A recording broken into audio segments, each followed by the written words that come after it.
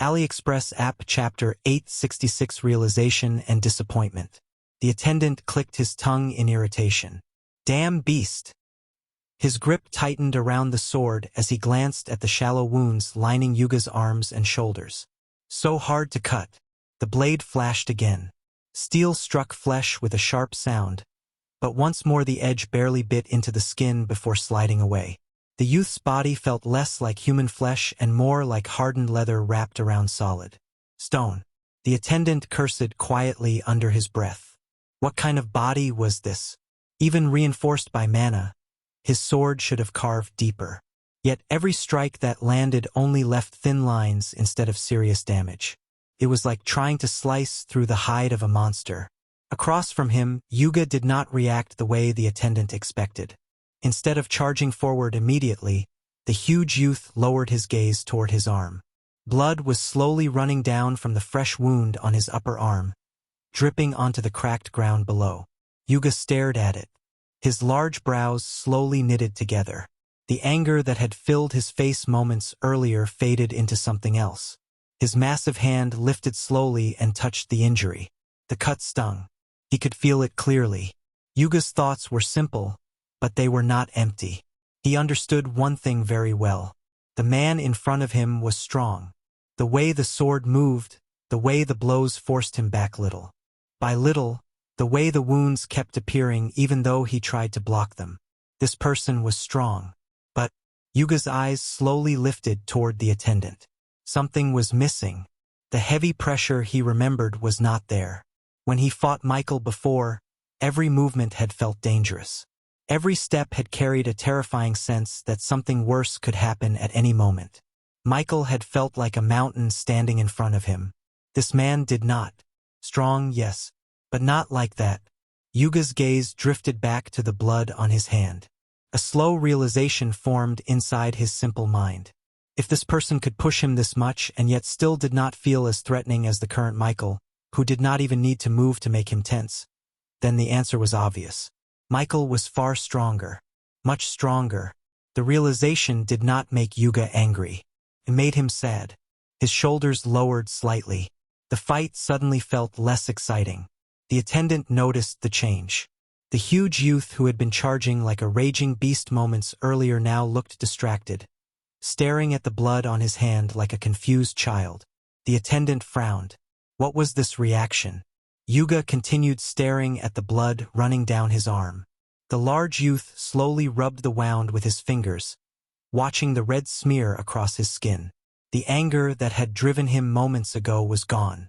Instead, a strange gloom settled over his face. Then, under the attendant's surprised gaze, Yuga simply turned around. The giant youth began walking away. Just like that, he simply left. The attendant blinked once. For a moment he remained completely still, sword still raised in a ready stance. Yuga continued walking farther away, his heavy steps cracking the dry ground as he moved across the ruined terrain. The attendant lowered his blade slowly. What? Normally, this should have been good news. The opponent had retreated on his own. The fight was over. Yet something inside the attendant felt strangely uncomfortable. A faint irritation lingered in his chest. Why? He frowned slightly as he watched the giant figure walking away. Was it because the fight ended like this? The battle had barely reached its true peak, yet the beast had suddenly lost interest and left. The attendant had not landed a decisive blow, nor had he forced his opponent to collapse. A strange dissatisfaction crawled inside him. Perhaps he had wanted to kill the fellow. Perhaps the incomplete ending simply bothered him. In any case, it was better this way. The beast was gone. The attendant exhaled slowly and began turning back toward the summoning circle. But just as he took a step, his body froze. His eyes widened slightly. The beast had seen the magic circle. The attendant's head snapped back toward Yuga's departing figure. The giant youth was still walking away slowly, his massive back turned. A cold feeling crept into the attendant's chest. He did not know how close the ritual was to completion. His teammates were still feeding the formation with their mana, and the final stage might already be approaching. But if that beast wandered back toward the circle again or told Someone curious enough to come see it and they interfered at the wrong moment, everything could collapse and the entire plan could be ruined. The attendant's grip tightened around his sword. His earlier irritation disappeared instantly, replaced by sharp focus. No, he could not allow that risk. Even if the beast had lost interest in the fight, he had already seen too much. The attendant's feet shifted. He was about to move when a hand reached out from the shadows and closed around his neck. The movement was so sudden that the attendant did not even see the figure appear. His body reacted instantly. Mana surged through his limbs and his sword arm moved on instinct, the blade flashing backward in a sharp arc meant to sever whatever had grabbed him, but the strike stopped halfway. Pressure descended on his wrist. A second hand had caught it. The attendant's pupils shrank. The strength behind that grip was terrifyingly strong. A voice spoke quietly beside his ear. "I have some questions." The attendant stiffened. The grip around his throat tightened slightly, forcing him to tilt his head sideways. His eyes shifted, trying to see the person who had appeared beside him like a ghost. Michael stood there with a calm expression on his face. "It's you," the attendant blurted out before quickly falling silent. In his shock, he had almost exposed something. However, unfortunately for him, Michael had already caught that brief moment of lost guard. "Do you know me?" Before, Michael's initial question had been to ask what was going on in the distance with the prince's group. First, however, it was necessary to explain how Michael had coincidentally appeared in this place in the first place.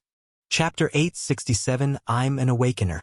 Several minutes earlier, back when Michael was still with Arian, a realization had struck him while he was thinking about what to do regarding the current situation. The situation was that the realm wanted to expel them, but something was preventing it. It was obviously an issue with its spatial laws. By chance, it made him recall the situation in the ruins he had been in with Rin days ago. Thanks to being in his wisdom state, which enhanced his perception to a terrifying degree, he had been able to find a hidden spatial door. Perhaps using the same method he could do the same here.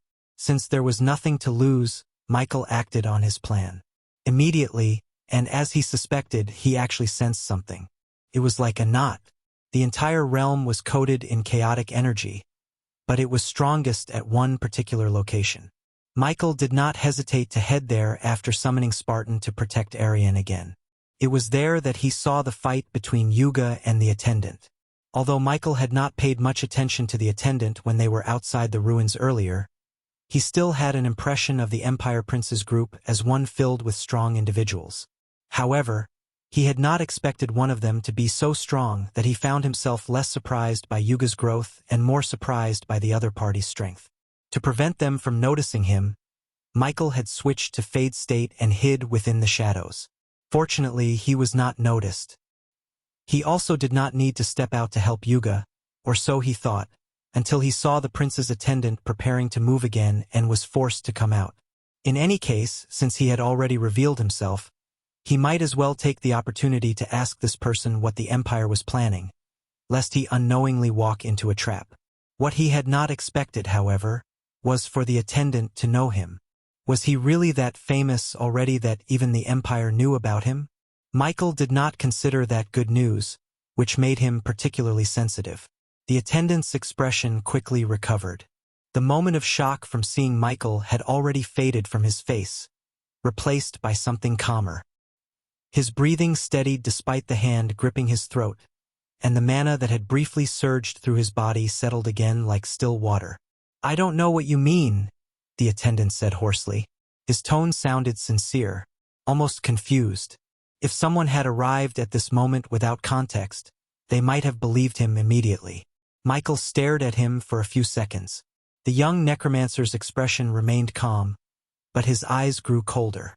The attendant continued speaking, forcing a strained smile as the pressure on his neck made it difficult to breathe. "You must be mistaken," he said. "I only reacted because you suddenly appeared. Anyone would be shocked." He paused before adding carefully, "And what ritual are you talking about? We are just trying to stabilize the realm's energy." The lie came smoothly, too smoothly. Michael sighed. I see, Michael said quietly. His grip loosened slightly, though the attendant immediately realized he was still completely restrained. The difference in strength between them was far too obvious. Michael tilted his head slightly. You forced me to do this. The attendant frowned. What? Michael did not answer. Instead, something strange happened. For a brief moment the air around him shifted. The feeling was subtle, almost like a shadow sliding across the ground under moving clouds. But the attendant felt it clearly. The presence standing behind him changed. Not stronger, not weaker, just different. Michael's eyes slowly lifted again. They were no longer the same. A faint amusement lingered in them now, something sharp and unsettling. It was not the calm indifference he had shown earlier. Inside Michael's mind, the connection shifted. The familiar presence of one of his undead rose forward. Jester. The moment the state switched, Michael's aura changed completely. His posture relaxed slightly, but the pressure around him became strangely oppressive. The attendant felt his scalp prickle. Something was wrong. Very wrong. Michael leaned closer, his voice softer now. Let's try again. His fingers tightened around the attendant's throat just enough to hold him still. Then Michael's other hand rose slowly. He did not attack. Instead, his fingertips gently touched the attendant's temple. The moment contact was made, the attendant's entire body froze. A cold sensation slid into his mind like a needle piercing water. Michael's eyes glimmered faintly. Then he spoke again. Now, tell me, do you know me? The attendant's body stiffened the moment Michael's fingers touched his temple. For a brief second, nothing happened. Then the man's pupils trembled. His breathing grew uneven, something unseen slid into the edges of his mind. The sensation was strange. It did not feel like brute force, breaking down his thoughts, nor did it feel like a spell directly seizing control. It felt more like something quietly rearranging things inside his head. Michael watched carefully. This was the first time he had used Jester's state in such a direct manner. During his seclusion he had gained several new understandings of his law, and this was one of the applications he had only tested briefly in theory. He did not want to damage the man's mind.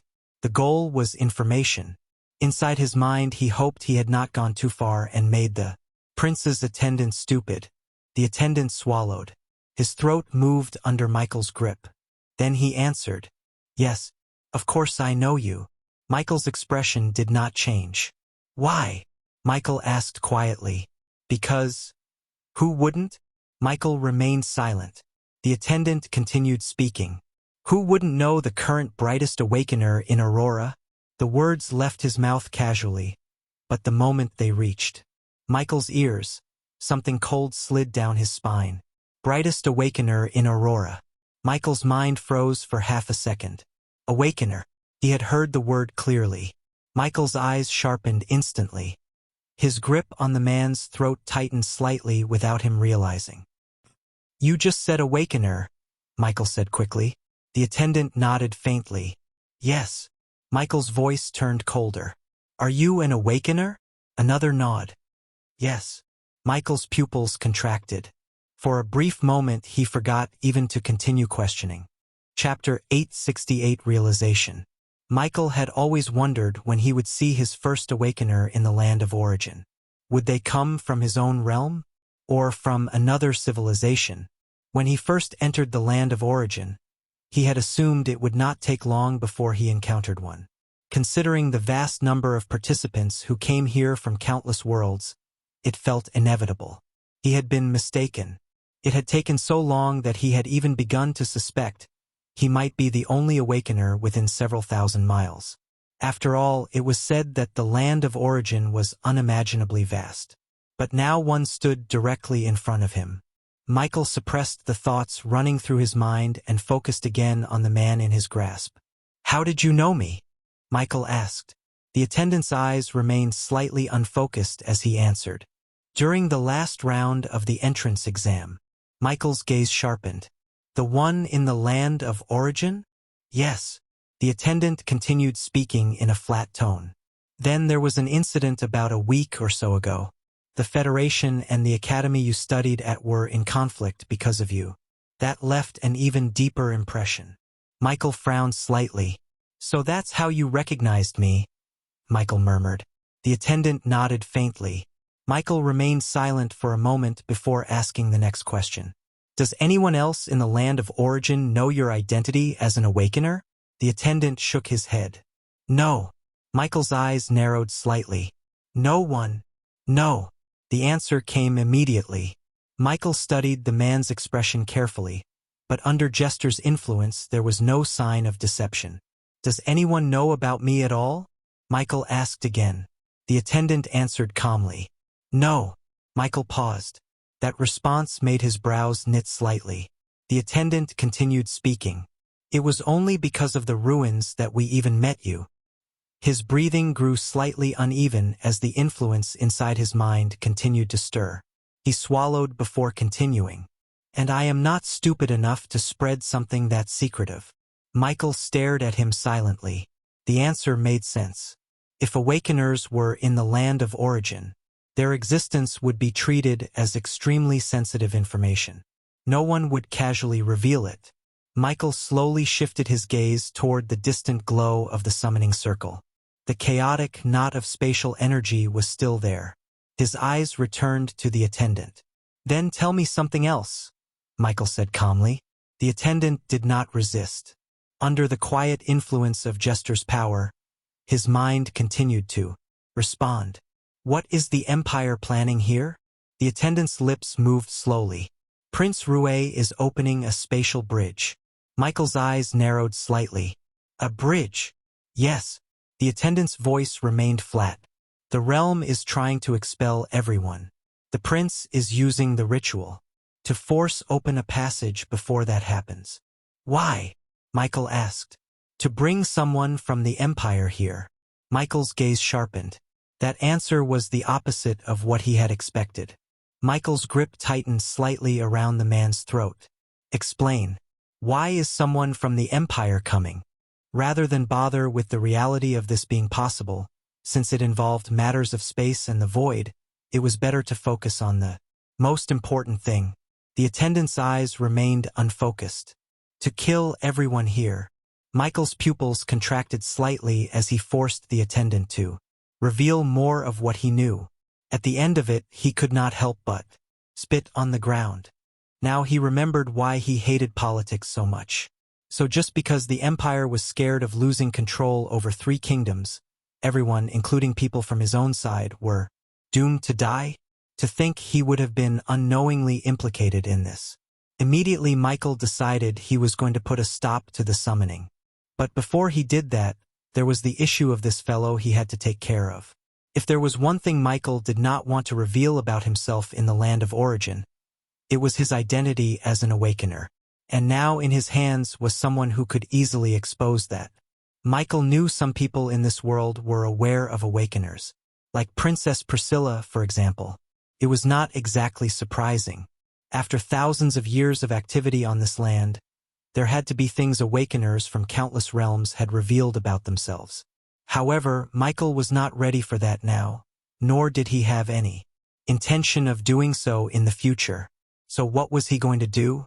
As he was thinking, Michael's delicate control over the prince's attendant's consciousness loosened, and the attendant finally regained control over himself. The attendant's eyes widened in sudden fear. What did you just do to me? His voice was hoarse and unsteady. The earlier calm was gone. For the first time since Michael had grabbed him, genuine panic surfaced on his face. Michael clicked his tongue in annoyance. He did not answer immediately.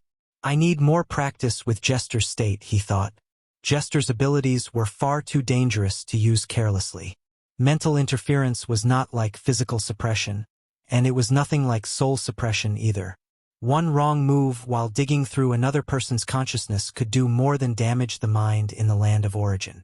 It could trace back through the connection and destroy the original body in Aurora as well. That was the real danger. And that was exactly why Michael had held back. He had not gone all out at all. In fact, he had been deliberately cautious the entire time, guiding the influence as lightly as he could. while still forcing answers out of the man. If his proficiency with gesture state had been higher, he would have had far more options. He could have altered the structure of the man's memories and even erased every trace of himself from the attendant's mind. Unfortunately, he could not do that yet. Not safely, at least. And Michael was not actually trying to kill him. It was then that something from the attendant's earlier words resurfaced in Michael's mind. If the person being summoned from the Empire was coming here to kill everyone, and this man already knew Michael was present in the ruins, then that meant one thing. He was perfectly willing to let Michael's body in the land of origin be destroyed. Chapter 869 Death. The realization made Michael's gaze turn colder. Perhaps the chill in Michael's expression was too obvious, because the attendant's fear deepened immediately. You shouldn't try anything reckless," the attendant said hurriedly, his voice strained. "You know the law. Awakeners in Aurora are forbidden from harming themselves without just reason." Michael stared at him for a second. Then he scoffed. "You really want to bring that up now?" The attendant swallowed. Michael's grip tightened slightly around his throat. Not enough to crush, but enough to remind him how little control he currently had. "The law doesn't speak against self-defense," Michael said coldly. "And what exactly do you think this is?" The attendant's face stiffened. Michael leaned closer, his voice dropping lower. "You just admitted the Empire plans to kill everyone here. That includes me." His eyes narrowed. "You are directly involved in that plan. So if I act against you, that is self-defense." The words landed heavily. The attendant opened his mouth, but nothing came out at first. Michael did not stop. "You think I'm supposed to stand still and let your side summon someone to butcher me, then worry about whether I'm being too harsh to one of the people helping make it happen?" His tone remained calm, but the pressure in it made the attendant's face pale further. "That's not how this works." The attendant's breathing turned rough again. He wanted to argue, but even he knew the logic was hard to refute. He had already said too much. Under Jester's influence, the truth had been dragged out, and now it hung between them like a blade. Michael could see the struggle in his eyes. Fear, calculation, regret, maybe even the desperate hope that he could still somehow talk his way out. But Michael had already made up his mind on one thing. The summoning had to be stopped. And before that, this attendant had to be dealt with one way or another. Michael's expression settled into something colder than before. "So," he said quietly, "don't lecture me about law when your side came here planning murder." The attendant saw the change in Michael's eyes. Real fear appeared on his face. "Wait!" His voice cracked as he tried to pull back, but Michael's grip on his throat did not loosen. "You don't need to do this," the attendant said quickly, panic rising in his tone.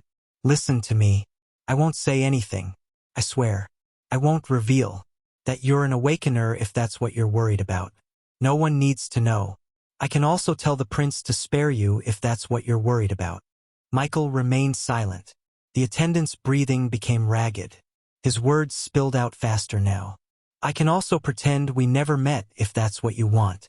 I'll leave this place and never mention your name again." Michael looked at him calmly. There was no anger in his expression. No visible hatred either.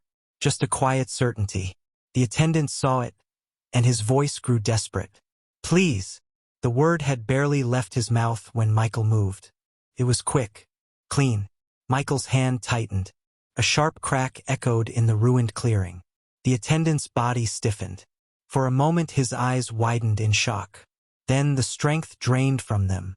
His body went limp. Michael released him. The man collapsed to the ground like a puppet with its strings cut. Silence returned.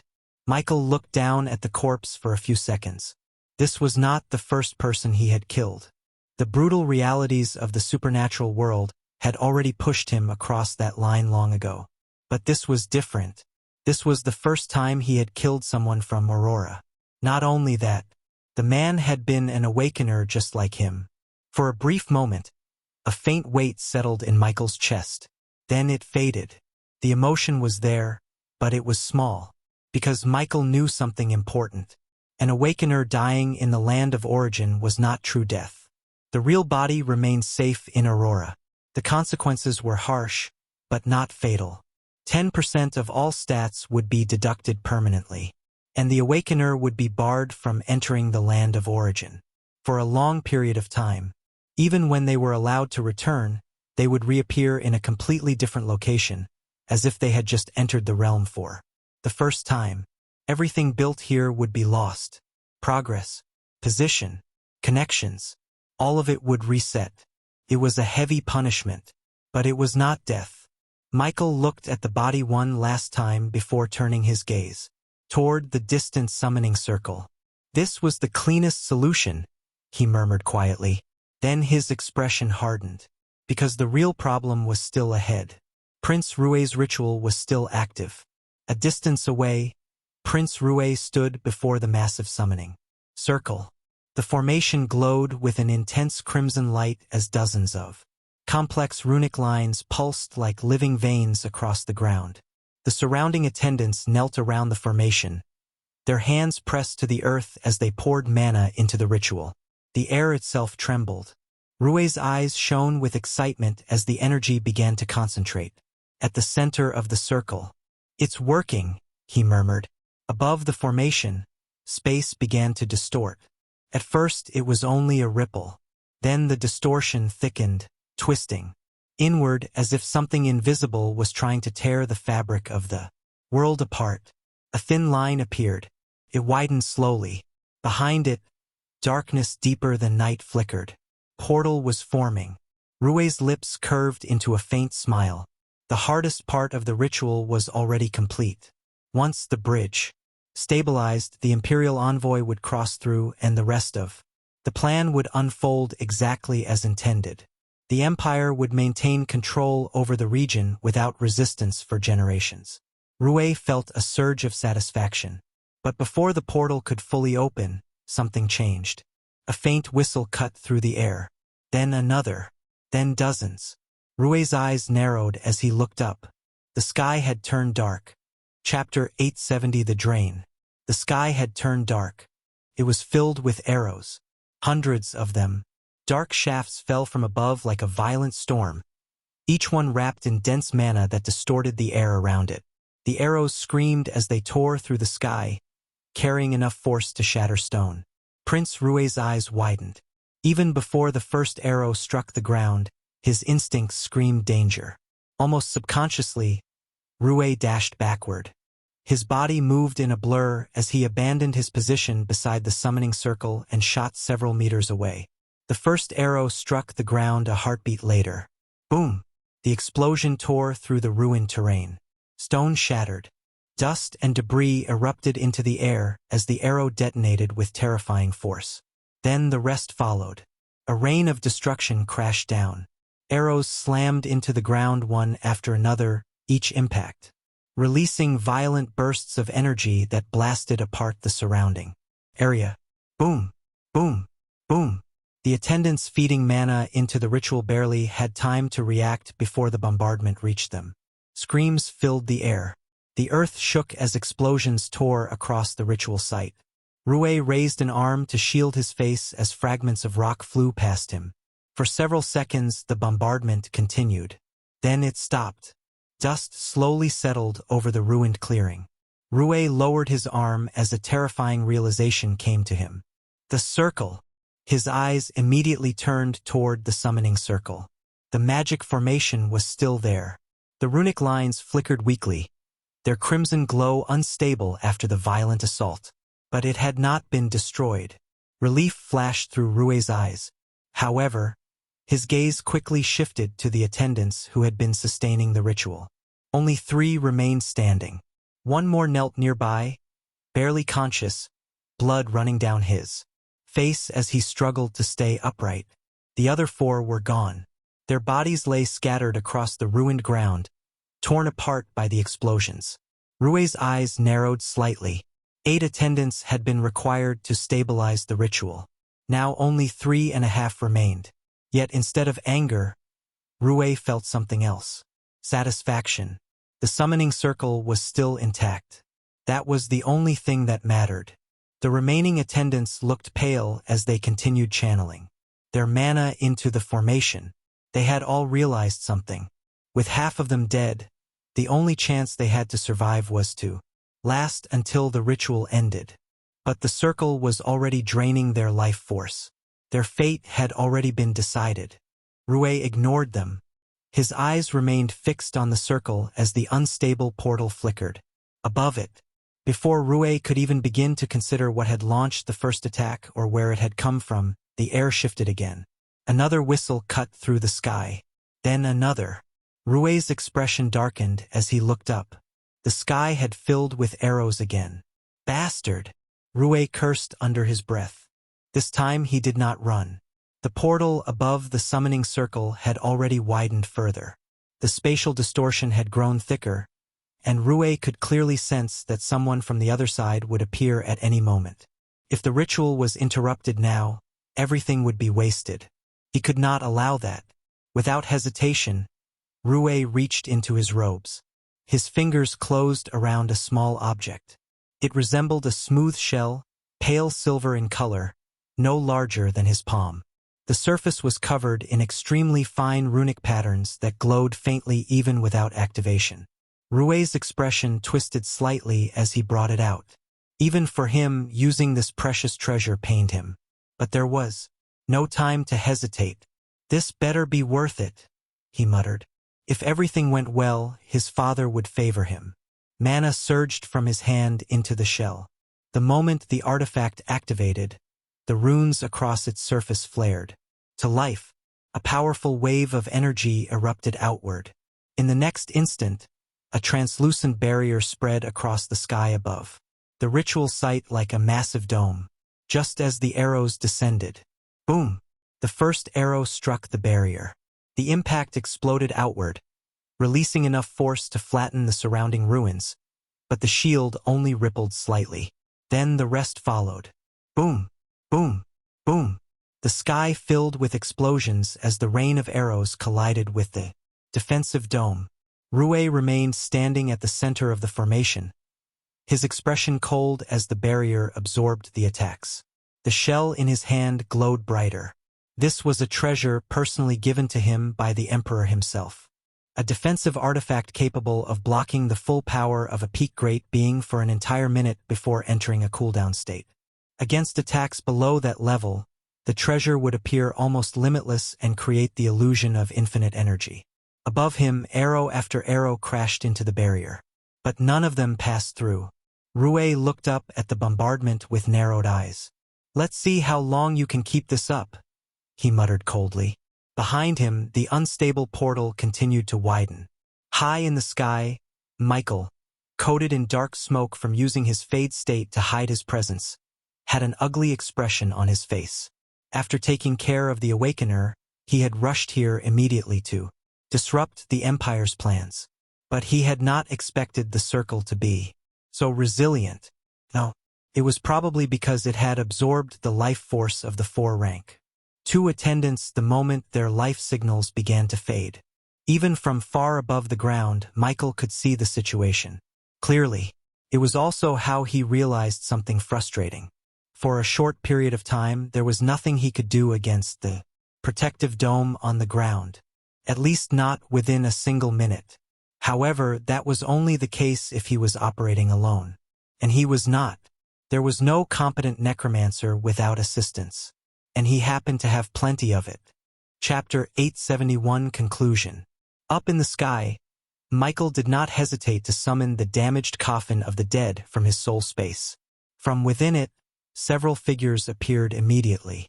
Lucky, Prince, Ghost, the other ants, Fade, and a few more undead Michael considered among his stronger forces. Down below, a vicious thought crossed Rue's mind.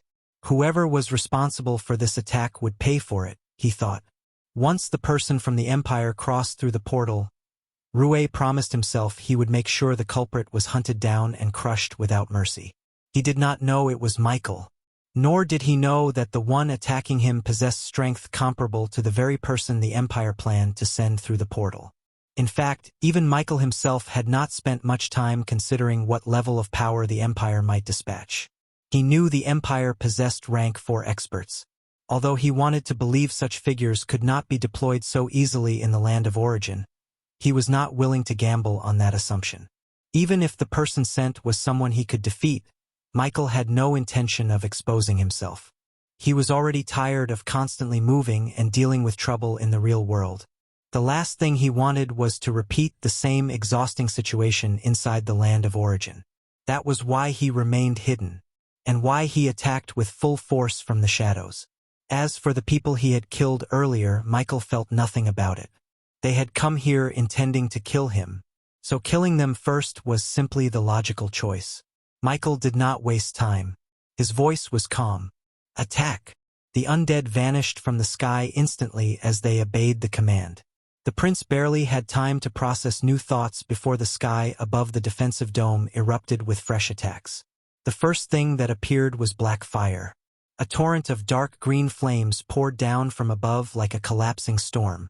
The heat carried a suffocating aura that made the air tremble. The flames struck the barrier and spread across its surface, like living creatures gnawing at the protective dome. Rue's eyes widened. Before he could react, something else followed. Ghostly figures. Several translucent shapes descended through the air. Their forms were twisted and unnatural as they slammed into the barrier with chilling wails. Each impact sent ripples racing across the protective dome. Then came the third wave. For gigantic ants. Their bodies were enormous, far larger than normal creatures. Their exoskeletons were dark and heavy like armored siege weapons. They fell from the sky with terrifying momentum and smashed against the dome. Boom! The entire area shook. The impact alone cracked the ground outside the ritual site. The ants did not retreat. They attacked again and again. Their massive limbs struck the barrier repeatedly, each blow carrying monstrous physical strength. Rue's confident expression slowly vanished. The dome was supposed to last 1 full minute. It was a treasure capable of blocking the power of a peak great being. Yet, under the combined assault, the barrier began to flicker violently. 20 seconds passed. Then it shattered. Crack. The protective dome exploded outward into fragments of fading light. Rue's pupils contracted in disbelief. How dash? The word barely left his mouth. The attacks were already falling toward him. A cold wave of fear surged through his body. Without hesitation, Rue activated his bloodline. A surge of dark energy erupted from his body as black scales spread rapidly across his skin. The scales hardened instantly, forming a powerful defensive armor that covered his entire body. But it was too late. A wave of poisonous green flames descended from above. The flames swallowed the ritual site completely. Rue tried to resist. The black scales on his body flared with power as he forced his bloodline to its limit. For a moment it looked like he might survive. Then the poison spread.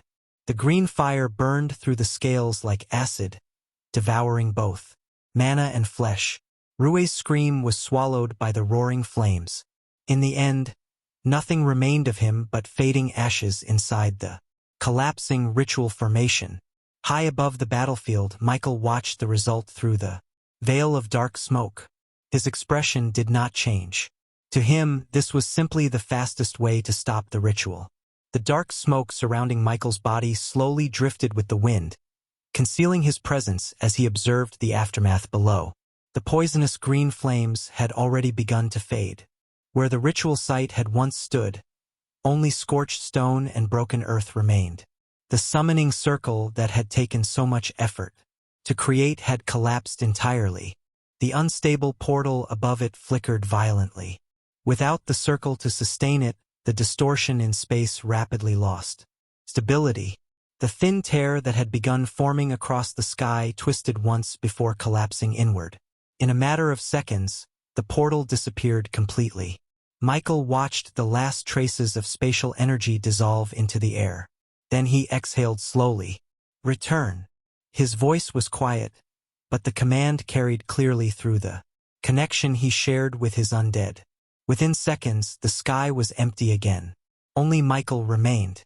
For a short moment he stayed where he was, silently scanning the surroundings with careful attention. He did not rush. Even though the ritual had clearly been destroyed, Michael had trained himself through years of overthinking that caution was never wasted in dangerous situations. After confirming that no unexpected presence remained nearby, he finally began to descend. His body moved quietly through the air. The smoke that concealed him thinned as he approached the ground. When Michael finally landed, the ruined terrain stretched out before him. The place looked like a battlefield after a natural disaster. Deep craters marked the ground where the arrows had struck earlier. Broken stone and scorched earth covered the entire area. The remains of the ritual formation were barely recognizable beneath the destruction. Michael walked slowly across the devastated clearing. His gaze swept across the ground until it reached the center of the former ritual site. There was nothing left of Prince Rue. Only blackened fragments of stone and faint traces of poison remained where the flames had consumed him. Michael stopped for a moment. Then his eyes shifted to something on the ground. What's this? Chapter 872 Aftermath. Michael crouched slightly and brushed away a layer of ash and broken stone. What lay beneath made him pause. It was a hand, a severed human hand, lying half-buried in the ruined ground. Michael stared at it in silence for a moment. The fingers were long and slender, the skin pale but strangely intact despite the destruction that had consumed everything else in the area. The wrist ended in a clean severed edge, as though it had been cut away by an invisible blade. Michael's brows slowly drew together. "That shouldn't be here," he murmured. The ritual circle had collapsed and the portal had vanished. Rue himself had been burned to nothing but ashes. Yet this hand remained. A realization slowly formed in Michael's mind as his eyes sharpened. The summoning might have actually worked at the last moment. If the portal had managed to connect for even a fraction of a second before collapsing, then it was possible that something had already begun to cross through. The hand in front of him might have been part of that. Michael's gaze grew serious as he studied the severed limb more carefully. Fortunately, whatever had been summoned had clearly failed to fully emerge. Otherwise, the situation might have been far more troublesome. Unfortunately, the hand alone did not reveal much. From the severed limb, Michael could not determine the exact power level of the figure that had attempted to come through. However, one thing was certain. The fact that the hand had survived the destruction of the ritual site meant it did not belong to a weak person. The area had been bombarded by countless attacks. Yet the hand remained largely intact. That alone said something about the strength of its owner. But the hand had been severed. If its owner had been a rank 4 being, Michael doubted such a thing would have happened so easily. Even with the power he had just unleashed, injuring someone at that level should not have been possible. Rank 4 experts were not that fragile, which meant the person who had almost crossed through the portal was powerful. But not at the level of a rank 4. Michael slowly straightened. His gaze remained fixed on the severed hand. "Interesting," he murmured quietly, his expression thoughtful as he considered what to do next. Ever since his talent had evolved, Michael had developed a certain habit. Originally, his ability only allowed him to evolve his undead through the accumulation of evolution points. But after the later changes, the nature of the talent had expanded. It could devour materials and even merge certain things together in order to generate evolution points or create new results. Because of that, Michael had gradually formed a habit of collecting anything that looked valuable or unusual, even if he did not immediately know how to use it, even if he later ended up never using it at all. If something seemed precious enough, or carried even the slightest possibility of benefiting his talent, he would take it. That was exactly why he had taken the bodies of Varian and the other Awakener earlier. Those two corpses had been interesting in their own way, but both of them were nothing but empty shells. There had been no lingering soul within their bodies, not even a fragment. That meant he could not attach his control to them through the normal methods he used when raising undead. Without a lingering soul, raising them would only result in mindless corpses.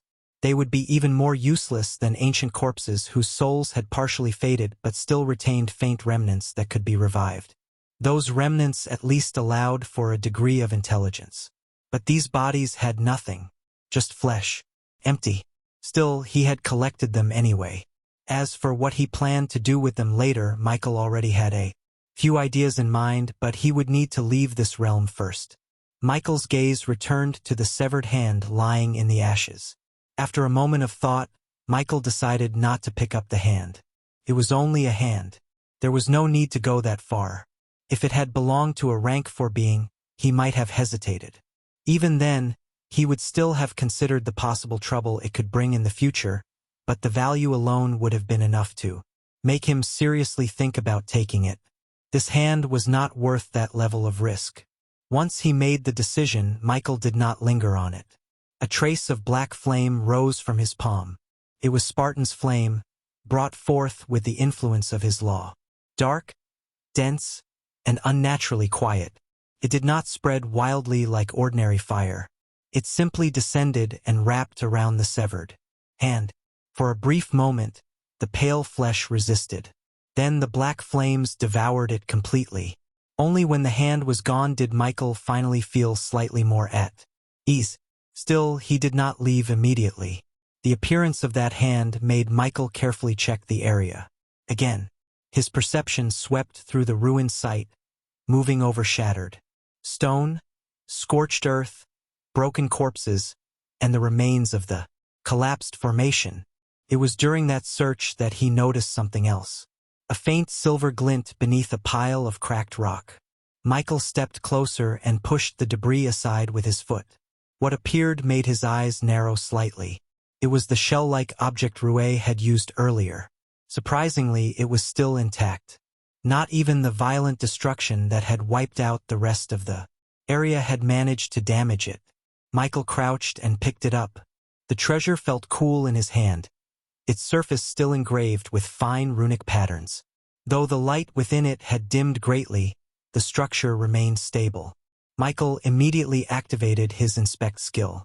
Item name: Emperor's Aegis Shell. Grade: Extraordinary Grade. Durability: 92%.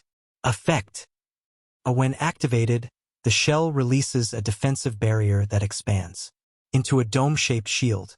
The barrier can withstand attacks equivalent to a peak rank 3 for up to 60 seconds at full energy before entering a cooldown period.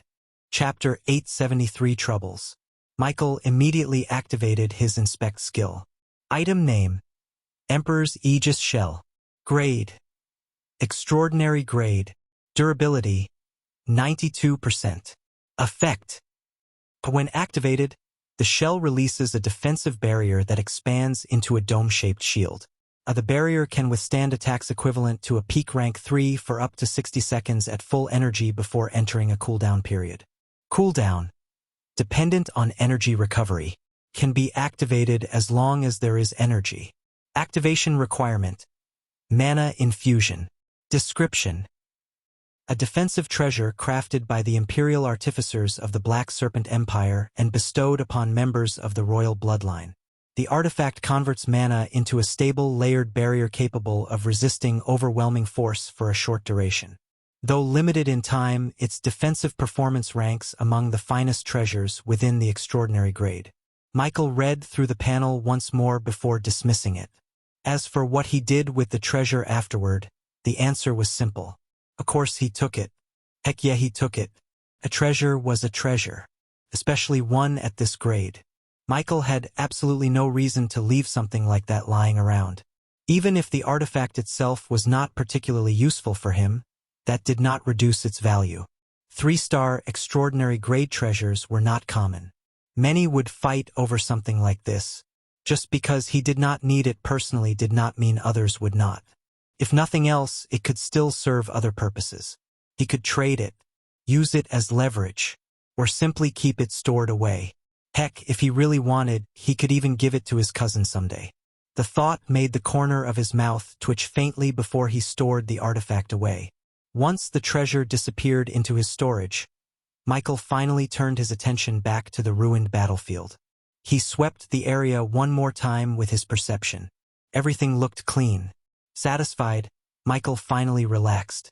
Without wasting any more time, Michael bent his knees slightly.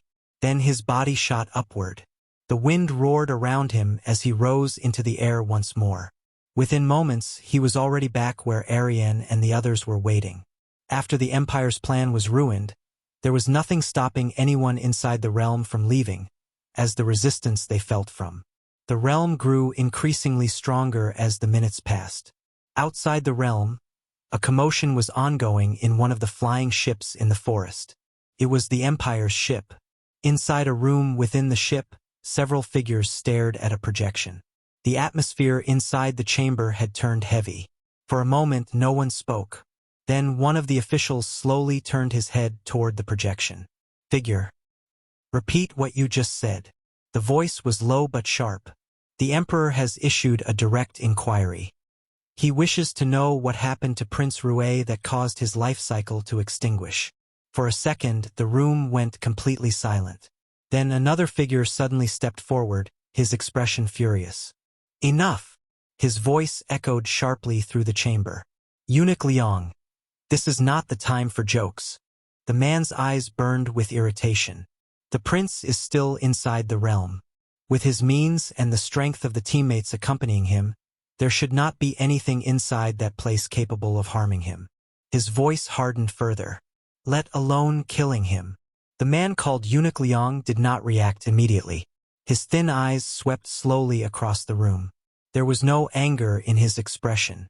Do you think I would lie about something like this? His voice was calm but carried a faint chill. The officials remained silent. No one answered. Everyone in the room understood exactly what the projection represented. The life cycle was not an ordinary monitoring tool. It was a special treasure. Each royal descendant had a fragment of their life essence bound to a corresponding thread within the artifact. The thread reflected the vitality of the individual it represented. As long as the owner lived, the thread would continue circulating with stable energy. If the owner suffered injury, the thread would weaken. If the owner died, the thread would vanish entirely.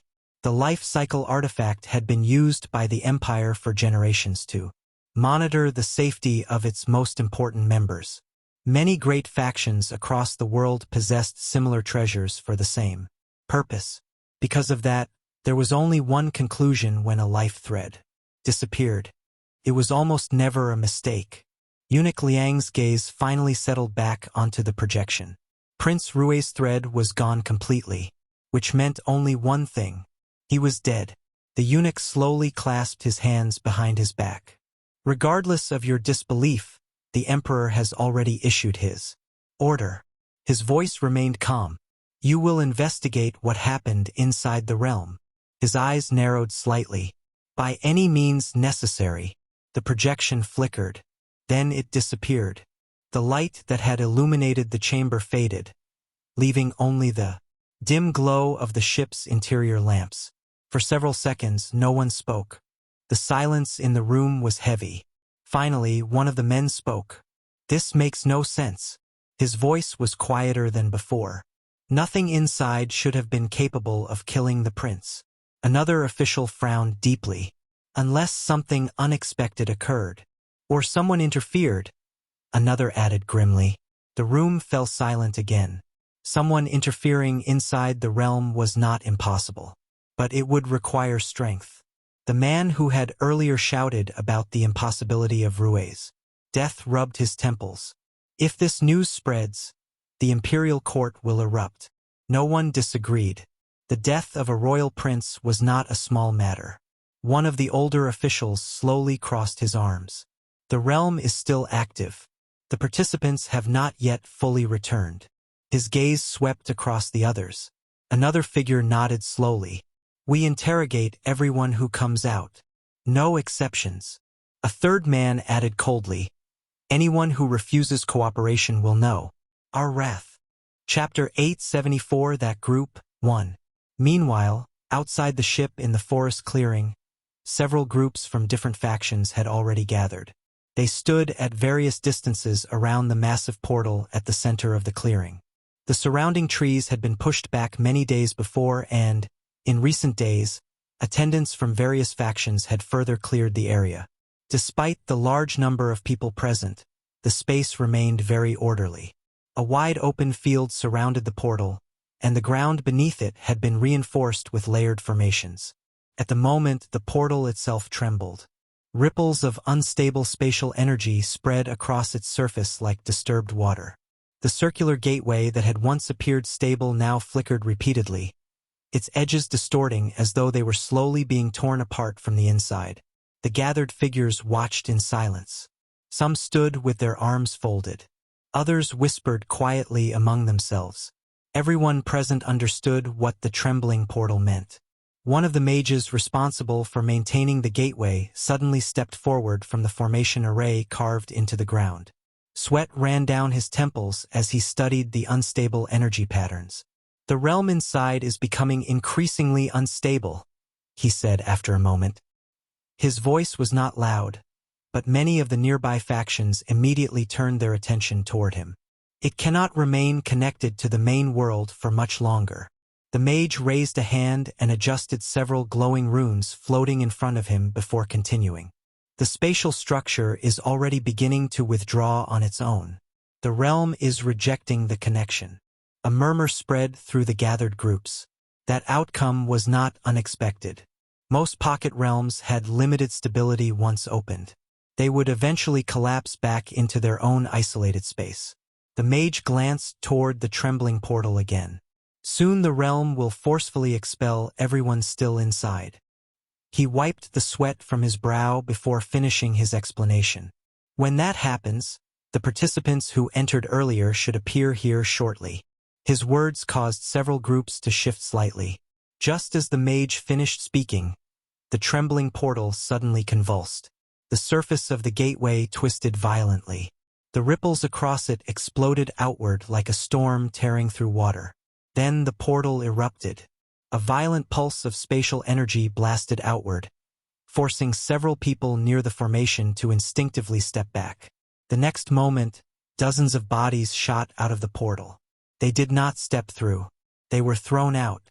Figures tumbled through the air before crashing onto the reinforced ground around the gateway. Some rolled across the stone while others slid several meters before coming to a stop. Gasps erupted throughout the clearing. "What just happened?" "Those are the participants. Quick, check them." More bodies continued to spill from the portal in rapid succession. Within seconds, the clearing was littered with unconscious youths wearing the insignias of different factions. Several elders and attendants immediately rushed forward. People began turning over the fallen participants, checking their breathing and pulse. "They're alive," one of the attendants shouted in relief after placing 2 fingers against a participant's neck. "He's only unconscious." Another elder quickly inspected one of the bodies before nodding. "Their life force is stable. They are simply drained." The same conclusion was soon reached by others. None of the returned participants showed signs of fatal injury. Most of them appeared exhausted, their auras extremely weak as though their energy had been violently consumed by something. It was strange, but the most important fact was clear. They were alive. Relief spread through many of the gathered factions. Several elders quickly located the youths belonging to their own forces and began carrying them away from the portal to safer areas. Many of them were simply grateful that their talented juniors had returned safely. However, the relief was not shared by everyone. As the groups counted the returned participants, many soon realized something unsettling. A number of people were missing. Some factions had only half their members return. Others had lost several entirely. The clearing slowly grew quieter as that realization spread. No one immediately knew what had happened to those who did not appear. They could still be inside the collapsing realm, or they might already be dead. Unlike the imperial family, most factions did not possess a treasure capable of tracking a person's life cycle. Without such an artifact, they could only wait and hope. Fortunately, when the elders and attendants began checking the belongings of the unconscious participants, they discovered something that quickly lifted the mood of many factions. The treasure bags carried by the youths were not empty. On the contrary, most of them were filled with various materials gathered from inside the realm. Several elders opened the storage pouches and carefully inspected the contents. Inside were numerous rare herbs, fragments of strange crystals, and metallic ores that emitted faint spiritual fluctuations. Some of the materials clearly did not exist in abundant numbers in the outside world. But what truly caught everyone's attention were the strange orbs. Several of the unconscious participants had collected them. They were small spheres roughly the size of a fist, their surfaces smooth and translucent like polished glass. Within each orb floated symbols that drifted slowly as though alive. The symbols constantly shifted and rotated. The objects clearly contained a form of energy. However, no one present could determine their exact function. Several elders exchanged uncertain looks. "These must be treasures unique to the realm," one of them muttered. Another nodded slowly. If the participants gathered them, they must have some value. Even if the elders did not fully understand what the orbs were, the fact that the youths had risked their lives inside the realm to collect them suggested they were worth something. At the very least, they were likely precious materials. That realization eased the atmosphere slightly. Even the factions who had lost several members found some consolation in the materials recovered by the survivors. Meanwhile, the unstable portal continued to convulse above the clearing. Every few moments another pulse of spatial distortion erupted from its surface. Each time it did, more figures were violently expelled. Some crashed onto the ground in awkward positions. Others slid across the reinforced stone before coming to a stop. All of them were unconscious. The elders quickly moved to retrieve them. Gradually, the number of returned participants increased. The clearing grew more crowded as the rescued youths were carried away from the unstable portal. Then, after another violent surge of spatial energy, something different happened. Another figure shot out from the portal. But this time, the person did not crash motionlessly onto the ground. Instead, the figure landed roughly, stumbled forward a few steps, and barely managed to stay upright. A low murmur spread through the surrounding factions. Someone had returned while still conscious. *n. Some readers might complain about the pacing, but I think one issue that causes dissatisfaction is the chapter length and the number of chapters released per day. When chapters are shorter or fewer, everything tends to feel slower than it actually is. So let's try a different method for a while. I'm about to start uploading more frequently, similar to how my friend Ospec does it. Chapter 875 That Group 2. The appearance of the first conscious participant immediately drew everyone's attention. Several elders quickly stepped forward. "Are you all right? What happened inside? Where are the others?" Questions came from all directions, forcing the exhausted youth to steady himself before responding. His breathing was still uneven, but he managed to answer a few things. Before long, more figures began emerging from the portal. Unlike the earlier wave, these participants landed on their feet or quickly pushed themselves upright after hitting the ground. Though they looked tired and their auras were weakened, they were clearly still conscious. Soon a small group of them had gathered near the elders of their respective factions. Naturally, the questioning began immediately. Within a short time, the people outside began piecing together fragments of what had happened inside the realm.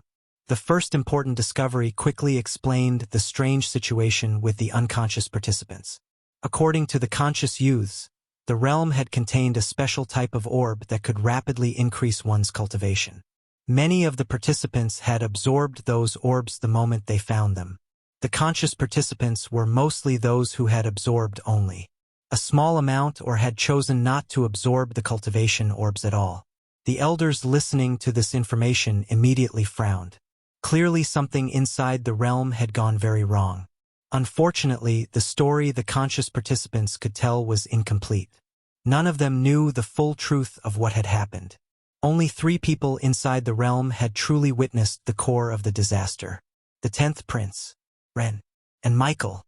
Yet none of them had emerged from the portal yet. More importantly, no one outside even realized how important those 3 figures were to understanding the truth of the situation. The gathered factions continued questioning the returning youths. Eventually they also learned how many of their people had died. Some had fallen in fights against other participants. The cultivation orbs had been extremely tempting treasures, and several conflicts had broken out because of them. Others had been killed by strange faceless monsters that roamed the realm. Those creatures had been the source of the cultivation orbs. However, there was at least one piece of good news. The strange orbs the participants had brought back were not the same as the cultivation orbs they had absorbed inside the realm. These new orbs appeared different. According to the conscious youths, they contained knowledge. Some participants had already absorbed a few of them inside the realm, and the results had been harmless. The energy inside those orbs did not forcibly increase cultivation. Instead, they transferred fragments of knowledge directly into the mind. Because of that, they seemed safe and potentially extremely valuable. This was good news for the factions that were unwilling to suffer heavy losses without gaining anything in return. As the discussions continued and more fragments of the story were pieced together, the unstable portal continued releasing the remaining participants. A few more figures were expelled one after another. Among them were several individuals whose appearance drew brief attention from the surrounding factions. Michael appeared at one point, landing steadily before quietly moving aside. Not long after, Ariane was also expelled from the portal. Yuga followed later, his massive frame crashing onto the reinforced ground before he slowly rose to his feet. Ren appeared sometime after as well, carrying an unconscious prince over his shoulder as he emerged from the collapsing realm. Aside from Michael and Ariane, the others did not arrive together. However, none of them became the center of attention for long. The clearing was too crowded, the situation too tense, and too many other participants were still being thrown out of the portal for any one individual to draw prolonged focus. Yet as time passed, something strange gradually became apparent to everyone present. A certain group had not appeared. The Empire team, the strongest group among all the factions that had entered the realm, had yet to return. A strange silence slowly spread through the clearing as people began realizing this. No one openly spoke about it, but many could not help glancing upward. High above the clearing, several figures from the Empire floated silently in the air. They had been there since the first wave of participants had appeared. From their vantage point, they had heard the scattered reports, the bits of information gathered from the returning youths, and the growing uncertainty surrounding the events inside the realm. Their expressions were unreadable. No one dared to stare at them for long, because by now everyone could sense it. Something had gone terribly wrong inside the realm, and there was a terrifying possibility that no one wanted to be the first to mention. The Empire group had entered with overwhelming strength. Among them was a royal prince. If that entire group had fallen inside the realm, then this expedition would no longer be a simple exploration gone wrong. It would become something far more troublesome. The silence in the clearing slowly grew heavier. More participants had already returned. Most of the factions had accounted for at least a portion of their people. Some had recovered almost all of their youths, while others had only retrieved a handful. Even so, the chaotic flow of participants coming out of the portal had begun to slow. Everyone could see it. The unstable gateway was weakening rapidly. The ripples across its surface became more violent. The circular edge of the portal warped and shrank slightly with each pulse of spatial energy. The mages responsible for maintaining the formation exchanged uneasy looks. One of them stepped forward again, his eyes fixed on the trembling gateway. "The realm is collapsing faster now," he said quietly. His voice carried across the clearing. "It will close soon." The clearing grew even quieter. Everyone watched the portal. Another pulse of energy erupted from the portal. But this time, no bodies followed. The gateway flickered violently. The surface of the portal twisted inward as though the entire space within it was folding in on itself. Then the light began to dim.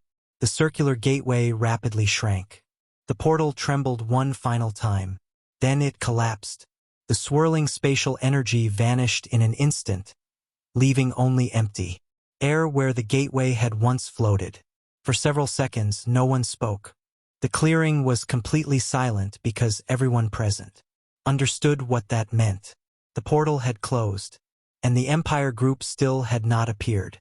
High above the clearing, the Imperial figures floating in the air did not move, but the pressure radiating from them suddenly grew heavier.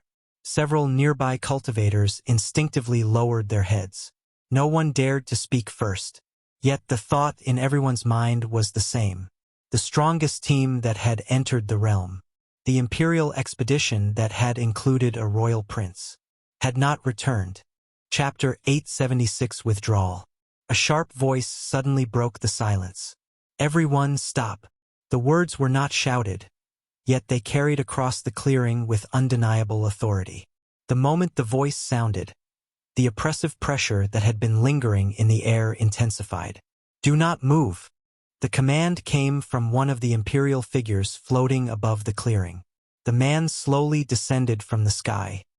His robes bore the insignia of the Empire, and the aura surrounding him was so heavy that the nearby cultivators instinctively stepped back. The Imperial cultivator's cold gaze swept across the gathered factions. Remain where you are.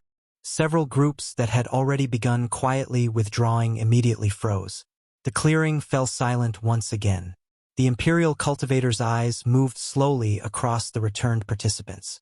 Then his gaze lifted briefly toward the empty sky where the portal had once existed. When he spoke again, his voice was calm, but the killing intent hidden within it was unmistakable. Until this matter is clarified, no one leaves. A faint ripple spread through the crowd. Some of the elders frowned. Others exchanged uneasy looks. However, before the Imperial cultivator could continue, several figures suddenly shot upward from different tents around the clearing. They rose into the sky one after another, powerful auras flaring as they confronted the Imperial side. And they were not few. In fact, their numbers clearly exceeded those of the Empire's group. At the front of them stood a young woman in elegant robes, her presence calm yet imposing. Princess Priscilla. Her appearance immediately drew the attention of everyone below. She did not waste time. Her clear voice rang across the clearing. May I ask why great beings such as yourselves are using your power to bully juniors? Her tone was polite, but the meaning behind it was unmistakably sharp. The Imperial cultivator's expression twitched slightly. The oppressive pressure that had filled the clearing paused for a brief moment. Just as he was a great being, so was Princess Priscilla. And she was not alone. Behind her stood several other powerful figures from various factions, their auras stable and unyielding as they quietly supported her position. The Imperial cultivator quickly regained his composure. However, the edge in his expression had already softened. He suddenly remembered something important. This was not the Empire. He was far from Imperial territory. Here, the Empire's authority was not absolute. Even so, the orders he had received were direct. He could not simply step back. My lady, he said calmly, it would be best if you did not involve yourself in this matter. His voice was respectful, as one would speak to an equal, just as Princess Priscilla had done. This concerns the Empire. His gaze swept across the gathered factions below. The Imperial expedition has not returned, and among them was a royal prince. The words hung heavily in the air. The Imperial cultivator's voice lowered slightly. Until we determine what happened inside that realm, no one present here can be allowed to leave. His eyes returned to Princess Priscilla. I believe my lady understands the seriousness of this situation. For a brief moment, Princess Priscilla said nothing. Her brows furrowed slightly. For a moment it seemed as though she had nothing more to say. Then her gaze shifted. Instead of looking at the Imperial cultivator again, she suddenly turned her attention downward toward the participants gathered on the ground. Her voice carried clearly across the clearing. Did any of you witness what happened to the Imperial group inside the realm? The sudden question startled many of the returned youths. For a brief second, the clearing fell into awkward silence. Then several voices hurriedly answered. We didn't see anything. I don't know what happened to them. We never crossed paths with the Imperial team. The responses came one after another, almost hurriedly, as though the participants feared being dragged into something dangerous.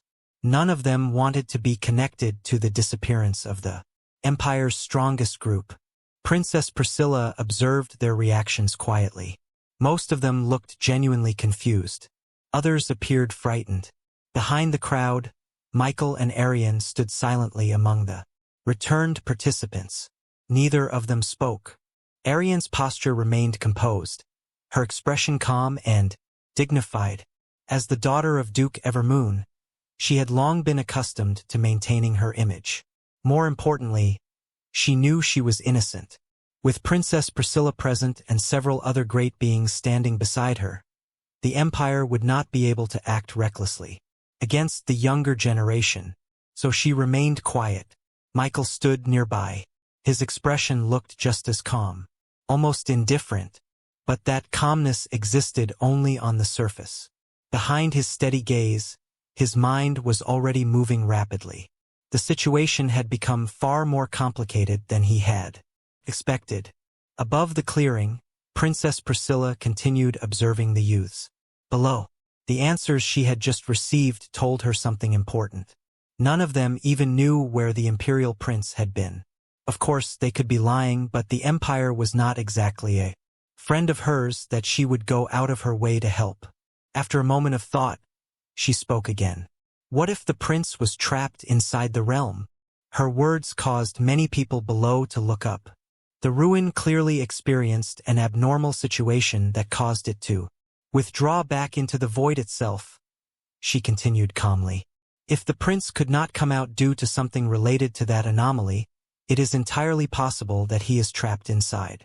The Imperial cultivator's lips twitched slightly. He understood immediately what she was doing. She was offering a reasonable possibility, a way for the situation to calm down without escalating into conflict between factions. Unfortunately, the Empire already knew something the others did. Not. The prince was dead. They had confirmed it. The moment the prince died, the Empire had already sensed it. But the Imperial cultivator could not say that openly. Announcing the confirmed death of a royal prince in front of so many factions would only make the situation far more explosive. At the same time, if the prince had truly been trapped inside a realm, that was now beyond reach, and no one knew if it would ever return again or even what year it might reappear. The result would not be very different from death. The two outcomes were not far apart. Princess Priscilla looked at him steadily. I understand your concerns, but why should innocent juniors be treated as suspects? These youths barely survived the collapse of that ruin. Some of them nearly lost their lives inside. Her eyes remained on the Imperial cultivator. So tell me, why should they be punished for something they know nothing about? For a moment, the Imperial cultivator did not answer. His face remained calm, but inside his mind a quiet voice suddenly sounded. Perhaps we should withdraw. One of the other Imperial figures had spoken to him through spiritual transmission. The man's brows tightened slightly. Withdraw? He replied silently. Are you suggesting we disobey the Emperor's orders? The other Imperial cultivator responded immediately. That is not what I mean. There was a brief pause before the voice continued. But look at the situation. We are far from the Empire. The factions gathered here are many. Even if we insist on pressing this matter now, what exactly can we do? Are we prepared to fight everyone here? The Imperial cultivator's expression did not change, but his thoughts grew heavier. The voice continued calmly. The prince's death cannot be hidden forever. But right now we do not know the truth. We have no evidence. No witnesses. If we force the matter here, it will only create enemies. The words hung in his mind. For now, the voice finished quietly. It would be wiser to withdraw. Chapter 877 Surprise. The Imperial cultivator fell silent. He knew the man was right. They had come here under direct orders to observe the ruin and ensure the safety of the Imperial expedition. But the situation had already slipped beyond their control. Even if they suspected something, they had no way to prove it.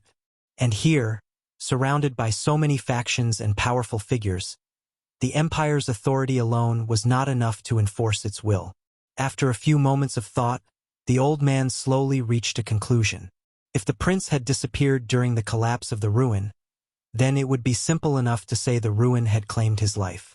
At least for now. Once the Empire conducted its own investigation later, the truth could still be uncovered. Having reached his decision, the Imperial cultivator lifted his head again. His expression remained firm as he looked at Princess Priscilla. "My lady," he said calmly, "this matter is far from over." His voice carried clearly across the clearing. The disappearance of a royal prince cannot simply be ignored. The atmosphere tightened slightly, but the Imperial cultivator continued. "However, the collapse of the realm has created an abnormal situation." His gaze swept across the gathered factions once more. "For now, we will withdraw." A faint ripple passed through the clearing. The Imperial cultivator's eyes narrowed slightly. "But understand this. The Empire will investigate this matter." His voice became colder. "And if it is discovered that someone here knows more than they have revealed," the pressure around him rose briefly, "the consequences will not be light." With those final words, he gave Princess Priscilla a brief nod. Then he turned and began ascending back into the sky, signaling the Imperial group to prepare to leave. Everyone watched as the Imperial group rose into the sky and slowly departed from the clearing. Only after their figures disappeared into the distance did a faint wave of relief spread through the gathered factions. No one spoke about it openly, but the pressure that had filled the clearing moments ago had been suffocating. Even so, everyone present understood that this matter was far from over. The Empire had withdrawn for now, but the disappearance of a royal prince would not simply be forgotten. Still, that was a problem for the future. For the moment, most people were simply glad to have survived the ordeal. High above the clearing, Princess Priscilla watched the Imperial group disappear before finally relaxing slightly. Then she turned her attention toward the Lionheart delegation. "Although the realm closed earlier than expected," she said calmly, "the flying ship had also arrived earlier." Her voice carried clearly across the clearing. "Everyone prepare to leave immediately." Several elders nodded. The ruin had already collapsed and the situation had become far too complicated. Remaining here served no purpose. Below, the participants slowly began gathering with their respective factions as preparations to depart began. On the ground, Arian turned toward Michael. A small smile appeared on her face. "Sir Mike," she said softly, "let's move." Michael returned the smile. "All right." They began walking together through the clearing. However, after only a steps, Arian suddenly stopped. Michael had barely turned his head when she suddenly stepped forward. Before he could react, she wrapped her arms around him in a quick, tight hug. "Thank you," she whispered. The words were soft but sincere. Then, before Michael could even respond, she quickly pulled away. A faint blush appeared on her face as she turned and hurried off toward the Lionheart group. Michael stood there for a moment, slightly confused. He watched her retreating figure as she disappeared into the crowd. After a moment, the confusion on his face faded.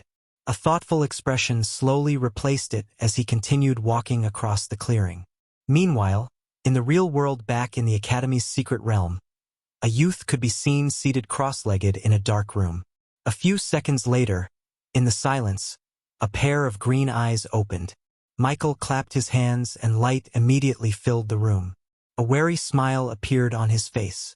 Michael would not consider himself the smartest person, but he was not stupid either. If even at this point he could not understand the atmosphere between himself and Ariane, then his entire generation might as well die with him. The signs had been obvious for a long time. Her attitude, her tone, the words she used. And now this. Michael slowly exhaled. Only now did he truly acknowledge something he had been quietly avoiding. His feelings. It was not that he disliked Ariane. Quite the opposite. Though the feeling was not very intense and remained mostly on the surface. But perhaps because she existed in what he subconsciously viewed as another world, he had never taken those feelings seriously. For an awakener like him, this place functioned almost like a game. A battlefield where he fought monsters, gained power, and continued growing stronger. Everything here felt temporary. No, maybe unreal. Even the people around him sometimes felt like characters he had little connection with, people he simply happened to meet along the way. Because of that, he had never allowed himself to think too deeply about things like relationships. But now that line felt a little less clear. It was not only because of Ariane. There was Yuga, Ren, and even the two troublesome youths back at his domain. Michael shook his head slightly and continued walking. Meanwhile, in another part of Aurora, inside another academy secret realm, a youth could be seen shouting in the middle of a desert. "Fuck you! Fuck you, bastard! Fuck you!" Around him, several other students looked at him strangely. He's been like that for a while now. What happened to him? How would I know? I'm not his friend. Maybe heartbreak? What kind of heartbreak makes you scream like that? Suddenly everyone stopped talking when they saw another youth making his way toward the screaming student. "Hey, would you shut up already? There's one thing for you to scream for. 5 minutes straight, but doing it again every 5 minutes like it's some kind of cooldown skill is crazy. Do you want to die? This is a simulated space for training, not a place to scream." Surprisingly, the screaming student did not defend himself. If Michael were here, he would recognize them. The one who had just spoken was Brian, his former classmate, and the other was the Awakener he had just killed in the Land of Origin. Chapter 878 Next Step. Now that he was finally out of the secret realm back in the Land of Origin, it was finally time to focus on what mattered next. There were quite a lot of things to settle, but one of the most important was his advancement. Michael had not expected the time it would take for him to heal his soul would arrive so soon. It happened faster than he could fully comprehend his law completion, something that was already close as well. It was time he started preparing for the next plan. Over the next few days, Michael did very little that could be called normal training. He did not sit in quiet meditation. Instead, he moved around the academy almost constantly. Using his resources and connections, Michael began acquiring corpses at an astonishing pace. Michael did not ask too many questions about their origins. He only cared about one thing: numbers. His contract slots were around 2,000, and Michael intended to fill every single one of them. Each day followed a similar rhythm. Many people found his activities strange, but few interfered. After all, necromancers dealing with corpses or craving them was hardly unusual. What they did not know was how extreme Michael's scale had become or what he planned. Every day, Michael also spent a certain amount of time inside the spatial space of the damaged coffin of the forgotten. Within that pocket dimension, the work truly began. His talent operated almost non-stop. Sometimes he devoured materials to generate evolution points. Other times he directly spent those evolution points to evolve newly contracted undead. The process repeated again and again in no particular order. Contract, devour, evolve, repeat. At first, the consumption rate was extremely high. Michael burned through resources rapidly as his army expanded. But something happened after a while. Every undead under his command generated 1 evolution point each day. The amount from a single undead was insignificant. However, once the number of undead began to rise past 1,000, the accumulation became terrifying. Eventually, Michael reached a point where the daily generation of evolution points from his undead alone was enough to sustain his evolution process to some extent. Even so, for the sake of speed, he still devoured whatever he could, which mostly consisted of monsters from level 1 dimension cracks. There were many of these cracks around Aurora, so Michael was not lacking in terms of monsters to revive and devour. Everything flowed smoothly in his favor, if he ignored the crippling debt he had accumulated as the top student of his year group. Top students were allowed to owe debts to the school in huge amount. The higher your rank, the higher you could owe the academy. Another benefit of his placement, otherwise with his requirements, Michael would have needed to hunt the monsters himself. Regardless, the army was growing, and more importantly, it was growing stronger. Meanwhile, in the Land of Origin, the kingdom was still dealing with the aftermath of the ruin. The entire capital buzzed with tension. For Michael, the situation quickly became exhausting. Directly and indirectly, the aftermath of the ruin began to overwhelm him. Everyone knew something major had happened inside the ruin, even if the details remained unclear. And the disappearance of an imperial prince was not something that would quietly fade away. The capital gradually felt less like a place to remain and more like the center of an approaching storm. During those days, his interactions with Arian had also reached a quiet conclusion. The two of them had spoken a few times after returning from the ruin, but neither of them addressed the matter directly. The atmosphere between them had been obvious to both sides for some time, yet the circumstances surrounding the ruin and the political tension within the kingdom made it impossible for Michael to remain any longer. In the end, he chose to leave. Before departing the capital, he extended a simple invitation for Arian to visit his territory in the future should the opportunity ever arise. Under Arian's slightly pitiful gaze, Michael eventually departed from the kingdom capital using the Duke's flying ship and began his journey away from the center of the kingdom. Once he left, the suffocating atmosphere surrounding the aftermath of the ruin slowly faded behind him. Hopefully it remained that way. Just like that, more days quietly passed. Life within the academy gradually returned to its usual rhythm, but for Michael the days were far from idle. The scale of his earlier expansion had finally reached a point where further rapid growth became difficult. The easy gains were gone. From that point onward, Michael could only rely on the natural daily accumulation of evolution points generated by his undead legion. Compared to the earlier explosive growth, the pace had slowed considerably, but it was stable. Every day, thousands of undead silently produced evolution points for their master. Individually, the numbers were insignificant, yet together they formed a steady stream that allowed Michael to continue evolving his legion. One after another, his undead slowly advanced toward rank 3. There were no great battles during that period. No major disturbances within the academy either. The only notable moment came when the new year arrived. While most students celebrated outside, Michael spent the day quietly within the academy grounds, where he briefly contacted his family through a video call. The conversation was not particularly long, but it was enough for him. After that short moment of normalcy, life quickly returned to its previous pace. Eventually, the new year passed completely. Days turned into weeks. Weeks gradually slipped into another month. Now it had been 7 months since the moment Michael had first stepped into the strange world of power. And now, once again, Michael stood at the edge of another threshold. Name: Michael Norman. Rank: 2, max. Level: 50. Talent: Infinite Evolution. Gift: Mark of Origin: Eye of Truth. Title: First in History Outlier. Class: Master Necromancer. Attributes: Strength: 1036.75. Agility: 1057.71. Constitution: 1235.92. Intelligence: 1400.92. 250 carat. Attribute points: 0. Compared to a month ago, very little had changed. Most of his abilities remained the same. His rank had already reached its limit for this stage, and the level displayed on the panel had long since stopped increasing.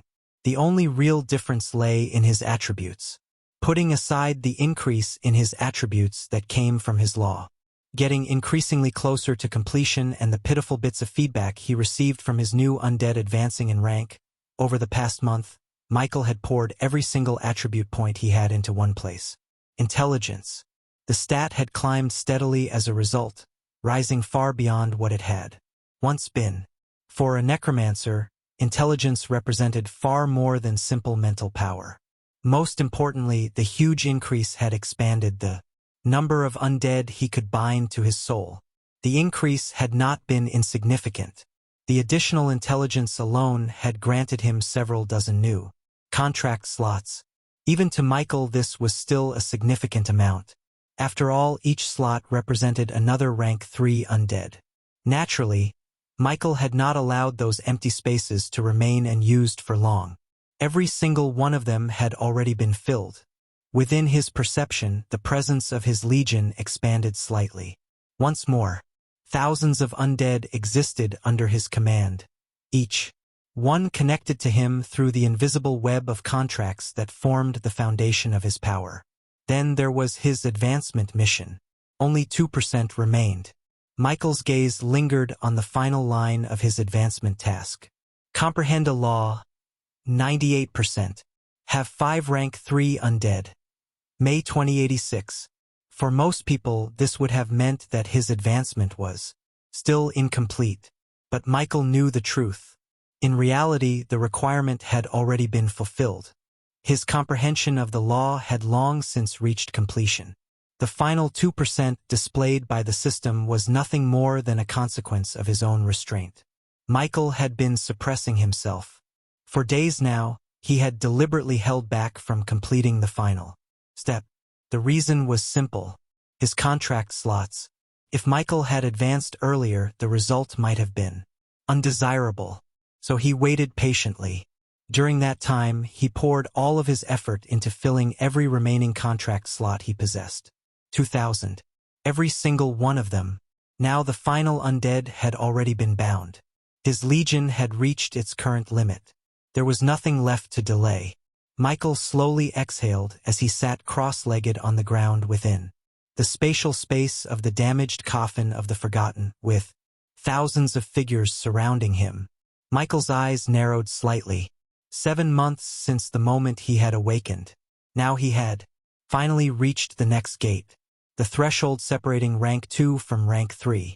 The moment he released his suppression, the final 2% would vanish instantly, and the system would recognize the completion of his advancement task. Michael remained seated in silence for a few seconds longer. Then, slowly, the restraint he had maintained for days began to loosen. The last barrier holding his power back quietly dissolved. It was finally time. Time for his ascension. Chapter 879 Difference starting. The law of echoed existence. This was Michael's law. The moment he comprehended it completely according to his own understanding, the universe itself would acknowledge the law and grant him its blessing. Michael did not yet know exactly what form this blessing would take. The information he had managed to gather in Aurora and within the land of origin was fragmented. Most of the records only described the process in vague and indirect terms. Still, there was one thing that every source agreed upon. Rank 3 was different. It was not merely another step in cultivation. It was the first true transformation. Only after reaching rank 3 could someone truly be regarded as a supernatural being.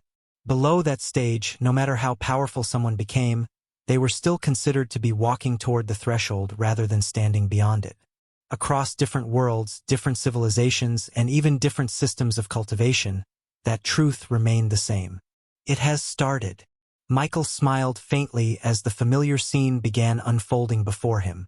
A translucent panel appeared in front of his vision. Your rank advancement quest has been completed. Do you wish to advance to Lord Necromancer now? Y/N. Michael did not hesitate. Yes.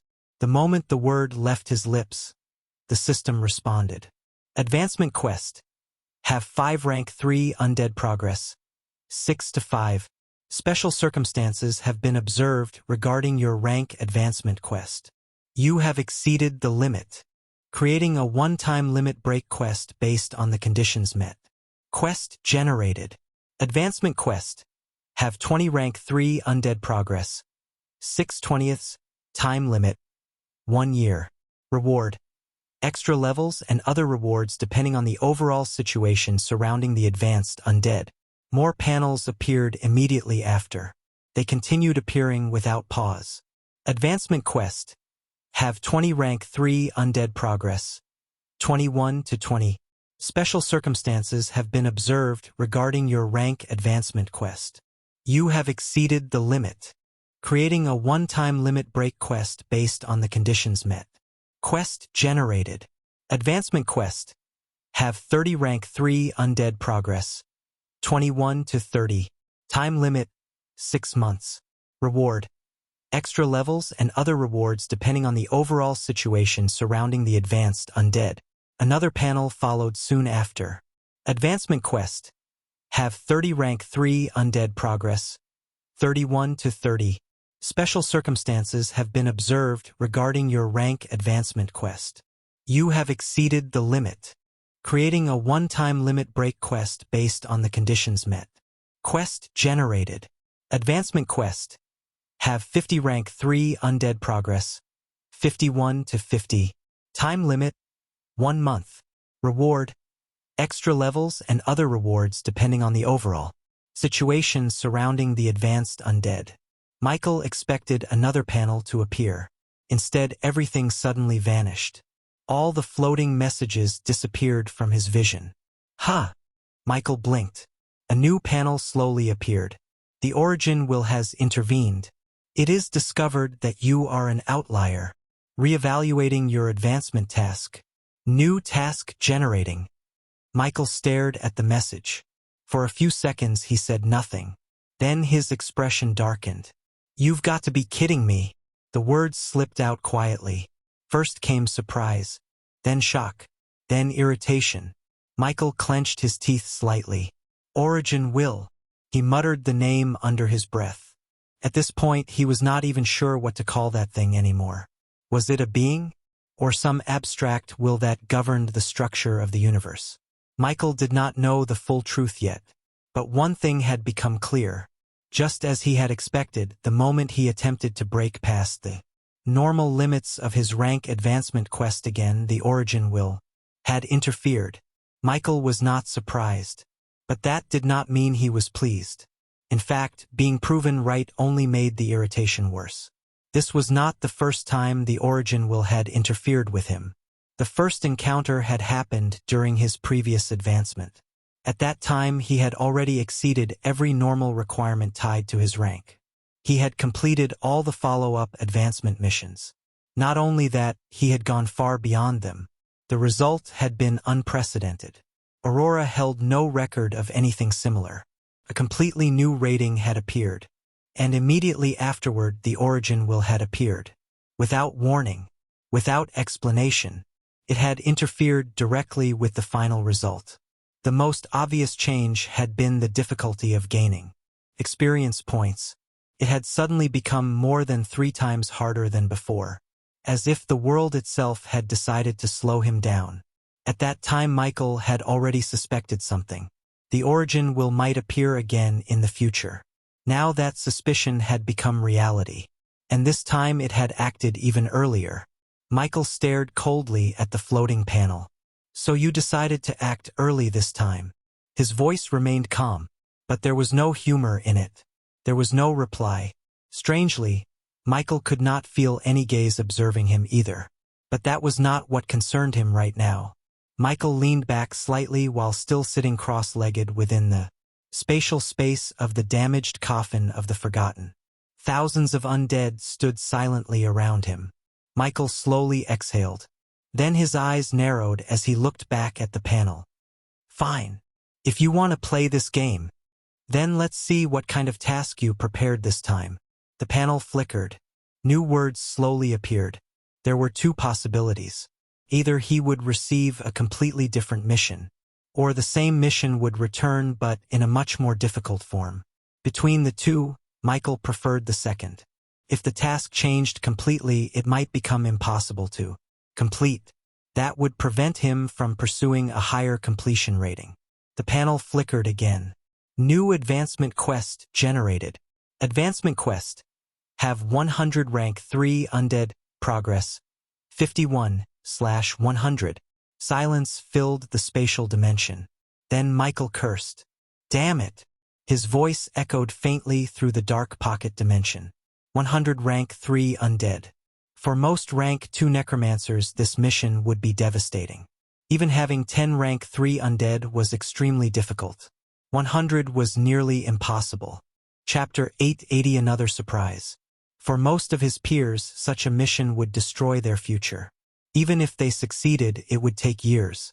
And the final reward rating would likely be ordinary. Michael understood all of this instantly. But instead of discouragement, a strange smile appeared on his face. Because something else was happening. Right in front of him the number changed. Automatically. Advancement quest. Have 100 rank 3 undead progress. 101/100. The panel froze. Then the familiar message appeared. Special circumstances have been observed regarding your rank advancement quest. You have exceeded the limit. Creating a one-time limit break quest based on the conditions met. Michael's smile widened slightly. Here we go again. Another panel appeared. Advancement quest. Have 200 rank 3 undead progress. 201/200. Michael did not even need to move. The number already exceeded the requirement. The panel trembled slightly. Special circumstances have been observed regarding your rank. Advancement quest. You have exceeded the limit. Creating a one-time limit break quest based on the conditions met. Another update followed immediately. Advancement quest. Have 300 rank 3 undead progress. 301/300. Michael leaned back slightly while sitting cross-legged among thousands of silent undead. A quiet laugh escaped him.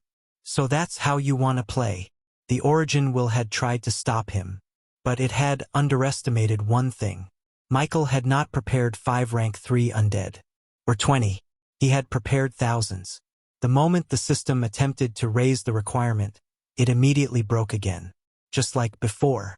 Panel after panel continued appearing as the system struggled to adjust.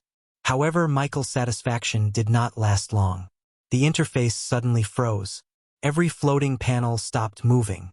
Then a familiar line appeared once again. The Origin will has intervened. Michael's smile disappeared instantly. You've got to be kidding me. Another message appeared. It is discovered that you are an outlier. Reevaluating your advancement task. New task generating. Michael cursed again. Damn it. This time the frustration in his voice was obvious. Moments earlier he had been amused.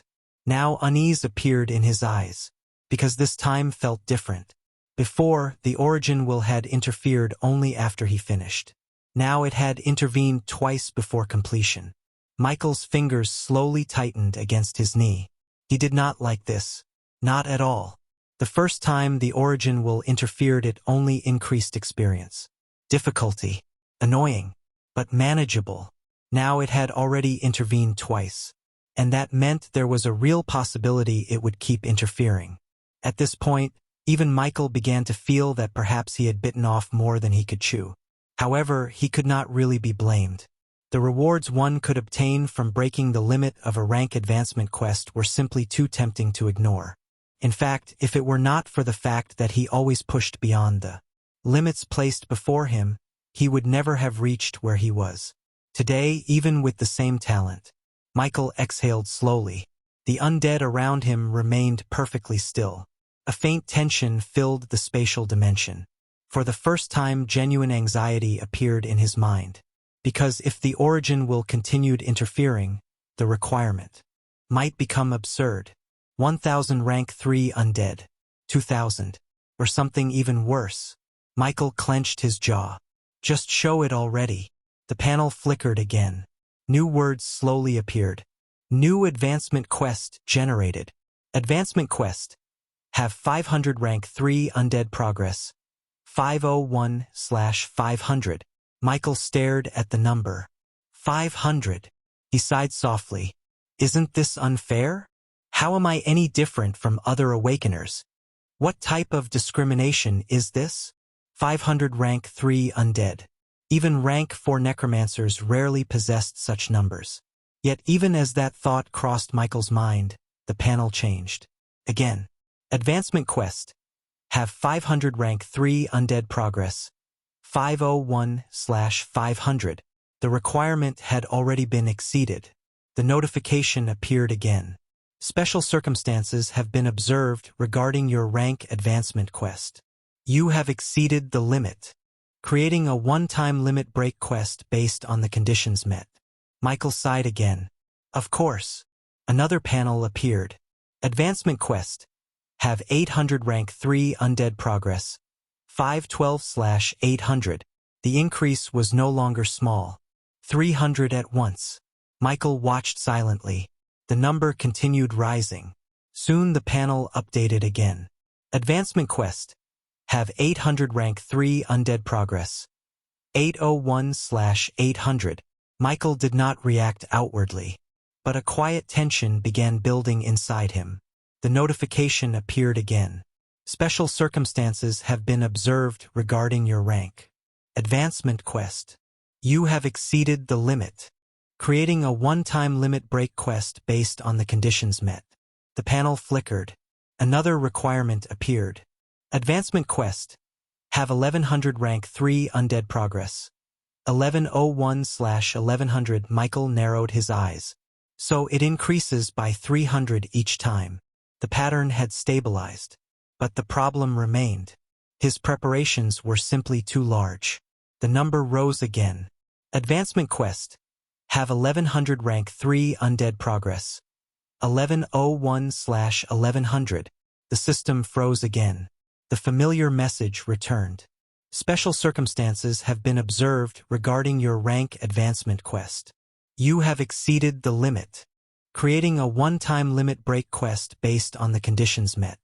Michael rubbed his forehead. This is getting ridiculous. Another panel appeared. Advancement quest.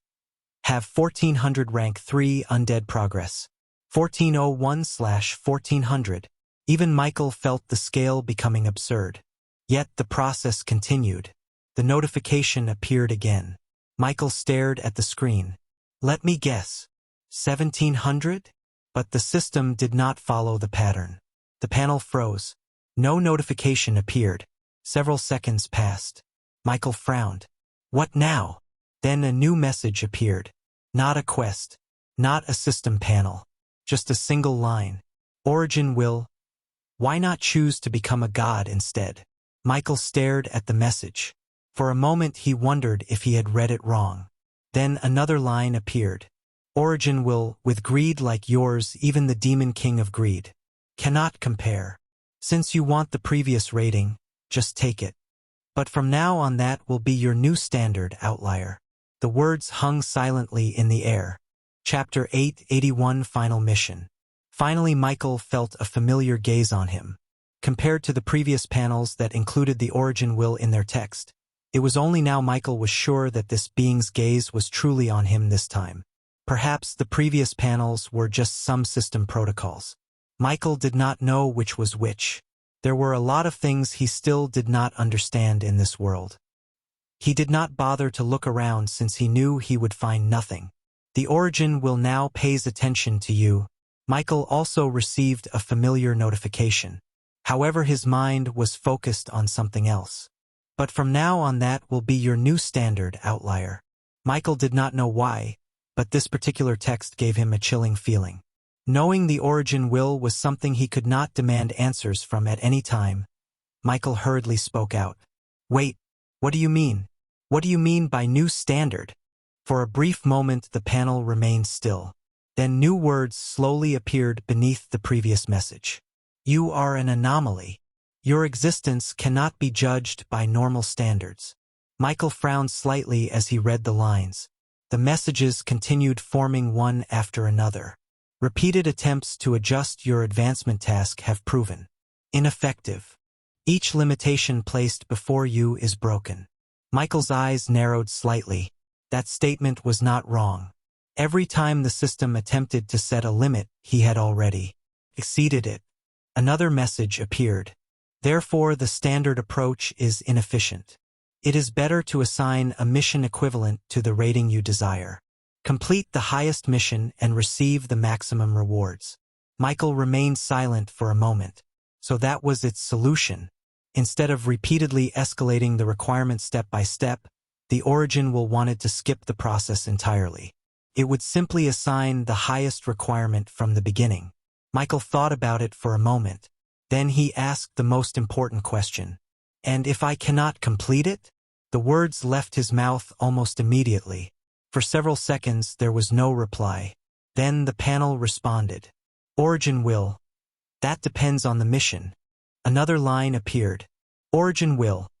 If the mission has a time limit, failure will result in another mission. Another line appeared.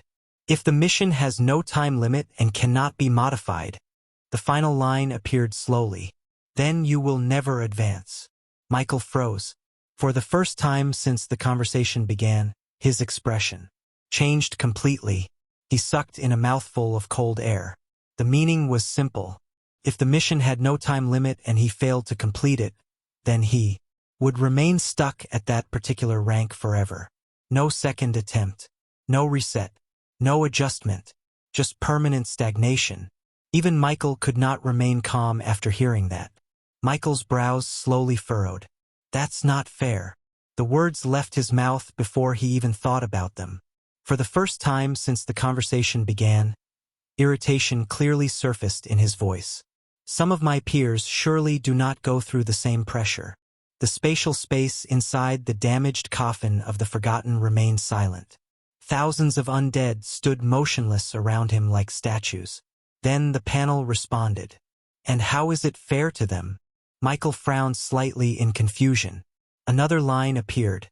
How is it fair that someone else wishes to receive everything on a platter of gold? Michael immediately shook his head. That's not right. His voice became sharper. I worked for everything I have. The moment the words left his mouth, the panel responded again. Yes. A brief pause followed. Then another line appeared. Origin will. But was it at the same level as others?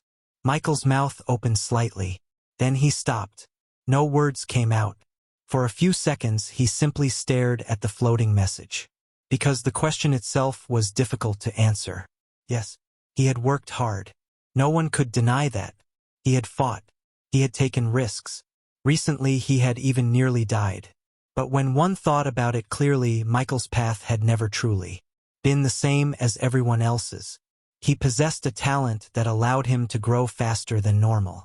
Awakeners. If he truly wanted to, his life would likely be far smoother than most people in this universe. Maybe slower due to being more passive, but he would ultimately still be strong. Michael slowly leaned back. The panel continued. You are not being targeted. This is balance. Michael narrowed his eyes slightly. More words appeared. In the universe, there will always be balance. Balance can be broken. But if it is broken too much by the same cause, the next line appeared slowly. That becomes chaos. Michael remained silent. The origin will continued. Even those known as chosen ones face difficulties that scale to their level. Is it not fair that you also face difficulties that scale to yours? Michael's gaze remained fixed on the panel. Another message appeared. That is the purpose of a rank advancement quest or any power. Advancement.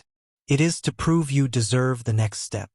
If advancement were too easy, it would lose its meaning. Yes, you can deserve it since you are just bearing the fruits of your foundation. But even a talented being faces difficulties that scale with their progress. Even if that progress is fast. You are somewhat the same but not the same. To put it in your world's understanding, you are like a cheat. Michael could not argue with that. But even so, Michael still felt something was off. The panel continued again. However, a slight pause followed. Then the final message appeared. There are very few individuals for whom such extreme measures are necessary. You are one of them. Michael stared at the words. Another line appeared. That is why it may appear as if you were being targeted. The words hung silently in the air. But the meaning behind them was clear. Michael was not being singled out unfairly. He had simply reached a point where normal rules no longer applied. To him, Michael remained silent for a long moment. The words from the origin will echoed quietly in his mind. Before this conversation, he had always believed that the origin will was deliberately making things harder for him, targeting him, interfering with his progress. But now that he actually thought about it carefully, was he ever truly at a disadvantage because of it? Michael slowly frowned. The answer appeared almost immediately. No, not really. Yes, the origin will had increased the difficulty of gaining experience points after his last advancement, but it had not crippled him. It had only slowed him slightly. If anything, the change simply forced him to fight stronger monsters, to earn more experience. And that was something Michael could do without much trouble. His growth had never actually stopped. It had only become slightly less smooth. Michael slowly exhaled. Another thought appeared in his mind. If the Origin will truly wanted to suppress him, it clearly had the authority to do so, could manipulate advancement missions, could alter difficulty, could interfere directly. Yet when Michael thought about his previous advancement, he could not recall a single moment where his final rewards felt lacking. In fact, the opposite was true. His last advancement had given him something unprecedented. A completely new rating that had never appeared in Aurora's records before.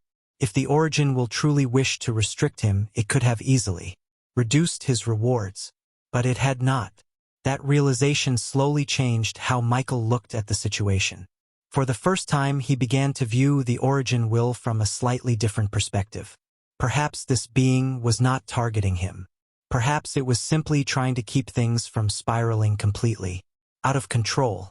Michael leaned back slightly while still sitting cross-legged among his undead legion. However, those thoughts only lasted a few seconds.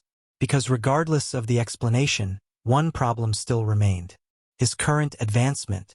Michael's gaze returned to the panel floating in front of him. The previous messages still hovered quietly in the air. His expression became serious again.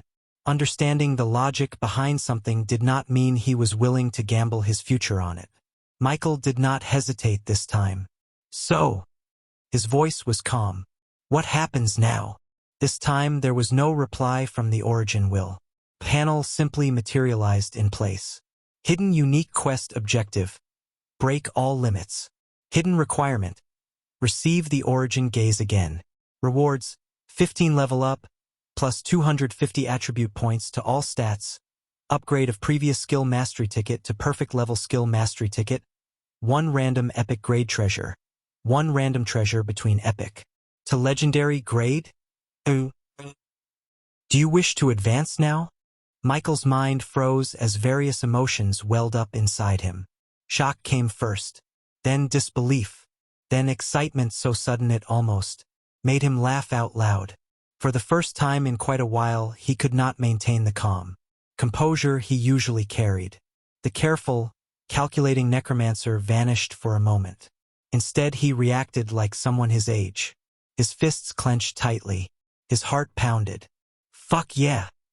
The shout echoed loudly across the silent space filled with thousands of undead, and Michael did not even try to hide the grin spreading across his face.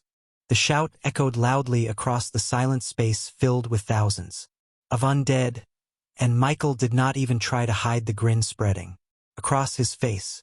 Chapter 882 Rank Advancement 1. At this point Michael could no longer feel a certain gaze on him, meaning the Origin will was once again gone. Michael did not mind. Though the times they had interacted could barely be called a thing, Michael had been able to grasp a few things about this being. Fortunately, for the part that was about to come, the Origin will was not needed. Unique rating? Michael noticed a new term. The rewards this time were somewhat like what he had received when he ascended to rank 2 with a Transcendence rating, except this time they were far better. However, the intensity seemed to be about the same. Is this what the Origin will meant by new standards? Michael could not help but wonder. Perhaps this unique mission might come up again in the future when he wanted to advance. Michael excitedly glanced through the other rewards. For one, the 15 level ups he would gain after evolving were already worth a good portion of his struggle. Just 15 level ups alone could save him many months or even years of slow progress. One should know that at some point in rank 3 the amount of experience points required to level up reached dozens of millions. It was easy to see why many Awakeners eventually switched to focusing mainly on law cultivation, as it was ironically faster and safer. This was also the stage where the advantage Awakeners had over older, normal cultivators was no longer as large as before. Truly, just as the Origin will had said, there was some sort of balance in everything. Then there were the attribute points, whose importance did not need to be elaborated on. As for the skill mastery ticket, Michael was quite surprised by this. Due to the preciousness of the ticket, Michael had been very mindful about using it. He had not expected his caution to benefit him now. Since the system mentioned an upgrade, then it was surely going to be a better version of the skill tickets he currently possessed. Then there were the big rewards. The preciousness of an epic grade treasure could not be overstated. Michael only had one, the damaged coffin of the Forgotten. Though he mainly used it to store his undead, he never forgot about the other miraculous functions of the coffin, with one even having the ability to bring him back from the dead. And this was only an epic grade treasure. Michael never imagined that his advancement this time would give him the opportunity to gain a legendary grade treasure. Though it was only a chance, it did not stop Michael from anticipating it excitedly. Hopefully he would get lucky. As for the other treasures he could not see for some reason, Michael did not believe they would be any worse than the previous ones. He was excited and worried about what they could be. He only hoped he did not get a title this time that would make leveling even more difficult. Well, the future missions he would receive would surely be difficult. He just hoped this one was unique and hopefully had nothing to do with the origin will like this one. With nothing more to examine, Michael did not hesitate any longer and chose to advance. Do you wish to advance? Y/N. Yes. However, after his voice, nothing happened. The spatial space inside the damaged coffin of the Forgotten remained completely silent. Michael waited. 1 second passed. Then another. And another. Yet nothing changed. The expectation on his face slowly faded as confusion began to creep in. Michael frowned slightly and instinctively turned his attention inward. Soon his familiar system interface appeared before him. His eyes quickly scanned through the information until he found what he was looking for. Advancement in progress. Michael's confusion deepened immediately. Advancement in progress? That meant the process had already started. But something felt wrong. According to everything he had learned from Aurora and the land of origin, the moment a rank advancement to rank 3 began, the universe itself would respond. It was called the universe's blessing. A process where one's body, soul, and power were acknowledged and reshaped by the world itself.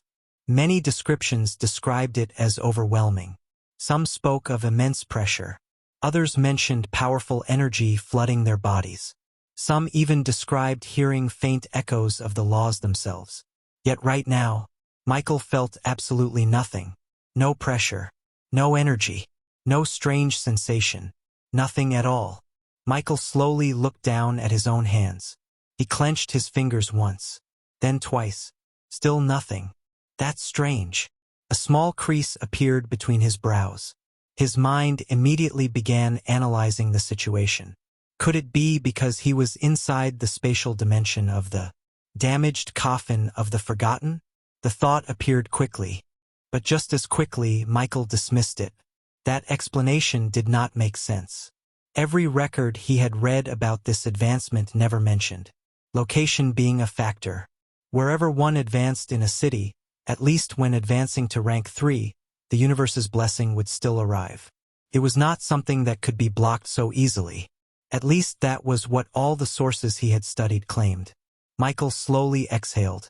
His eyes moved back toward the floating system interface. Advancement in progress. The words remained unchanged. But the expected phenomenon still had not appeared. Michael leaned back slightly while sitting cross-legged among his undead legion. The silence around him felt heavier now. Don't tell me something else is going wrong again. The thought slipped into his mind before he could stop it. Considering everything that had already happened today, Michael would not have been surprised if something unusual occurred again. More time passed. 5 seconds. 10. Then nearly a full minute. Still nothing happened. The silence inside the spatial dimension of the damaged coffin of the Forgotten became increasingly uncomfortable. Michael's brows slowly tightened. At first he had assumed the process simply required a moment to begin. But now even he was beginning to feel uneasy. This isn't normal. He muttered the words quietly to himself. The panel still displayed the same message. Advancement in progress. But aside from that, there were no other changes. Michael slowly stood up from his cross-legged position. Thousands of undead remained motionless around him. Their empty gazes silently followed their master. Chapter 8, 83 Rank Advancement 2. Michael took a slow breath. At this point, he felt he could no longer keep the matter to himself. Advancing to rank 3 was an extremely important step. If something truly went wrong during the process, the consequences could be severe. Michael was not willing to gamble with something like that. I should probably ask someone. He did not intend to explain the entire situation. There was no way he could reveal everything about the origin will or the ridiculous requirements he had just completed. But perhaps an instructor might know something about unusual advancement situations. At the very least, they could confirm whether this was normal. With that decision made, Michael did not hesitate any longer. His figure blurred slightly. A moment later, Michael pushed open the door of his manor and stepped outside. He had only taken a single step into the courtyard when suddenly he stopped. A strange sensation ran through his body. It was subtle, but impossible to ignore. Michael frowned slightly. What is this? The feeling was difficult to describe. It was not pain, nor was it pressure. Instead, it felt almost like a faint pull, as if something somewhere was calling to him. Michael slowly raised his head. His eyes instinctively moved upward toward the sky. The Academy's secret realm possessed its own artificial sky. Above him, countless stars shimmered faintly across the darkness. Yet, at that moment, Michael could not shake the strange feeling coming from deep within his body. It felt as though something inside him was responding to something above, calling to it, or perhaps summoning it. Michael's gaze remained fixed on the starry sky. Why does it feel like? Michael's voice trailed off. Before he could finish the sentence, a thunderous voice suddenly exploded across the entire secret realm. Which bastard decided that advancing to this level should be done inside the Academy? The roar echoed through the realm like rolling thunder. The voice sounded furious. Yet strangely, the anger could not completely hide the excitement within it. It almost sounded delighted. Michael blinked. What? Before he could react further, his surroundings suddenly distorted. His vision shifted. Space itself seemed to fold. In the next instant, 5 figures appeared directly in front of him. Michael froze, because the moment those individuals appeared, an overwhelming pressure filled the courtyard. Their presence alone made the surrounding air feel heavy. Among them stood a familiar figure, Director Arvin. However, unlike his usual erratic demeanor, the Academy director was staring at Michael with a strange expression. Confusion. And he was not the only one. The other 4 individuals standing beside him were also staring at Michael with identical expressions. 5 pairs of eyes locked onto him. All of them were observing him carefully, silently. After several seconds, one of the elders finally spoke.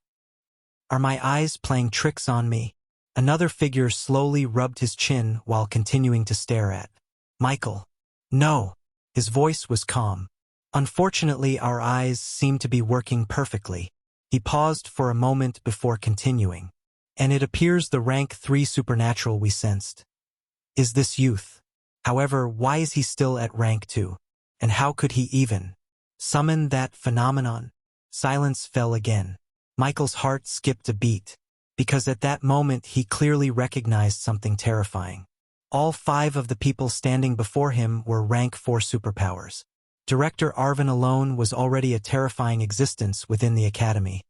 Yet now there were 4 others standing beside him, facing 5 rank 4 powerhouses at once. Even someone as calm as Michael could not remain completely composed.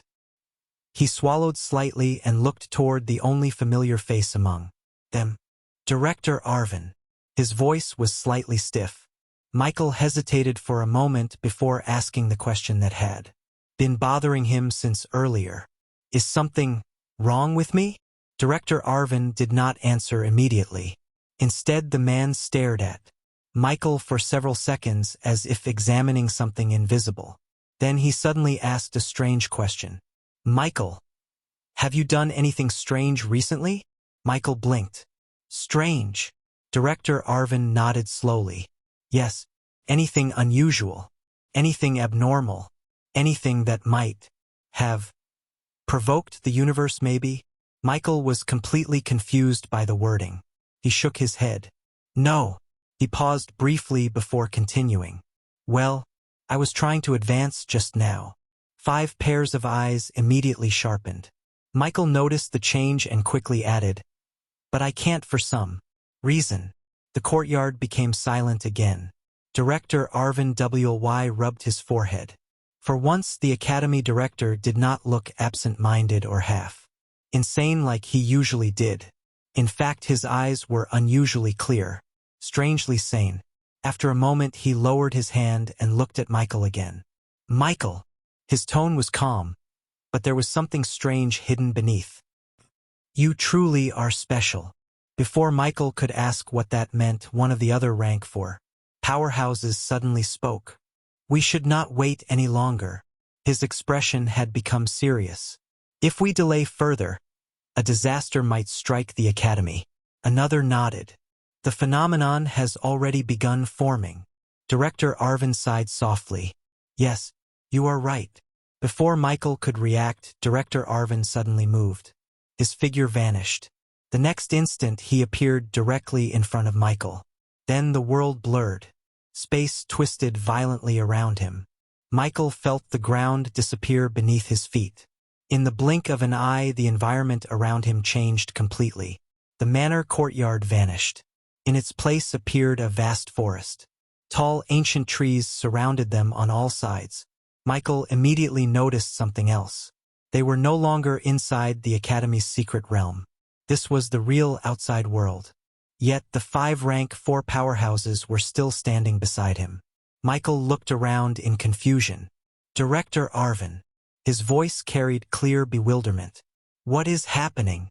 Director Arvin did not answer. Instead, he slowly raised his hand and pointed upward. "Look." Michael frowned slightly but followed the direction. He lifted his head toward the sky. The moment he did, his eyes widened. Above the forest, a massive dark storm was forming.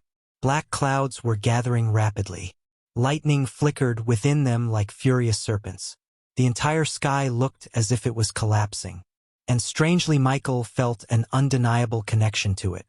What manner of advancement is this? Chapter 884, The Universe Blessing 1. For rank 4 powerhouses began speaking among themselves as if Michael was not even present. Somehow they had conveniently excluded Arvin in the mix as well. It seemed even allies wanted nothing to do with this fellow, even if he currently looked sane. One of them folded his arms while studying Michael carefully. Truly, seeing is believing. His eyes moved up and down Michael's figure as if trying to understand something impossible. It seems the rumors were not exaggerated after all. Another elder gave a faint chuckle. "So this is the boy." Her tone carried mild curiosity. "I have heard quite a few things about him recently, but this is my first time seeing him in person." A third individual slowly nodded. "Yes, the academy has been unusually protective of him." His gaze lingered on Michael for a moment. "Now I see why." Michael stood there, completely baffled. The conversation continued as though he were merely an object of study. Another of the rank 4 powerhouses crossed his hands behind his back and spoke calmly. "You should not be too excited yet." His eyes briefly moved toward the dark storm gathering above them. "If the youth survives this ordeal, then perhaps we can celebrate. Only then will it prove that the academy truly scored big this time, and that the conflict with the Federation was worth it." The group continued speaking casually. Still, one of them said thoughtfully, "To think it would happen this early." Michael finally lost his patience. At this point, he could no longer care about showing proper respect. 5 rank 4 powerhouses or not, the situation involved him. He took a step forward. "Excuse me." The sudden interruption made the group fall silent. 5 pairs of eyes turned toward him. Michael looked at them one by one before finally settling on Director Arvin. Never did he expect a day would come where Director Arvin looked like the most reliable person nearby. Though unsettled by his subdued demeanor, Michael still pressed his question. "Can someone please explain what is happening?" He pointed upward toward the terrifying storm. The clouds above had grown even darker. Lightning flashed violently through the sky. The entire atmosphere felt unstable. Michael's voice became sharper. "What exactly is that?" The forest trembled slightly as thunder rumbled through the heavens. Michael clenched his fists. And why does it feel like it's coming for me? The closer one drew to the universe, the more their senses evolved past normal perception.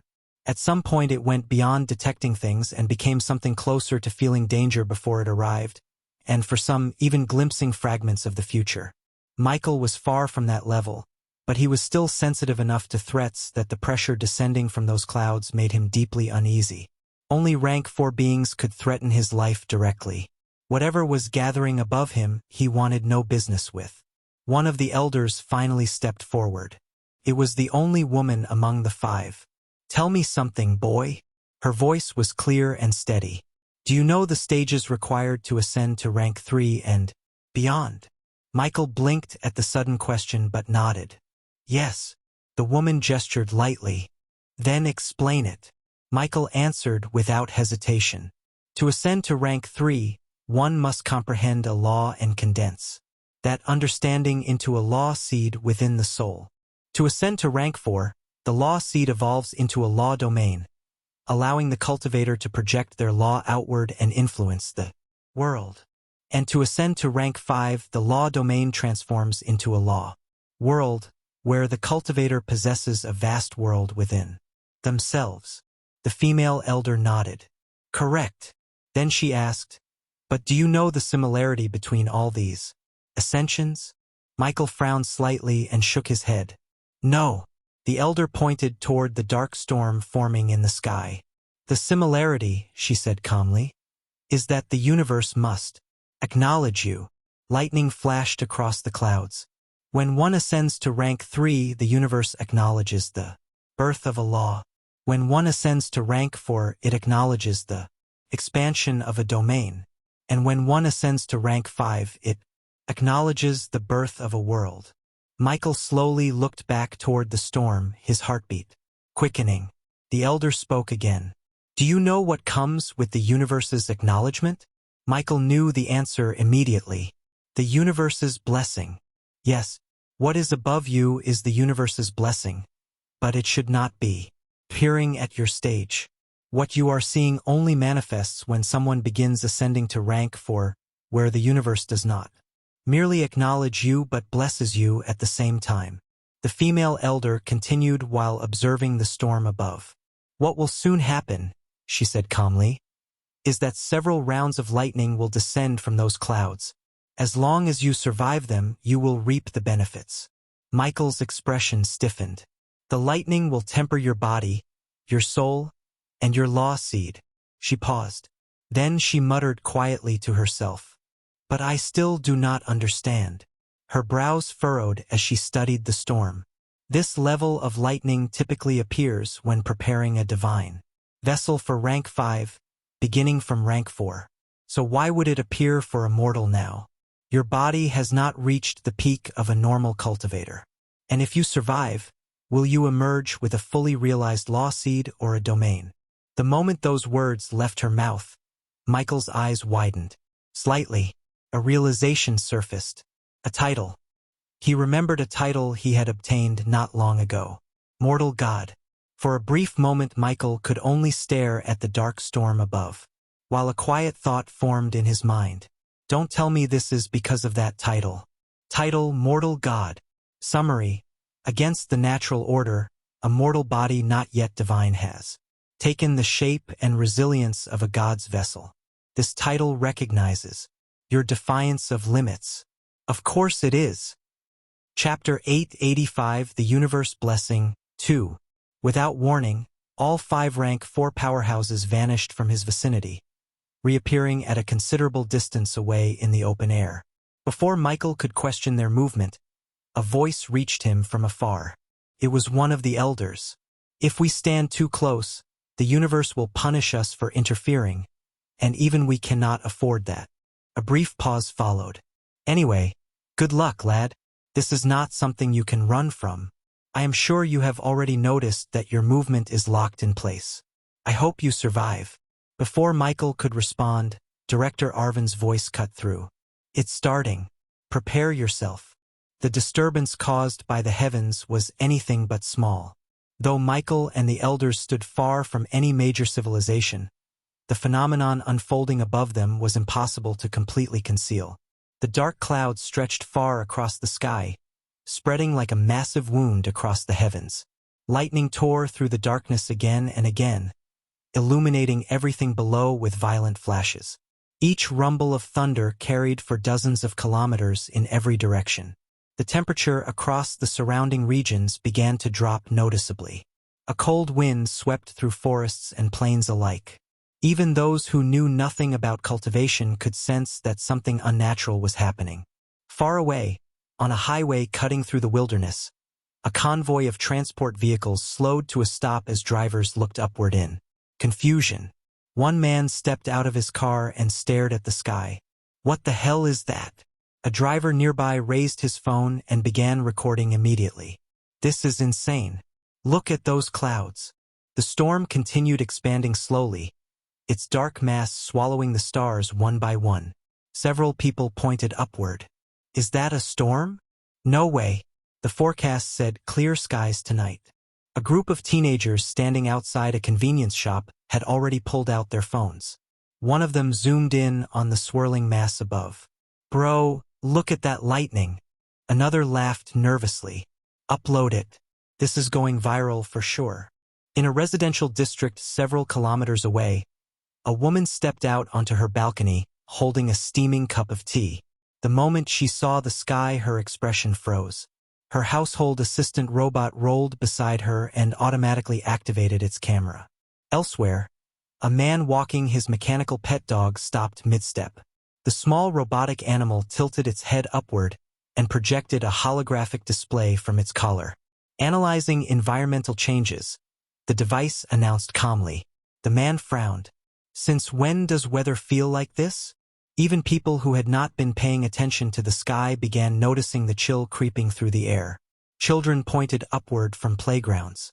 Across several districts, thousands of people began capturing the event through phones, holographic displays, personal assistants, and household robots. Some posted clips online immediately.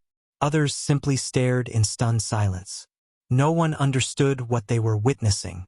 Yet instinctively, many of them felt the same quiet unease pressing down from the sky above, as though the heavens themselves were preparing for something immense. If ordinary people could sense such unease, the reaction among the supernatural community was far more intense. Across the surrounding regions, several powerful figures immediately detected the disturbance. Streaks of light tore across the sky as supernaturals rushed toward the source, each one cutting through the air with astonishing speed. But none of them traveled far before their movements abruptly halted, because they had all sensed something else. 5 terrifying auras hovering in the open sky. The moment that pressure reached them, their expressions changed. 5 rank 4 presences? Damn! One by one the approaching figures slowed. Some cursed under their breath. Others simply turned around without hesitation. No one wanted to provoke 5 rank 4 powerhouses standing together in open air, and even if opportunity lay hidden within that heavenly phenomenon, their lives were worth considerably more. Within moments, most of the approaching supernaturals had retreated. But not all of them turned back. A few streaks of light continued forward without slowing. Their presence was equally powerful. Rank 4. The 5 elders sensed them immediately, yet none of them reacted. After all, those approaching were not weaker beings. Soon, several figures appeared in the distant sky and came to a stop at a safe distance from the storm. They hovered calmly in the air, observing the scene below. The moment their eyes landed on the 5 elders already present, their reactions were immediate. "Damn it!" One of the newly arrived rank 4 figures rubbed his forehead in frustration. "I knew something big was happening, and you bastards got here first." Another elder snorted. "You old vultures never miss anything, do you?" A third figure laughed openly. Several of them exchanged irritated glances before shaking their heads. "Unbelievable. To think something like this would happen in my lifetime." One of them sighed loudly. "Why are you bastards always so lucky? You get all the good ones." Another elder clicked his tongue. "Don't talk nonsense. You're only jealous because your academy hasn't produced anyone interesting in years." The newly arrived group fell quiet for a moment, their gazes drifting downward toward the lone figure standing beneath the storm, Michael Norman. None of them had seen him in person before. Yet the moment their eyes landed on him, recognition surfaced almost instantly. Michael's Awakener Academy was not the only major institution in the region. Within the surrounding area stood another large Awakener Academy of comparable reputation, and alongside it 2 powerful cultivation academies, each specializing in traditional cultivation rather than the awakening system. All 4 institutions constantly competed for influence, talent, and resources. And in the past few weeks, one name had been circulating everywhere throughout Aurora. Michael Norman. Interesting. Very interesting. One of the elders crossed his arms. I heard you people had found a monster worth fighting the Federation over, but I assumed it was exaggeration. What kind of youth triggers a heavenly tribulation at this stage? He paused. This would be a first in Aurora, would it not? Before anyone could respond, a tremendous bolt of lightning split the sky and came screaming downward. Chapter 886 Last 3 Strikes. What did it feel like to witness something stand out so much that everything else became background noise or darkness? It wasn't the first time Michael had heard people use this phrase to describe something or a moment, but it was the first time he was witnessing it with his own eyes. Except, unlike others, his own situation was not a figure of speech. It was something so bright that it drowned everything in the surroundings. And it was headed straight down at him. The lightning struck.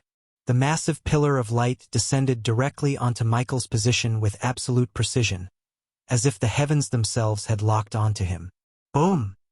The impact was catastrophic. The ground collapsed instantly. A deep crater formed at the point of contact as the force of the lightning blasted through the earth. Soil, stone, and shattered roots were thrown outward in a violent explosion, tearing apart everything within dozens of meters. Trees disintegrated. The surrounding forest was erased in a single strike. Dust and debris filled the air, rising like a thick curtain that blocked all visibility for a brief moment. High above, the rank 4 powerhouses watched silently. No one spoke. Their eyes remained fixed on the center of the impact. Slowly, the dust began to settle, and then a figure emerged from within the crater. Michael stood at the very center. His clothes were mostly gone, reduced to barely anything after taking the full force of the lightning. His body was covered in dirt and ash, and there was even a bit of soil at the corner of his mouth, which he spat out in irritation. But aside from that, he did not look injured. His posture remained upright. For a brief moment, even the watching rank 4 elders were stunned. Then one of them narrowed his eyes slightly. Impressive. No one disagreed. They had all gone through tribulations themselves. They all knew exactly the first strike was the easiest, the opening test. But even so, when they had faced their own tribulations, they had done so at the peak of rank 3. Their bodies had already been tempered with a solid foundation to boost them, and their control over their law was far more refined. Michael was still only rank 2. Another elder spoke quietly. The power of that strike. That was closer to my second strike in my time. A few others nodded subtly. For some, it was their second, and for others it was just a bit stronger than their first. Lightning tribulations were never equal. They were shaped by one's foundation. The stronger the base, the harsher the heavens. Which meant one thing. What Michael had just endured. One elder finally exhaled slowly. What a monster! However, none of them smiled. Not even a little. Instead, a trace of worry appeared on the faces of the elders from Michael's academy. This was only the first strike. There were 9 in total. And if the very first had already reached this level, then the rest would only grow more terrifying. None of them voiced it aloud, but the future ahead looked grim. High above, the storm continued to churn violently. Below, at the center of the crater, Michael stood silently. Then his expression twitched. Fuck! He spat out the dirt in his mouth and clenched his jaw. His body was not injured, but the pain stung like a bitch. Every inch of his skin felt like it had been scorched, torn apart, and stitched back together in a single instant. His nerves still buzzed with residual energy, crackling faintly beneath his skin. Even his bones felt heavy. Michael took a slow breath. He wanted to relax, even if just for a second. But the heavens did not give him that luxury. Before he could even steady himself, the dark clouds above roared. Again. This time, it was different. 2 streaks of lightning formed within the storm. They twisted together like twin serpents, growing thicker and brighter with each passing second. The pressure in the air multiplied instantly. High above, several rank 4 elders' expressions changed. Already, the second round had begun. The twin bolts descended. Boom! The sky split open. 2 massive pillars of lightning crashed down toward Michael at the same time, carrying even greater destructive force than before. The already shattered ground caved in even further as the 2 pillars of lightning slammed directly onto Michael's position. The crater expanded violently, its edges collapsing inward as the earth struggled to withstand the force. A blinding flash engulfed everything. For a moment, even the rank 4 observers could not see what was happening within the storm of light. Then the shockwave followed. The surrounding terrain was completely devastated. What little remained of the forest was flattened entirely. The ground cracked outward like a spiderweb, and chunks of stone were lifted into the air before being reduced to dust by the residual energy. The storm above rumbled louder. The light faded and the dust settled once more. Once again, all eyes locked onto the center of the crater. A figure still stood there. Michael. But this time the difference was clear.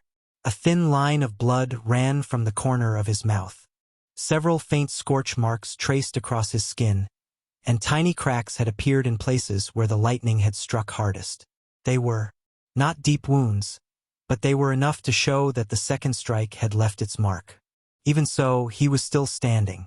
High above, the elders could not hide their reactions anymore. "You're joking," one of them spoke under his breath. Another slowly narrowed his eyes. He took that. For most of them, that wasn't even their third strike. It was looking like a fourth one. For a brief moment, silence filled the sky again.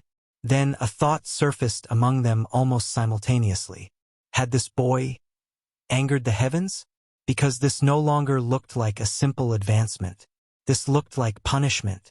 And just as that thought formed, the heavens responded. The dark clouds churned violently. This time, the reaction was even more intense. 3 streaks of lightning appeared. They did not form slowly. They manifested almost instantly, each one thicker and more terrifying than the last, twisting together within the clouds like dragons preparing to descend. The pressure dropped sharply. Even the air seemed to freeze. Below, Michael raised his head slightly. His breathing had become heavier. His body still tingled with pain. And before he could even curse again, the sky fell. Boom! 3 pillars of lightning descended at once. The triple strike landed. The entire region seemed to collapse under the impact. Earth. The crater deepened again, its edges breaking apart as layers were peeled away like fragile skin. The shockwave spread even farther this time, flattening everything in its path and carving trenches across the land. The sky did not calm. It grew worse. A few seconds later, a 4th bolt formed. It did not give Michael time to recover. Boom! The 4th strike descended like judgment, smashing directly into the already ruined crater. Another pause. Then the 5th. Boom! By now, the ground had become unrecognizable. What was once a forest had turned into a wasteland of scorched earth and shattered stone. And then, the 6th. Boom! This time, even the distant rank 4 observers felt their hearts tighten slightly.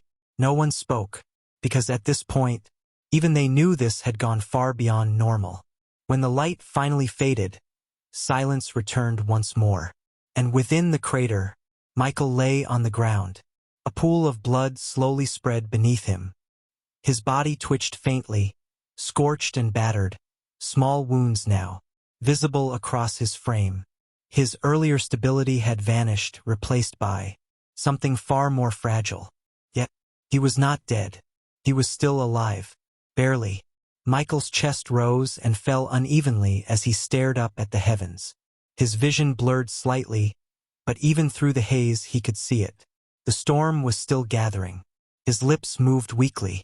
He could feel it. One more strike. If it came down the same way as the others, he might actually die. The only reason he had survived this far was because of his body. A godlike vessel together with a law copying the beginning traits. But even that had its limits. The lightning was not just destructive. It seemed to also suppress his healing factor. Each strike had weakened his healing ability, slowing it down more and more until even his natural regeneration felt sluggish and restrained. Michael's eyes narrowed slightly. Time. He didn't have much left. A thought surfaced in his mind as he remembered something he had figured out a few days ago while studying his law. The law of echoed existence. Until now, he had used it to treat his undead as extensions of himself. Connection. A reflection. But what if they weren't just reflections? What if they became him? The idea formed clearly, and Michael did not hesitate.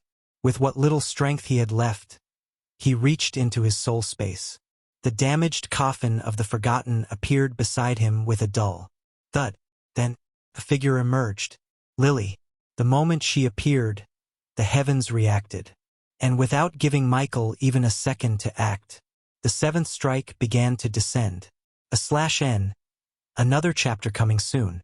I'm trying not to keep you guys waiting, so hopefully the chapter didn't look rushed.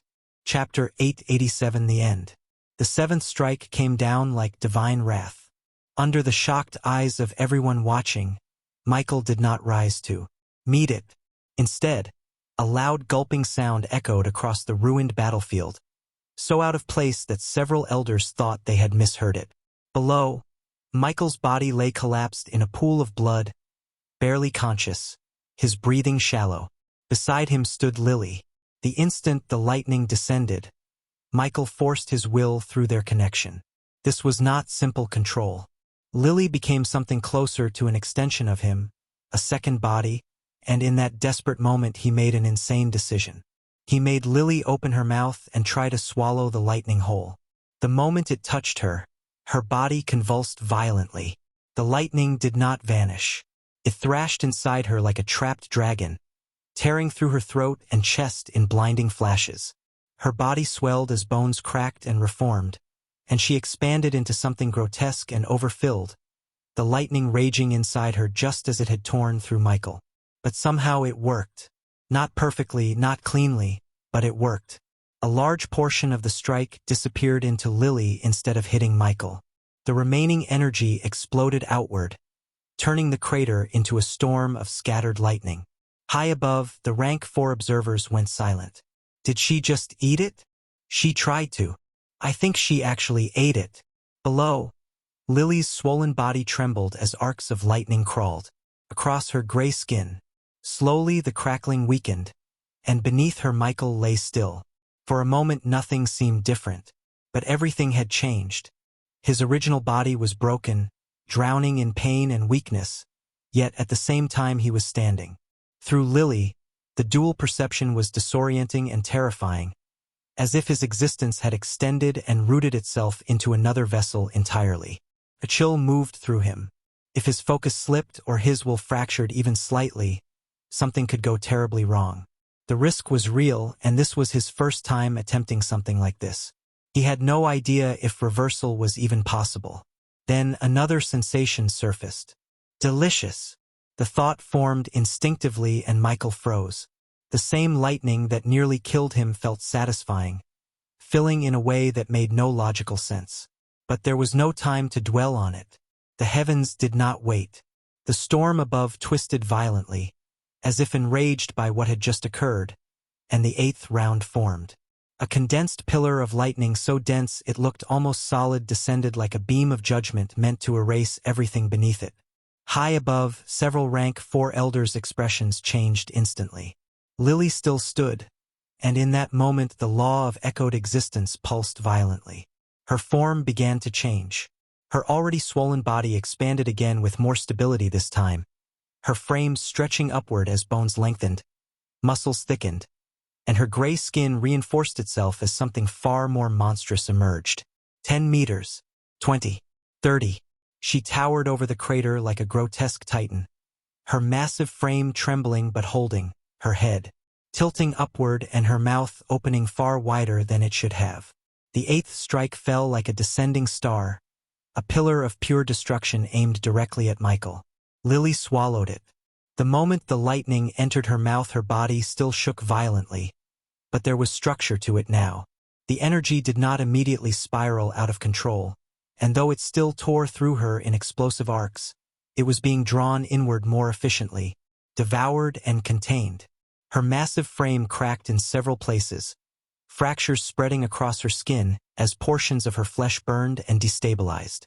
The damage was severe, and the 8th round did a number on her, but she endured it far better than before. The lightning continued raging inside Lily, yet it was being consumed, forced inward through sheer unnatural hunger. Michael felt everything: the pain, the tearing, the overwhelming pressure.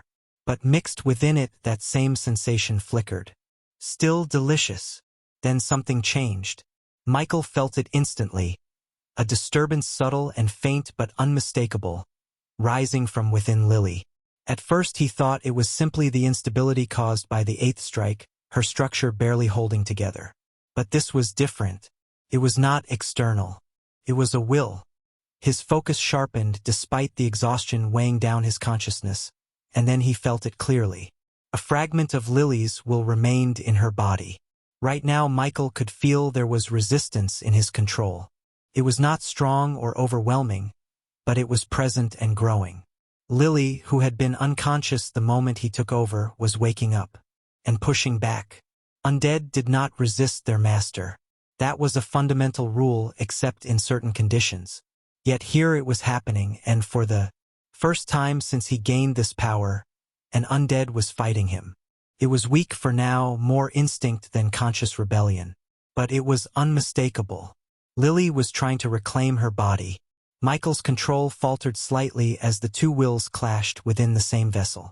If he pushed too hard and tried to completely suppress her, there was a real chance something irreversible could happen. The balance between them was already fragile. If he destabilized it further, he might force a complete displacement.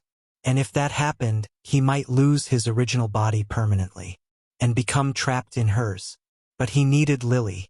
The next strike was coming, and without her, there was no way he would survive it. The dilemma was simple and brutal. Suppress her and risk everything, or release control and gamble on something far less certain. His thoughts raced, then paused. Through the connection he felt something else. Her hunger. Her focus was on the sky, on the lightning. She wanted more. His thoughts stilled and slowly a decision formed. Fine. Instead of tightening his control, he loosened it, carefully and deliberately withdrawing his consciousness from Lily's body. His awareness snapped back more firmly into his original body, pain flooding in instantly as his control recentered. Above him, Lily's massive form steadied.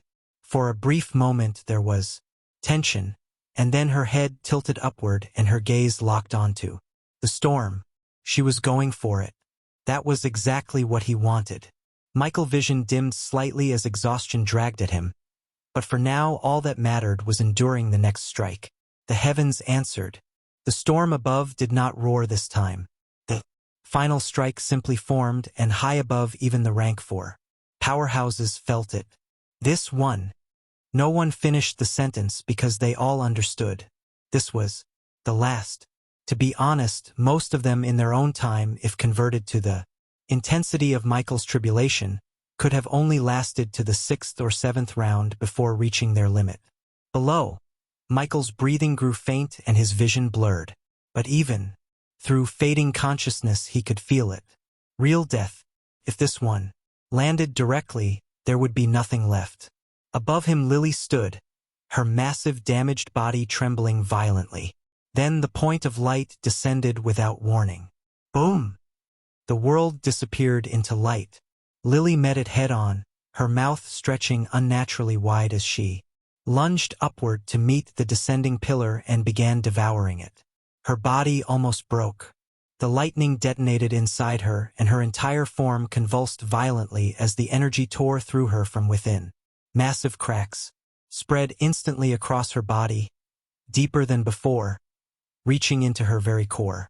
Large sections of Lily's flesh disintegrated, her arms fractured, her torso split in places, and her head nearly collapsed inward under the pressure. The light raged violently inside her, trying to tear her apart completely. Michael felt everything: the destruction, the collapse, the edge of annihilation. And yet that same sensation flickered faintly through it. Still delicious. Then the light faded.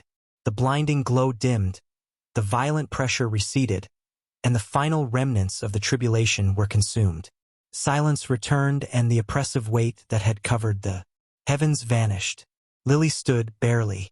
Her massive form wavered, then began to shrink uncontrollably as the strain finally caught up to her, collapsing from 30 meters to 20 to 10 until she dropped to one knee, her body cracked and broken and nearly falling apart, but not destroyed. She had survived. The tribulation had passed. You have ascended.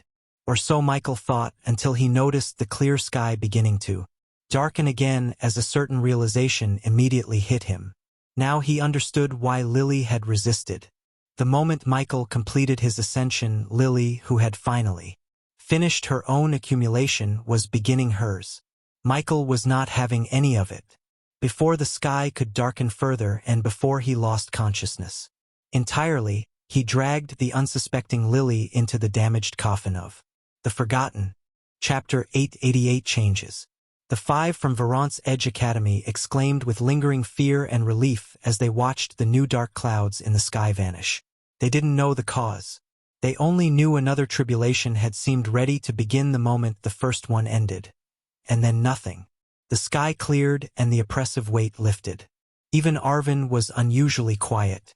The moment Michael's tribulation had ended, all five had teleported to his side. The reason was simple. Michael had drawn so much attention that right now, in the void above, people no weaker than them were eyeing him the way wolves watched a wounded elk. Some they recognized immediately. Some they could not, either because they genuinely didn't know them, or because the other party had chosen not to be known. What worried them most was this: among the many watching, at least two were demonic supernaturals.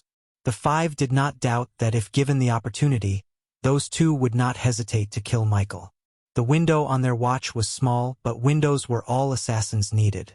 What they hadn't expected was to nearly die in the process of protecting him. One could not stand close to a person experiencing a lightning tribulation, or they'd share in the punishment. Even at their level, they couldn't risk proximity, and so they had kept their distance during Michael's own. They hadn't expected for something terrifying to still be in wait. Even though they didn't know what had happened, fortunately nothing happened to them, and that was all that mattered. Michael didn't know he had just saved the Academy from losing at least one powerhouse. Arvin's gaze remained on the sky for a moment longer. Then it shifted downward to Michael. Silence lingered between the five of them, heavy and unspoken. The tension from earlier had not quite faded. Arvin finally spoke. "That's enough." His voice was calm, but there was no room for argument. "We're taking him back. This is not a place for recovery," Arvin continued. "Not with this many eyes on him." His gaze flickered briefly toward the void. One of the elders exhaled slowly. "Agreed."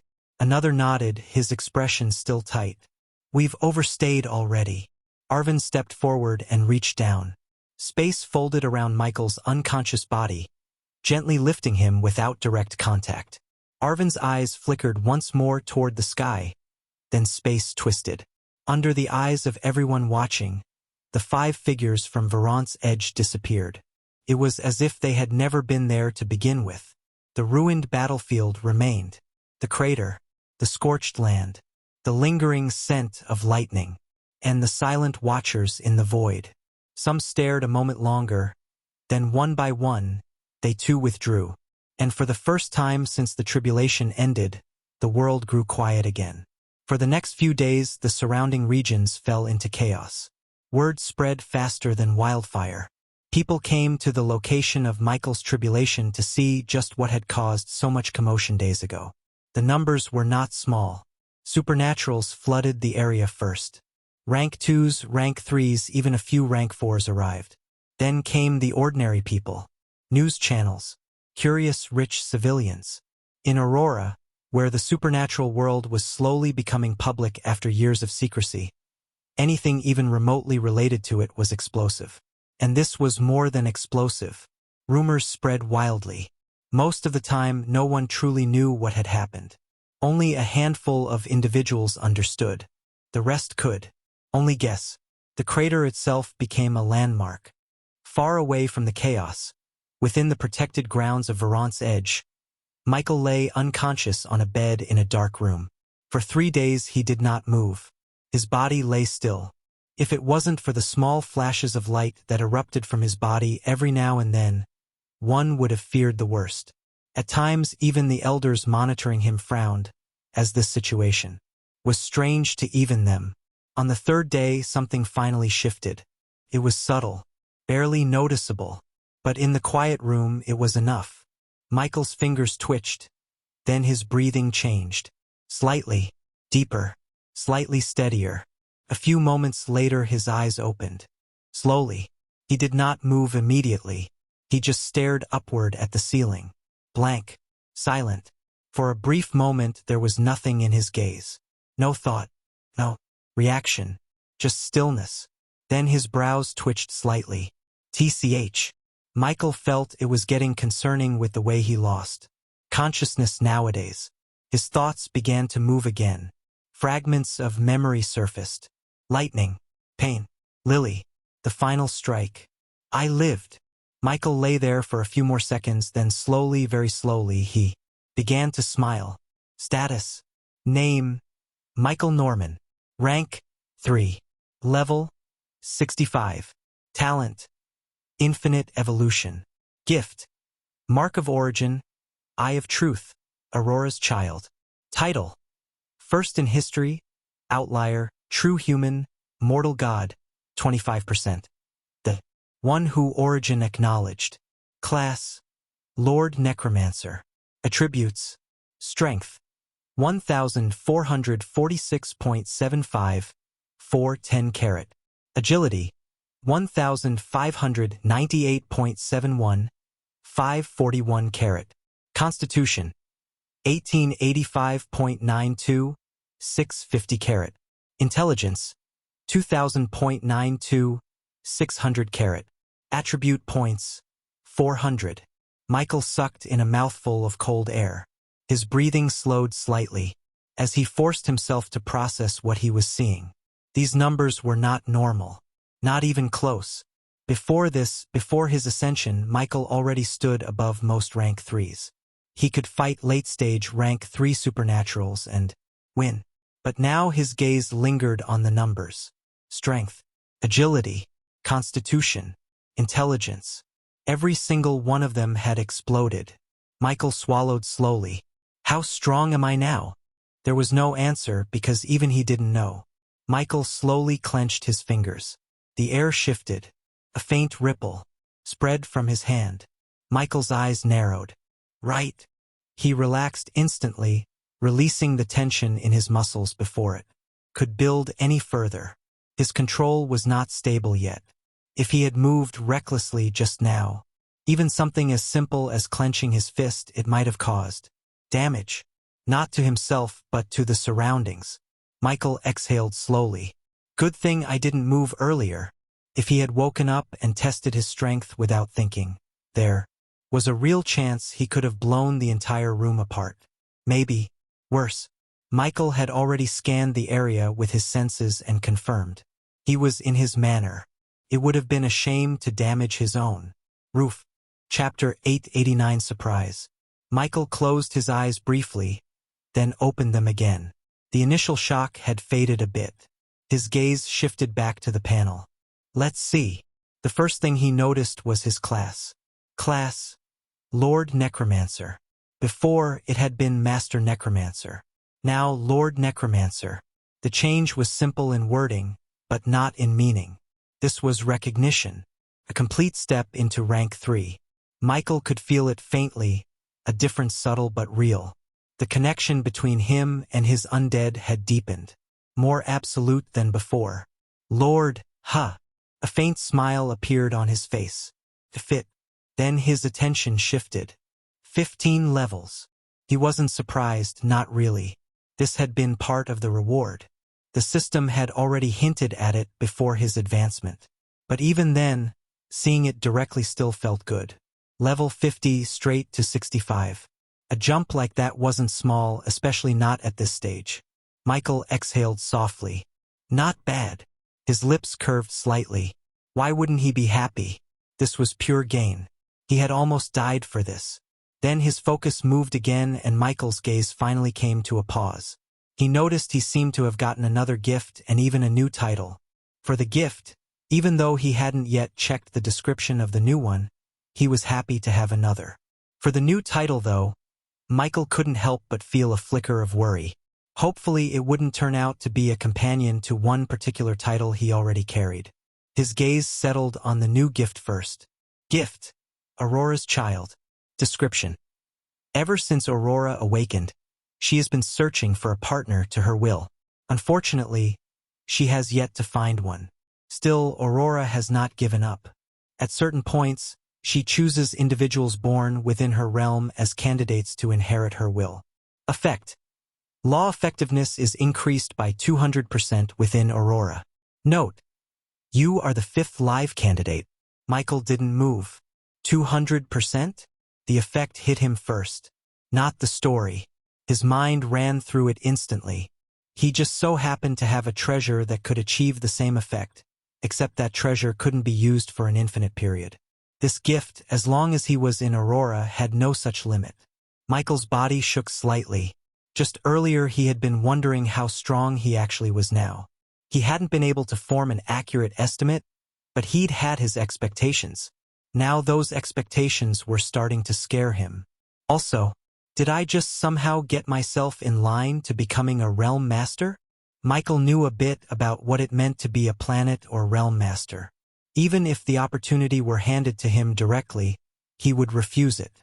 There was no guarantee he would reach the highest level this realm could allow, but as long as the possibility existed, he intended to keep that path open. Fortunately, there was no need to fear being forced into it. Aurora would need his permission. Could only ever be done willingly. Still, Michael had never expected a day would come where any kind of connection between him and a world would begin to form. His excitement shot through the roof as he turned to the new title next. Title: The One Who Origin Acknowledged.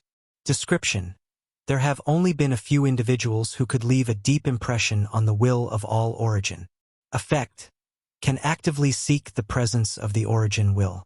Note: The more you use the title effect, the higher the possibility of being ignored. Michael raised an eyebrow. Thinking back on what he had recently gone through without warning, he was tempted to use the title effect for the first time just to say a piece of his mind. He thought better of it. In any case, this title was a treasure regardless. At this point, Michael was beginning to form some ideas about the identity of the Origin will, ideas he believed were close to the truth. Just as realms had wills, like Aurora for example, what about the universe itself? There was no proof yet, but Michael had a strong feeling that this so-called Origin will was the will of the universe. If that were so, then a great deal of its actions and abilities became understandable. Michael exhaled slowly, then his gaze shifted again. Let's see if any title got updated. Some titles were blessings. Some were not.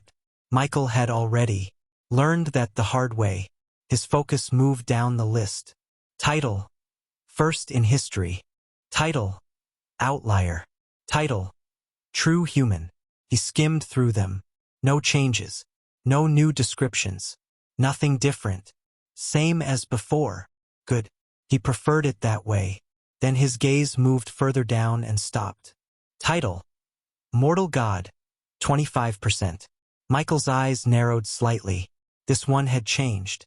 Before, there had been no percentage, no visible progression attached to it. Michael focused and the description unfolded. Title: Mortal God. 25%. Description: A mortal who has stepped beyond mortal limits and begun to touch the domain of gods. Effect: physical durability, vitality, and recovery are drastically increased. Your mortal body functions as a pseudo-divine vessel, granting resistance to law-based damage. Note: the closer you are to completion, the closer you are to transcendence. After transcendence, you gain a divine body. Michael was actually not surprised. This was the very reason the lightning tribulation had happened in the first place. It had never been a simple breakthrough. If this title had remained unchanged after all that, that would have been the truly shocking outcome. Still, understanding did not mean clarity. If anything, this only raised more questions. Michael narrowed his eyes slightly. Divine body. It seemed he needed to research the ranks above him far more seriously than he had. Soon Michael pulled his attention away from gifts and titles entirely, and moved to what was, after his personal growth, the most exciting part of any advancement. Please let me get a legendary grade treasure. Please. Michael muttered to himself as he reached into his storage space. Chapter 890 Disappointment? Michael reached into his storage space and brought out 2 transparent orbs with smoke of various colors swirling within them. Epic Grade Treasure Orb. Epic Legendary Grade Treasure Orb. To be honest, these 2 were not the only new things he found in his storage space. There were also perfect grade skill mastery tickets, but since he believed he already had an idea of what they could do, Michael was more interested in these 2 orbs. Best to save the best for last, Michael said to himself as he placed aside the orb that would give him a treasure between epic and legendary grade. To be honest, he actually wanted to see what the orb would give instead of prolonging his anticipation and anxiety, but he was also scared the results would disappoint him. Michael did not trust his luck one bit. He had never really been lucky. Sometimes he felt it was probably because he had used everything to get another chance at life with better talent. Though he tried not to raise his expectations about the treasure, they were nevertheless still high. If he was going to get a good or bad result, Michael wanted to first be happy about whatever epic grade treasure he would receive. Even to Michael, epic grade treasures were one of a kind. Whether or not his talent could create one did not matter. The more, the merrier. Currently, even if he could create epic grade treasures, putting aside the cost, Michael was not quite certain something big would not happen. Until he understood what it was, he needed to calm down for a while. This also applied to his undead now that he knew they would all face lightning tribulation. Michael wondered if his talent could do anything about it, but like the case with epic grade treasures, he would have to wait and see. Michael shifted his focus to the orb in his hand. His fingers tightened. The moment he squeezed, the transparent orb shattered without resistance. It did not break like glass. Instead, it dissolved. A puff of swirling colors burst outward, spreading like smoke before folding inward again. Red, blue, green, gold. The colors twisted and collided, compressing into a single point above his palm. Michael watched carefully as the colors shifted to purple. The smoke twisted, elongated, and then hardened into a ring. The ring was simple and elegant, dark purple with faint patterns etched along its surface that pulsed faintly like breathing veins. The moment it landed in his palm, the description appeared. Item: Veil Ring of Quiet Dominion. Grade: Epic. Type: Spatial Treasure. Description: a refined spatial artifact that contains a stabilized inner domain suitable for habitation. Effect 1: Living Space. Contains an internal environment capable of sustaining life. Adjustable climate, stable atmosphere, and passive energy circulation. Effect 2: Domain Pulse. Can release a concentrated spatial shockwave that disrupts external structures and energy formations. Michael stared at it. Oh! His expression turned a bit odd. Not bad, not weak, in fact very good. But still, I would have preferred something else. He said it honestly, because compared to what he already had, this felt redundant. The damaged coffin of the Forgotten was also epic grade, and it was ridiculous. Eternal Call. Gate of Death. Gravekeeper Claim. 1. Summoned undead from the netherworld. 1 allowed his consciousness to travel there, and 1 literally brought him back from death. Compared to that, this ring felt normal. Michael turned it slowly in his hand. An attack and a house. He was not underestimating it. An epic great attack was nothing to scoff at. But it lacked uniqueness, at least compared to what he was used to. Michael slipped the ring on, then let his consciousness dip inside. The space unfolded instantly. It was nothing like the coffin, where the coffin greeted with gloom and deathly stillness. This space opened into something breathable. The ground beneath his perception was smooth dark stone, veined faintly with purple light that ran in long branching lines like the underside of leaves. Above, the ceiling arched high and open, and a dim ambient glow filled the space from no visible source. It was habitable, genuinely so, not a holding space or a sealed container, but something closer to a prepared room waiting to be used. Visually, it was far superior to the coffin. No gloom, no deathly aura, no oppressive silence pressing down on the senses. This felt like a place someone could actually live in. But then Michael's perception stretched outward, feeling for the edges. It's smaller. That part was obvious. The coffin still held a larger capacity and more. Importantly, it had far more functions. Michael withdrew his consciousness. He leaned back slightly. Not disappointed but not excited either.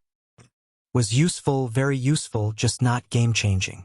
Michael stared at the ring for a few seconds longer, then let out a quiet breath. Fine. The word came out low, almost reluctant. In the end, he accepted it. Not because he was impressed, but because it was still useful. Michael leaned back slightly, his gaze drifting as his thoughts shifted away from comparison and toward practicality. Space. That was the real value here. Right now, his undead army was growing at a rate that even he was starting to feel the pressure of. The damaged coffin of the Forgotten was vast, but it was not limitless. At the moment, most of his undead were maintaining human forms. That was the only way to conserve space. Large forms meant more room consumed. Keeping them compressed and human-like, that was his way of managing it. Michael glanced at the ring again. This ring might not have the ridiculous abilities of the coffin, but it gave him room. That alone had value. Michael's lips curved faintly. All right. His earlier disappointment faded just a little. His gaze shifted slowly toward the final orb resting beside him. The epic legendary one. His eyes sharpened. Now this one. The air around him seemed to grow just a little quieter, because unlike before, this time he allowed himself to expect something. Chapter 891 Class Change. Michael did not hesitate. His fingers closed around the final orb. Then he crushed it. Just like before, it did not shatter. It dissolved. A burst of color exploded outward, brighter than the last. The swirling smoke twisted violently, layers upon layers folding into each other, as if something inside was struggling to take form. Michael's eyes locked onto it as the colors shifted rapidly. Red, gold, blue. Then they slowed before stabilizing into a deep, vivid green that carried a strange sense of vitality, almost like something alive. Michael frowned slightly. Green. He wondered if the colors meant anything, but he did not dwell on it. The smoke compressed, condensed, and then instead of forming a weapon or armor, it flattened. A thin, glowing object appeared in midair. Parchment, golden and radiant, covered in faint inscriptions that seemed to shift whenever he tried to focus on them. Michael's eyes narrowed. A paper. The moment it stabilized, the description appeared. Item. Class change ticket. Grade. Legendary. Michael froze. For the first time, he had obtained a legendary grade treasure. But that was not what shocked him. Not even close. It was the description. Michael's gaze sharpened as he focused. Description. A rare item capable of altering the fundamental class of the user. Allows the user to replace their current class and transition into a new one under specific conditions. Note: the new class will be determined by compatibility, existing foundation, and potential pathways. Warning: this process is irreversible if the user takes on the class. If the user does not accept any of the offered classes, nothing will happen. Bound to Michael Norman. Silence. Michael did not move. A class change. His voice came out quieter than before. He stared at the golden ticket floating before him. This was not like weapons or combat enhancements. This touched the core, the very foundation of everything he was. His class, Necromancer. Everything he had built, everything he had risked his life for, everything was tied to it. And this item could replace it with something else. Michael's eyes darkened slightly. Legendary.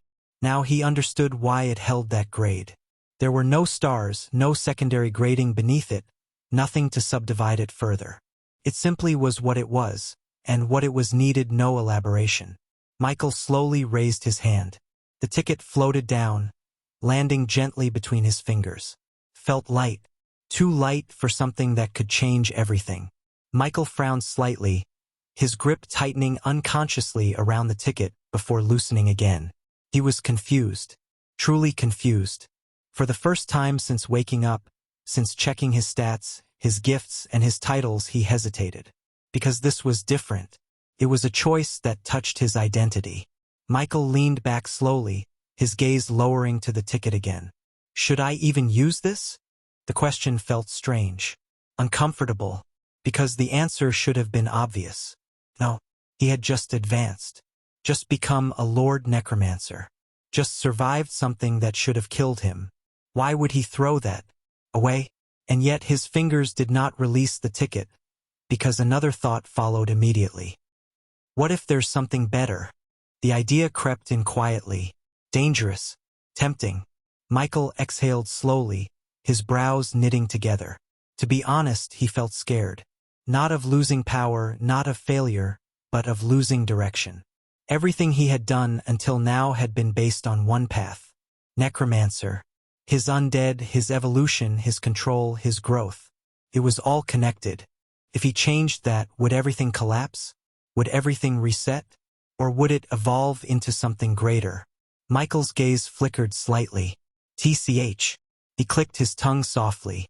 This kind of decision he hated. Too many unknowns. Too many risks. But then his thoughts began to shift. Slowly. Logically.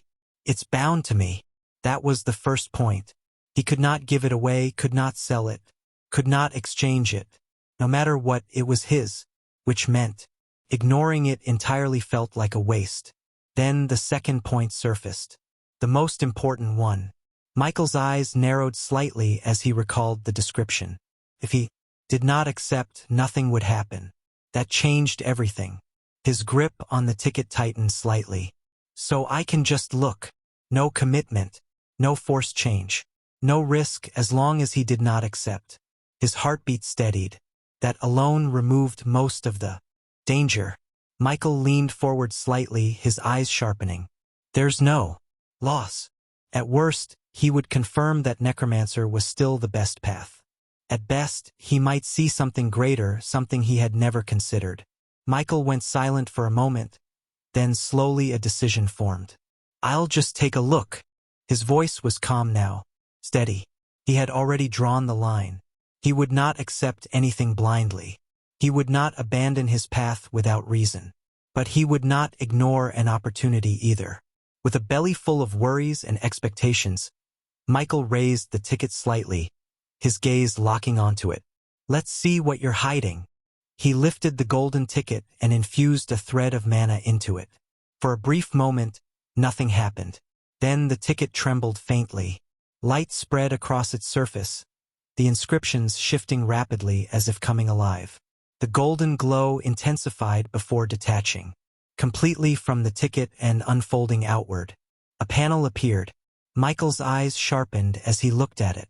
Available class paths: Death Knight, Elemental Mage, Magic Knight, Blood Warlock, Beast Tamer, Black Circle Shadow Slave, Death's Heir, Soul Binder, Grave Warden, Abyss Caster.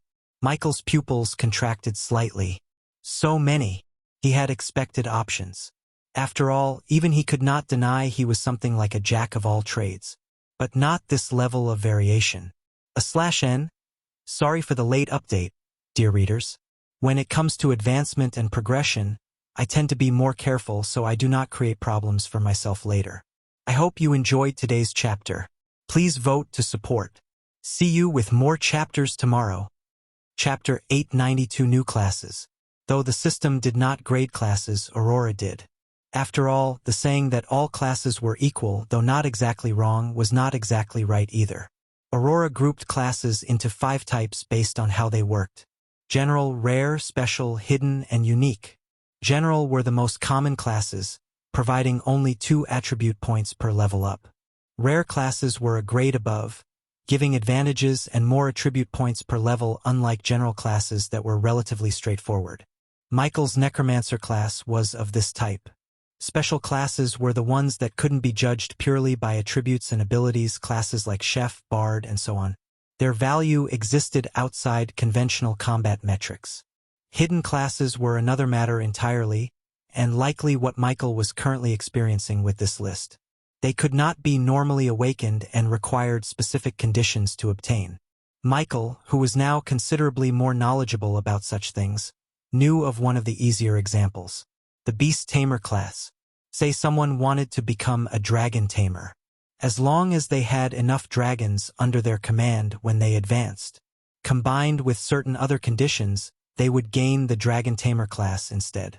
Like how Michael advanced from Master Necromancer to Lord Necromancer. The Lord would change to Dragon in Beast Tamer terms.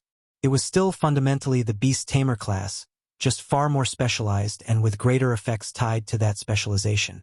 Then there were the unique classes. Classes said to belong to only one person at any given time.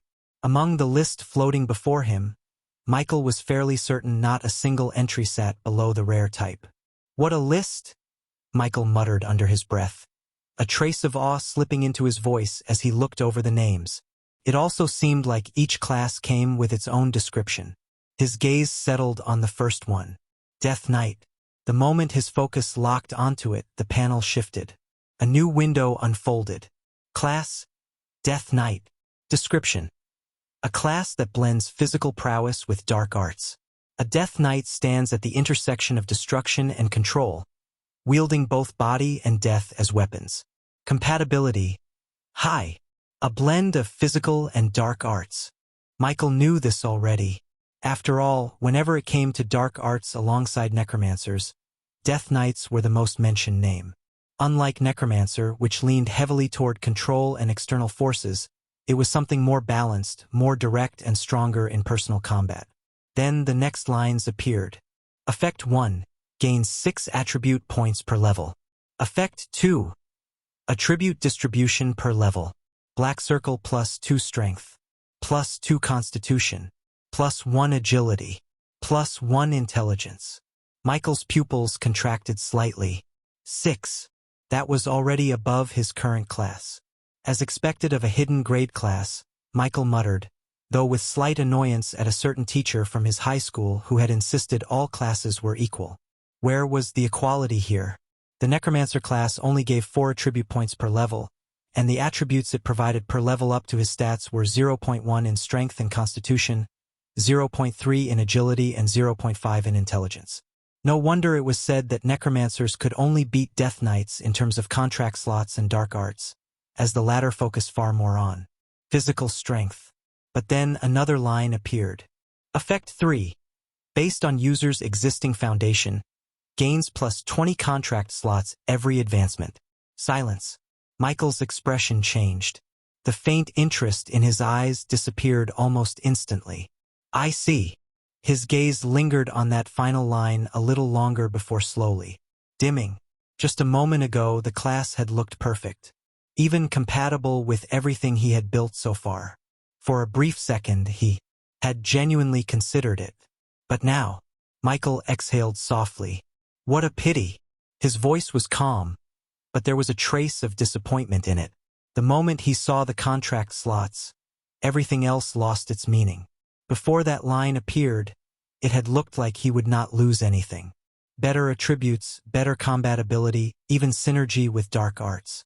It was starting to look like a straight upgrade. But that one detail ruined everything.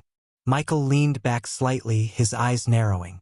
20 per advancement. He repeated it quietly, as if confirming it to himself. Then he shook his head. No. There was no hesitation this time. Michael would be nothing without his contract slots. Everything he had built, every battle he had won, every advantage he held over others, it all traced back to that single mechanic. His undead. That was his path. That was his strength. After his recent advancement, his contract slots had already reached 4,000. 4,000. Even to him, that number felt overwhelming. Terrifying, even. But at the same time, it was perfect. And now this class was asking him to give that up. For what? 20 per advancement? Michael let out a quiet breath. That's not even worth considering. It wasn't about whether Death Knight was weak. It wasn't. In fact, it was strong, very strong. If his stats were rearranged based on the class he took, they would receive a major upgrade. But none of that mattered. I'd be crippling myself. No matter how strong his personal combat ability became, it would never replace what he already had. Michael glanced at the panel one last time. Death Knight. Powerful. Class. Tempting one. But not for him. Rejected. Michael leaned forward slightly as he turned to the next class. Elemental Mage. The panel shifted again. Class. Elemental Mage. Description. A pure magic-oriented class that harnesses the fundamental forces of nature. Excels in long-range combat and large-scale destruction through elemental manipulation. Compatibility. High. This one was straightforward. Pure caster. Then the effects. Tiered. Effect 1. Gains 5 attribute points per level. Effect 2. Attribute distribution per level. Black circle plus 1 strength. Plus 1 agility. Plus 1 constitution. Plus 2.5 intelligence. Effect 3. Total intelligence increased by 20%. Michael's gaze lingered on the last line. 20%. Not a small number. For someone whose intelligence was already absurdly high, a flat percentage increase was ridiculous. But Michael's eyes dimmed slightly. Still not it. Powerful, very powerful. But it pushed him further into a single direction. Pure magic. Pure casting. And it offered nothing for what mattered most. No contract slots. No interaction with his undead. Michael shook his head slightly. Next. His gaze moved again. A Magic Knight. The panel shifted. Class? Magic Knight. Description. A balanced class combining physical combat and magic. Focuses on versatility, adaptability, and sustained combat. Performance. Compatibility. High. Michael's expression didn't change much. Then the effects appeared. Effect 1. Gains 4 attribute points per level. Effect 2. Attribute distribution per level. Plus 1 strength. Plus 1 constitution. Plus 0.5 agility. Plus 0.5 intelligence. Compared to Death Knight, this was almost exactly half in terms of natural stat gain. Michael didn't even need to think much. Pass. It wasn't bad. But it wasn't good enough. His gaze moved on. Blood Warlock. The panel shifted. Class. Blood Warlock. Description. A class that manipulates blood as both power source and weapon. Gains strength through sacrifice, life force conversion, and forbidden rituals. Compatibility. High. Effect 1. Gains 5 attribute points per level. Effect 2. Can convert vitality into temporary power. Effect 3. Skills scale with blood consumption and sacrifice. Plus 2 strength. Plus 3 constitution. Plus 2 agility.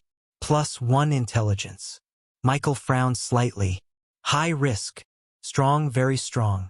If the description wasn't exaggerating, he might actually reach a level where he could match some of his undead like Ghost and Begin in raw physical strength. If that was the case, one could only imagine just how strong this class truly was. But it looked very unstable. Everything about it screamed trade-off. Power in exchange for cost, and not a small one. Not my style either. His gaze shifted. Shadow Slave. The panel changed again. Class. Shadow Slave. Description. A class bound to shadows and servitude. Gains power through contracts, control, and submission to higher shadow forces. Those who walk this path do not merely command shadows. They become part of them. Compatibility. Michael's gaze paused. Slave. Then the effects appeared. Effect 1. Gains power through shadow contracts. Note: shadow contracts are just like contract slots, and shadows are dark creatures that are either natural or can be risen like undead. Effect 2. Greatly increased control over shadow entities. Effect 3. Up to 30% power of the chosen master depending on personal strength. Michael read through it slowly. His fingers tapped lightly against his knee. Dangerous, but not in the same way as Blood Warlock. The risk here wasn't instability. It was dependency. A path that grew endlessly depending on how far one could climb within that hierarchy. If he chose a shadow creature on the level of a god, wouldn't that instantly make him a demigod? And one that could still grow. Michael exhaled slowly. Not bad. This was a real option. Just a very complicated one. In the end, it's not for me. Chapter 893, A Perfect Class? Michael's gaze shifted again. This time he turned to the class with the most interesting name on the list. Death's Heir. The panel unfolded. Class: Death's Heir. Description: a successor of death itself. One who engraves the authority of death into their very existence. Death is no longer merely commanded. It is embraced, refined, and made one's own. Compatibility: perfect. Michael's eyes narrowed. Heir. The word alone carried weight, and some unfamiliar feeling welled up in him as he read it. Then the next lines appeared. Effect 1. Gains 7 attribute points per level. Michael's pupils contracted slightly. 7? That was the highest so far. Higher than Death Knight. Higher than everything he had seen. What is this? Effect 2. Attribute distribution per level. Plus 0.5 strength. Plus 0.5 constitution. Plus 1 agility. Plus 5 intelligence. Michael stared. Heavily biased. There was no balance here. This class did not care about physical strength. It barely acknowledged it. Everything was poured into intelligence, with agility treated like a distant second.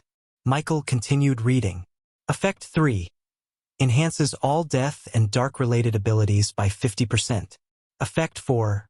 Can embrace the essence of the dead as engraving. Effect 5. Does not conflict with Necromancer class. Existing abilities, contract slots, and undead remain intact and can continue to grow. Effect 6. Affinity limitation. All elemental affinities aside from darkness will be severely suppressed unless linked through primary affinity pathways. Effect 7. Near absolute dominance of undead creatures plus suppression of opposing dark-related abilities. It doesn't conflict with anything? He repeated it slowly, as if making sure he had not read it wrong. This changed everything. For the first time since going through the list, something inside him stirred. Real excitement. Unlike the other classes, this was not trying to replace his foundation. It was not asking him to abandon his path or forcing a trade. It was building on top of what he already had. Michael's grip tightened slightly. So I keep everything. His undead, his contract slots, his entire foundation. All of it remained largely untouched, and on top of that he gained more. Stronger amplification, better scaling, and this so-called engraving. Michael's eyes flickered. Engraving. He didn't know what it meant yet, but he doubted it was anything weak. Michael exhaled slowly, his heartbeat picking up just slightly. This is. Even the limitations he did not mind. Severely restricted elemental affinity? Michael's lips curved faintly. When have I ever relied on multiple elements? To be honest, even when he fought as a mage he had used different elements out of convenience rather than preference, never once truly relying on any single one. If he took this class it would essentially force him to narrow his focus, which ironically, given that it fell under the dark element, would make him look like a proper necromancer. And what was stated was a restriction, not a complete inability to use other elements. Darkness and death had always been his path. Nothing was changing. If anything, it was becoming purer. As for the stats, Michael glanced at the distribution again. Intelligence. He let out a quiet breath. He had never relied heavily on the stat gains from leveling up. His current strength had not come from those numbers. His growth had always come from his talent. I can manage it. Even if the distribution was unbalanced, he could compensate with the feedback from his undead advancing in rank. That was what he had always done. Michael leaned back slowly. This might be it. This was the first class that felt right. His gaze lingered on the panel a moment longer, but the excitement did not cloud him. I still need to see the rest. No matter how well it fit, he would not decide blindly. Not when something like his foundation was on the line.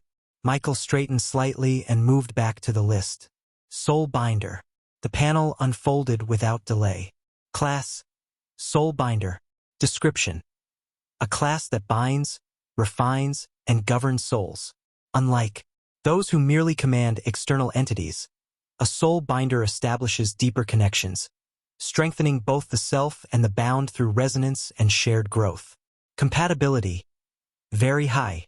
Michael's eyes narrowed slightly. Soul, a familiar concept to him. Then the effects appeared. Effect 1, gains 6 attribute points per level. Michael's gaze flickered. 6. Lower than Death's Heir, but still high. Then the next line appeared. Effect 2. Attribute distribution per level. +1 strength. +1 constitution. +1 agility. Black circle +3 intelligence. Michael was quite pleased. Lower than Death's Heir but considerably more balanced. He continued reading. Effect 3. Increases control of all bound entities even if said entity is more powerful. Effect 4. Allows formation of soul links, enabling shared growth and feedback between user and bound entities. Effect 5. Does not conflict with existing contract systems. Current contract slots, undead, and bindings remain intact. Effect 5. Advantage in soul-related contact, contracts, battles, etc. It also doesn't conflict. Michael noted it quietly, just like Death's Heir. That alone placed it far above most of the other options. His undead untouched, his contract slots preserved, everything he had built still standing. His eyes flickered faintly. Shared growth. That part caught his attention. If the link worked both ways, then his undead growing stronger would feed back into him and his own growth would feed into them. A cycle. A continuous loop of improvement. Michael's fingers tapped lightly against his knee. Unlike Blood Warlock, this class was not reckless. Unlike Shadow Slave, it was not dependent on something above him. It's quite fitting. Truly was. A class that preserved his greatest advantage and then enhanced it. No losses, only gain. Even the stat distribution gave him no complaints. Not as explosive as Death's Heir, but safer. More rounded. Michael's gaze lingered on the panel. If Death's Heir didn't exist, this would have been his choice without hesitation. His eyes dimmed slightly as he compared the two. Soul Binder and Death's Heir. One focused on connection, the other on dominance. One offered stability, the other authority. Michael inhaled slowly. Both are good. Very good. But even as he admitted that, he could already feel it. That slight difference. That small gap. Soul Binder was powerful, safe, and perfectly suited for him. But Death's Heir was something else entirely. Still, he did not rush. There were 2 classes left on the list. No point deciding before seeing everything. Chapter 894 Final 2. Michael's gaze shifted once more. 2 names remained. He started with the first. Grave Warden. Class: Grave Warden. Description: a guardian of the dead. One who governs the dead, commands legions of the fallen, and turns battlefields into domains of death. A grave warden does not merely raise the dead. They preserve, empower, and dominate through overwhelming numbers and territorial control. Compatibility: perfect. Michael's eyes narrowed slightly. A control-type class, like the Necromancer and Beast Tamer classes. For some reason, He could already tell this might be another serious contender. Then the effects appeared. Effect 1. Gains 6 attribute points per level. Effect 2. Attribute distribution per level. Plus 0.5 strength. Plus 1 constitution. Plus 1 agility. Plus 3.5 intelligence. Seeing another class biased toward intelligence, Michael wasn't entirely surprised. His original Necromancer class was a mage type after all. He was just an anomaly who had never followed the standard route. Michael continued reading. Effect 3. All undead under the user gain a 40% increase in durability and a 25% increase in regeneration. Effect 4. A stab. Domains. Within a domain, undead gain an additional 30% boost to all attributes. Effect 5. Does not conflict with the Necromancer class. Contract slots, undead, and abilities remain intact. Effect 6. Fallen enemies within grave domains have a chance to be automatically converted into undead under the user's control. Michael's brows furrowed slightly. This. For a brief moment, he did not know how to describe it. Then the realization settled. This fits too well. His compatibility with this class was the same as Death's Heir. But the feeling was different this time. If he was being completely honest, this did not feel like choosing a new class. Felt like continuing. Like an extension. An upgrade. Michael's fingers tightened slightly at his side. Everything about it aligned. Nothing seemed removed, restricted, or replaced. Michael exhaled slowly, his gaze sharpening. It's the same path. That was the difference between this and Death's Heir. Death's Heir was powerful, overwhelmingly so, but it introduced change. A shift in direction. A deeper focus that would reshape him. This did not reshape anything. It built directly on what he already was. No detours, no adjustments, no adaptation required. Michael's eyes flickered faintly. 40% durability. 25% regeneration. His undead, already difficult to destroy, would become even harder to deal with. His thoughts accelerated. 30% boost inside a domain. That was not a small number. Within his territory, his undead would become something entirely different. Michael inhaled slowly. This is ridiculous. But it did not stop there. His gaze shifted to the final effect. Automatic conversion. As long as it happened within his domain, the dead would rise under him immediately. Michael's heartbeat slowed as he imagined facing an army. As long as he persisted, he would only grow stronger. As long as there were enemies, there would be bodies. As long as there were bodies, there would be undead. This, for the first time since reading Death's Heir, he hesitated again. Michael leaned back slowly, his gaze still locked on the panel. There's no downside. Compared to Death's Heir, which demanded focus and some degree of personal sacrifice, this one asked for nothing and gave everything. Michael's eyes dimmed slightly as he weighed the two against each other. Grave Warden was perfect for what he already was. Death's Heir was something more. Not only did it strengthen his existing foundation, it strengthened him more personally, something Michael valued greatly. Choosing between the two meant choosing between growing overall with more personal strength or simply becoming a stronger version of what he already was. It was genuinely difficult. Michael fell silent, then slowly exhaled. Still a top-tier choice. If his goal was pure domination through numbers and battlefield control, this would have been perfect. But he was not done. His gaze moved to the final class. Abyss Caster. The panel shifted. Class. Abyss Caster. Description. A wielder of the abyss. One who channels the deepest layers of darkness, where existence itself begins to erode. The abyss does not simply empower. It devours, corrupts, and transcends. Compatibility. High. The effects appeared. Effect 1. Gains 7 attribute points per level. Michael's pupils contracted slightly. 7. Equal to Death's Heir. He wondered if the rest would hold up the same way. Effect 2. Attribute distribution per level. Plus 0.5 strength. Plus 0.5 constitution. Plus 1 agility. Plus 5 intelligence. Effect 3. All darkness-related abilities are amplified by 60%. Effect 4. Can convert mana into abyssal energy, greatly increasing destructive output. Effect 5. Abyssal abilities ignore a portion of defensive and resistance effects. Michael leaned back slightly, his fingers tapping once against his knee, before going still. It's strong. In terms of raw destructive ability, this might very well be the strongest class on the list. 60% amplification. Defense-ignoring effects. A complete conversion of energy into something more potent. If he chose this, his power would spike. Instantly, Michael's eyes dimmed slightly. But at what cost? His gaze sharpened as he read through the panel again. No mention of undead. No mention of contracts. No mention of preservation. Nothing. Michael went quiet. So it replaces everything. There it was. Just like Death Knight. Just like Elemental Mage. Just like every class he had already rejected. This one was no different. The only distinction was that it was stronger. Michael let out a slow breath.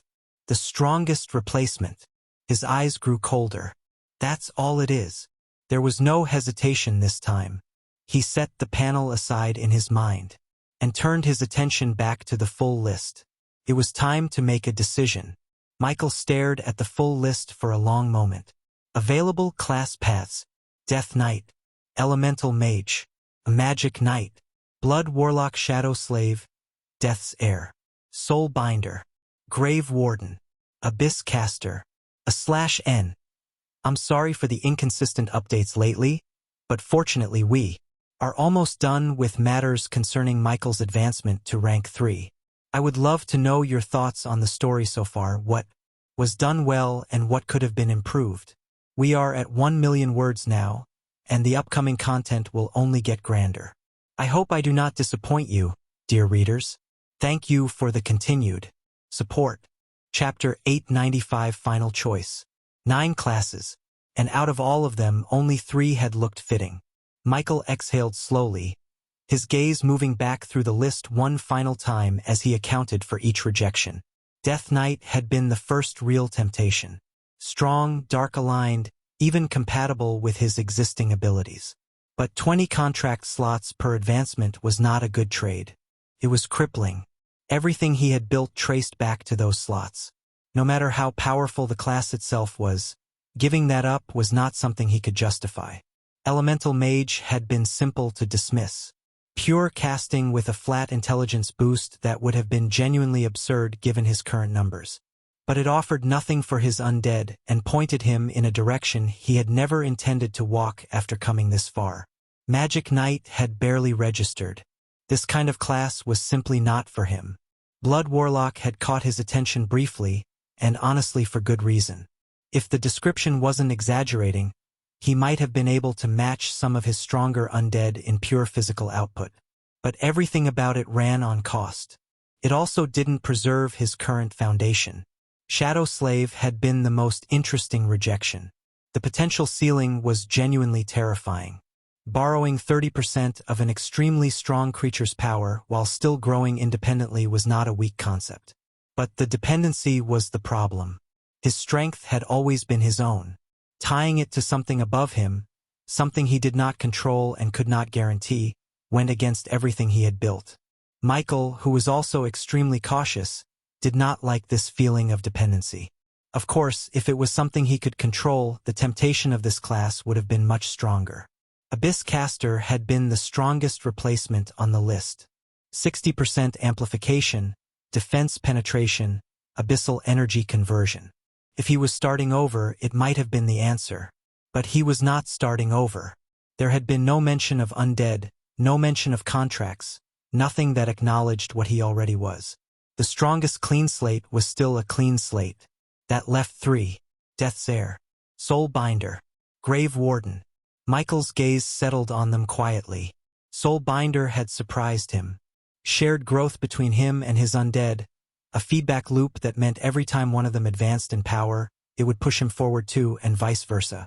This seemed different from the usual feedback he got whenever his undead advanced in rank, And it also seemed that Soulbinder's feedback was not limited to his undead alone. The class preserved everything he had and then built a deeper connection between him and his army. Balanced stat distribution, 6 points per level, no conflicts. If the other two hadn't existed, he would have chosen it without a second thought.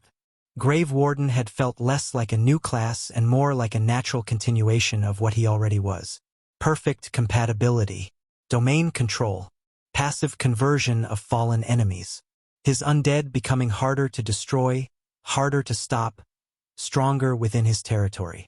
It was the cleanest path forward for someone who intended to fight through numbers and attrition. No sacrifice, no adjustment, just more. And Death's Heir. Michael's eyes lingered there last. The only class on the list rated perfect compatibility alongside Grave Warden, but pointing in a completely different direction. 7 attribute points. Near absolute dominance over undead. 50% enhancement to all death and dark-related abilities.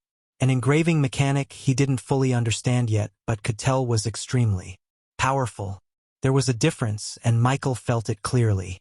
Grave Warden made him more of what he already was as a necromancer. Death's Heir asked what he could become alongside his undead. Michael stared at the 3 names for a long moment. Then slowly a decision began to form. The first one he crossed out was Soulbinder. It wasn't an easy decision.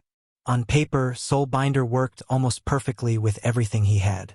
The shared growth feedback, the deeper connection between him and his undead, the preservation of his existing foundation. If someone had described it to him months ago when he was just starting out, he would have said it sounded tailor-made. Michael leaned back slowly, his eyes dimming slightly as he thought it through. As he had grown stronger, one thing had become increasingly clear to him. Too much was inconvenient. Not in a general sense, but in a very specific and personal one. His current contract limit was already more than enough of a foundation to keep growing. Soulbinder, for all its strengths, would make the relationship between him and his undead more apparent, which would then lead to questions, and that would lead to scrutiny. And scrutiny led to exactly the kind of attention Michael could not afford. His talent was the one thing he had protected above everything else. Infinite evolution was not something the world could know about. Not yet. Maybe not ever. Soulbinder increased that risk. Subtly, perhaps. But in Michael's world, subtle risks compounded. Sure, he could create contracts with anything just to increase the number of evolution points he gained daily, but was that even necessary anymore? He already had enough. In fact, he had more than enough, yet he still could not fully utilize it. Even with the advantages Soulbinder provided, it did not seem like it would give him the greatest boost in either potential or immediate strength. He crossed it out and turned his full attention to the remaining 2. Grave Warden and Death's Heir. Both classes were rated perfect compatibility. Both preserved his foundation. Both pointed in directions he could see himself walking. But only one of them asked something more of him. Grave Warden was the safer answer. A direct continuation of his current path with no friction, no adjustment period, and no unknowns. His undead would become harder to kill, his territory would become a death trap, and enemies would feed directly into his army. It was clean, efficient, and demanded nothing from him except to keep doing what he already did. Death's Heir was different. It didn't just strengthen what existed. It aimed to refine what he was at a deeper level. The engraving mechanic alone told him that. He still didn't fully understand it, but the weight behind it was unmistakable. Classes did not list effects they considered minor. If engraving was listed, it mattered. And then there was personal strength. Michael's eyes narrowed slightly as he sat with that thought. Grave Warden made his army stronger. Death's Heir made him stronger alongside his army. For someone who had always been aware of the gap between his personal combat ability and the power of his undead, that distinction was not small. He had relied on his undead. He would always rely on his undead. But there had been moments, more than a few, where he had found himself in situations his army could not immediately resolve. Situations where what mattered was what he himself could do. Grave Warden did not close that gap. Death's Heir did. Michael's fingers stilled against his knee. I've already decided, haven't I? He hadn't realized it until he said it out loud. But somewhere between the two names, the answer had already formed. Chapter 896. Skip this chapter. Wait for next. /N. To avoid complaints about pacing, feel free to skip this chapter and wait for the next one, which will be up in a few minutes. This chapter exists purely to show Michael's thought process behind his class decision, and I felt it was necessary to include rather than summarize or skip over entirely. Decisions like this shape a character's entire future, and I wanted to give it the weight it deserved rather than glossing over it in a single paragraph. I do read your comments and I do take them seriously, which is why I am always working to improve. However, there are some moments in a story that cannot be rushed or cut without the narrative suffering for it, and this was one of them. I hope those of you who stuck around enjoyed it. As always, thank you for reading and for your continued support. It means more than you know. Fortunately, there's you to take the blame. If not, this decision would have been much harder. Class skill: Death's Ground, Basic Mastery. Description: the user designates an area as consecrated ground. Within this domain, all undead under the user's command receive a passive buff. The domain persists as long as the user maintains focus or remains within range. Effect: all undead within the domain receive plus 10% durability and plus 5% regeneration. Stat buff: strength plus 5%, constitution plus 15%, agility plus 5%, intelligence plus 10%. Range: scales with intelligence. Just like when Michael had advanced to rank 2 and obtained a new core skill, Spirit Eyes, this time the system had granted him another. When he first received it, he had only given it a brief glance alongside the other skills he gained from advancing and from his increase in stats. Compared to everything else at the time, it had not stood out much. Just decent. That had been his initial judgment. Nothing extraordinary. The boost didn't seem like it would make much difference for undead who were already absurdly strong. When one advanced in rank, changes were inevitable. Either a new core skill appeared or existing ones improved. Leveling up skills was the more common outcome, almost guaranteed every time. A new core skill wasn't exactly rare, but it wasn't as common either. Now that he was at the junction of an important decision, he finally looked at it properly. His expression shifted slightly. The skill could absolutely not be said to replace the Grave Warden class. The difference in scale was simply too large. Where Grave Warden offered a 30% domain-wide attribute boost, automatic enemy conversion, 40% durability increases across his entire army, and command over other dead creatures, Death's Ground at Basic Mastery offered 10% durability and 5% regeneration. Comparing the two directly almost felt insulting to the class. But Michael's eyes lingered on the skill a moment longer. Perfect Mastery was a different conversation entirely. According to what he had read about the Awakener skill system, skills at that level were sometimes barely recognizable as the same skill they had started. If Death's Ground reached Perfect Mastery, the gap between it and Grave Warden's domain effect might not close entirely, but it could narrow considerably. Enough, perhaps, to make the absence of that class less significant than it looked right now. It was a stretch. He knew that. Michael clicked his tongue softly. Of all the times to use one, he had been holding onto his Perfect Mastery skill ticket with the quiet understanding that when he finally used it, the moment would have to be worth it. And here he was, seriously considering spending it not on a combat skill or a core ability, but to fact-check a class decision. It was a little embarrassing if he was honest. But the alternative was making a choice he might spend years second-guessing. If Grave Warden could be adequately covered by a skill he already possessed at its ceiling, then Death's Heir became the obvious answer with no loose ends. And if it couldn't, then at least he would know. Michael exhaled slowly. One last check. He reached for the ticket in his storage space.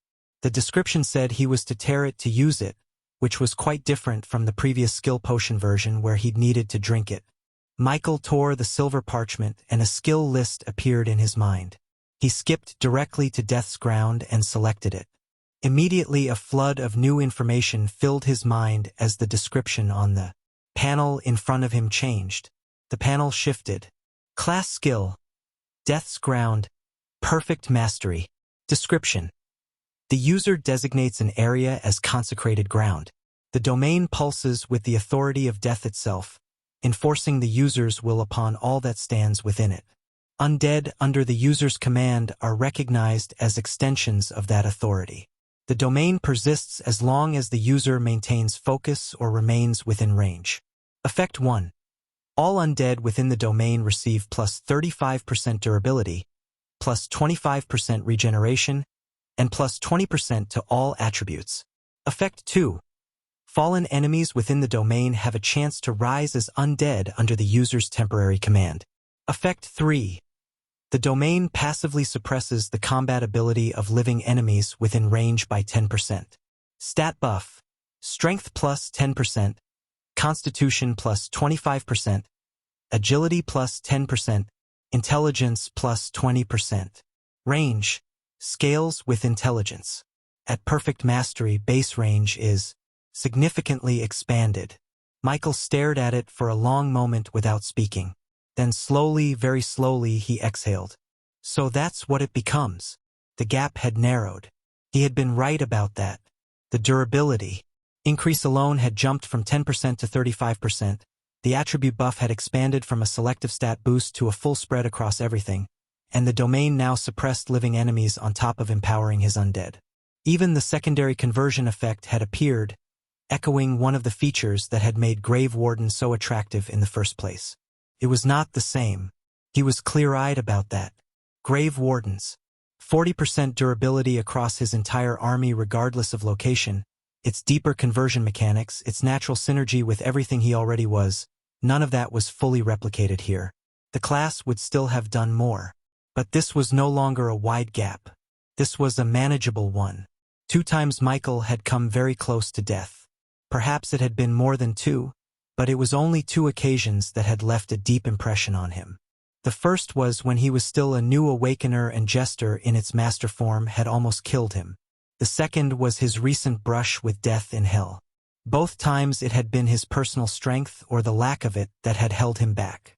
Regardless of how strong his undead were, there was something that had hardly ever changed in Michael's relationship with them. Setting aside the cannon fodder, he had almost always been the weak link in fights that required him to rely on his undead fully, which was understandable for a Necromancer, since an undead army was supposed to be the primary strength. But Michael's path had never been like other Necromancers. He wasn't sure when it had started, but for some reason he always seemed to attract opponents above his level at every stage of his growth. With all of that in mind, Death's Heir was the more attractive option. And if he wasn't wrong, combined with this skill and the class's effect of amplifying all death and dark-related abilities by 50%, he would only grow stronger alongside his undead rather than falling further behind them. In the path to power, one only gained more or lost more. Michael only wanted gains. I choose Death's Heir. Chapter 897 Death's Heir. A new panel appeared instantly. Class transition. Death's Heir. Warning. This action is irreversible. Once the transition is confirmed, your current class will be permanently altered. Do you wish to proceed? Yes, / no. Michael looked at the warning for a moment. Then he selected yes without hesitation. The panel changed. Class transition. In progress. Condition. To fully transition into Death's Heir, engrave a rank 3 undead. Progress 0 to 1. Note. Engraving is the act of imprinting the essence of the dead directly onto oneself. Channel the death energy of a rank 3 undead under your command and imprint it into your existence. Michael stared at the condition for a moment. So it wasn't immediate. The ticket had started the process, but the class would not fully take hold until he completed the requirement himself. It made a certain kind of sense. Soon knowledge of how to perform what was called engraving entered Michael's mind. However, it was only knowledge of how to do it, not of the effects or what came after. Michael exhaled slowly, his gaze shifting toward the damaged coffin of the Forgotten where his undead waited. He already knew who he was going to use. A moment later, standing before Michael was a young man in his early 20s. He looked almost nothing like Michael. Yet as they stood in the same space, something similar seemed to pass between them. He had long hair like Michael, pale fair skin, and green, beautiful eyes that seemed to glow faintly in the darkness. It was Lucky, Michael's first undead. Lately, in terms of power, Lucky had been falling behind some of the others, but Michael wasn't worried. All the wolf needed was a little upgrade and he would be back at the very top. Regardless of where the others stood, Lucky still held a special place. Since this was his transition to a new class, just as his understanding of his talent had begun with Lucky, Michael wanted the same here. He had also only chosen Lucky because the knowledge he had just received gave no indication that the engraved undead would be negatively affected. Michael raised both hands slowly and began. The first circle appeared between them, a single rotating ring of dark energy about the width of his shoulders. He kept the output deliberately low, conscious at every moment of the strength sitting beneath his skin like water pressing against a dam. A second ring formed inside the first, rotating in the opposite direction. Then a third. Each new layer added density to the structure, and the space between the rings began filling with connecting lines that curved and branched according to patterns the knowledge in his mind supplied automatically. It was not like drawing. It was closer to remembering something he had always known, guiding each element into place with careful, deliberate intention. The formation grew more complex as it built outward. By the fourth layer, the structure had developed an inner geometry that made it difficult to look at directly, angles and curves intersecting in ways that didn't quite resolve into anything familiar. By the sixth, it was humming. Lucky watched the whole process without moving. He stood a short distance away with his head tilted slightly, those green eyes tracking each new layer as it appeared with quiet, attentive curiosity. The seventh and final layer locked into place. Michael exhaled slowly and steadied himself. The full formation rotated in multiple directions simultaneously. He pressed inward.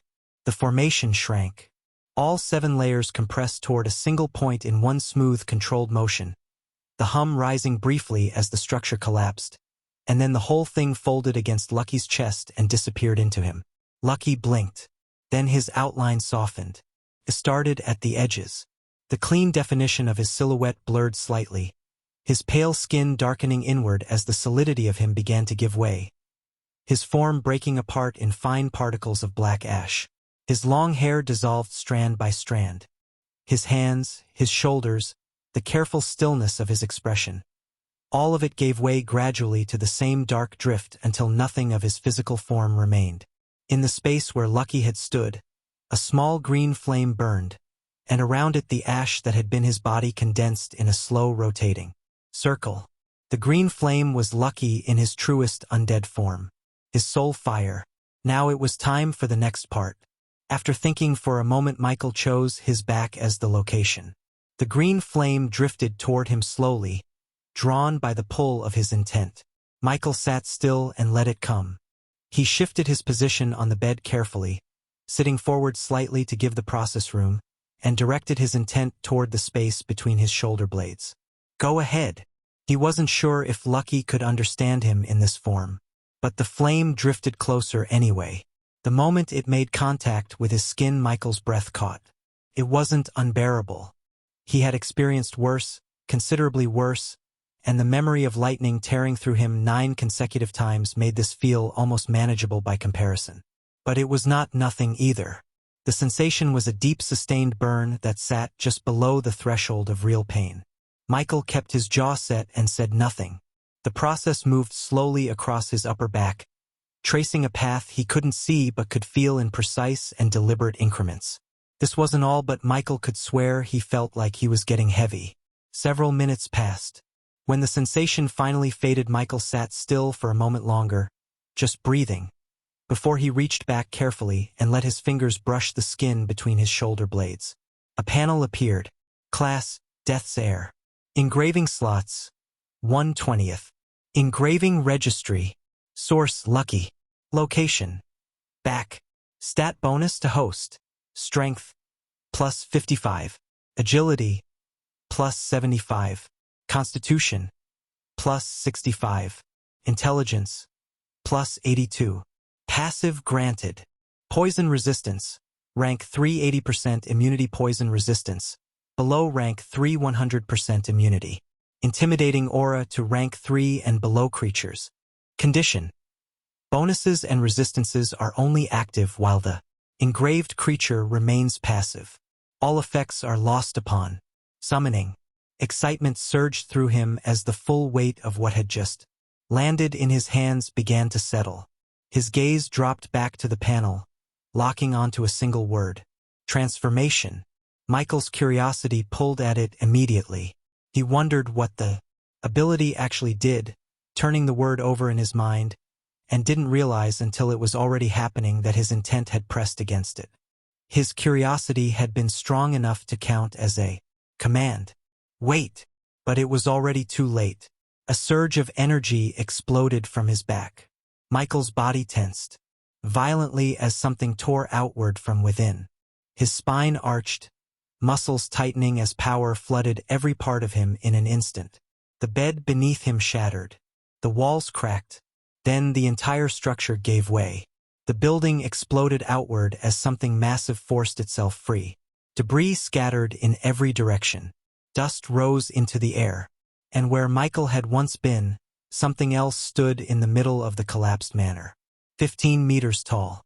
A massive wolf with deep green fur, its body radiating a dense oppressive aura that pressed against the surroundings like a physical force. From its back, dragon-like wings stretched outward, tearing through the settling dust with a low, heavy beat. Its eyes burned with a familiar green light. Michael's thoughts froze for half a second. Then recognition followed. Lucky. This form was not unfamiliar. It was Lucky's true form. Only now he was the one standing within it. Chapter 898. Yet another one. Being a monster felt different. Then again, being a monster was a first for Michael entirely. Seeing himself in this form left him stunned, unable to react immediately to the chaos around him or the disorientation within. He stood there processing it in silence for a full second before another thought surfaced. Why do I look different from Lucky?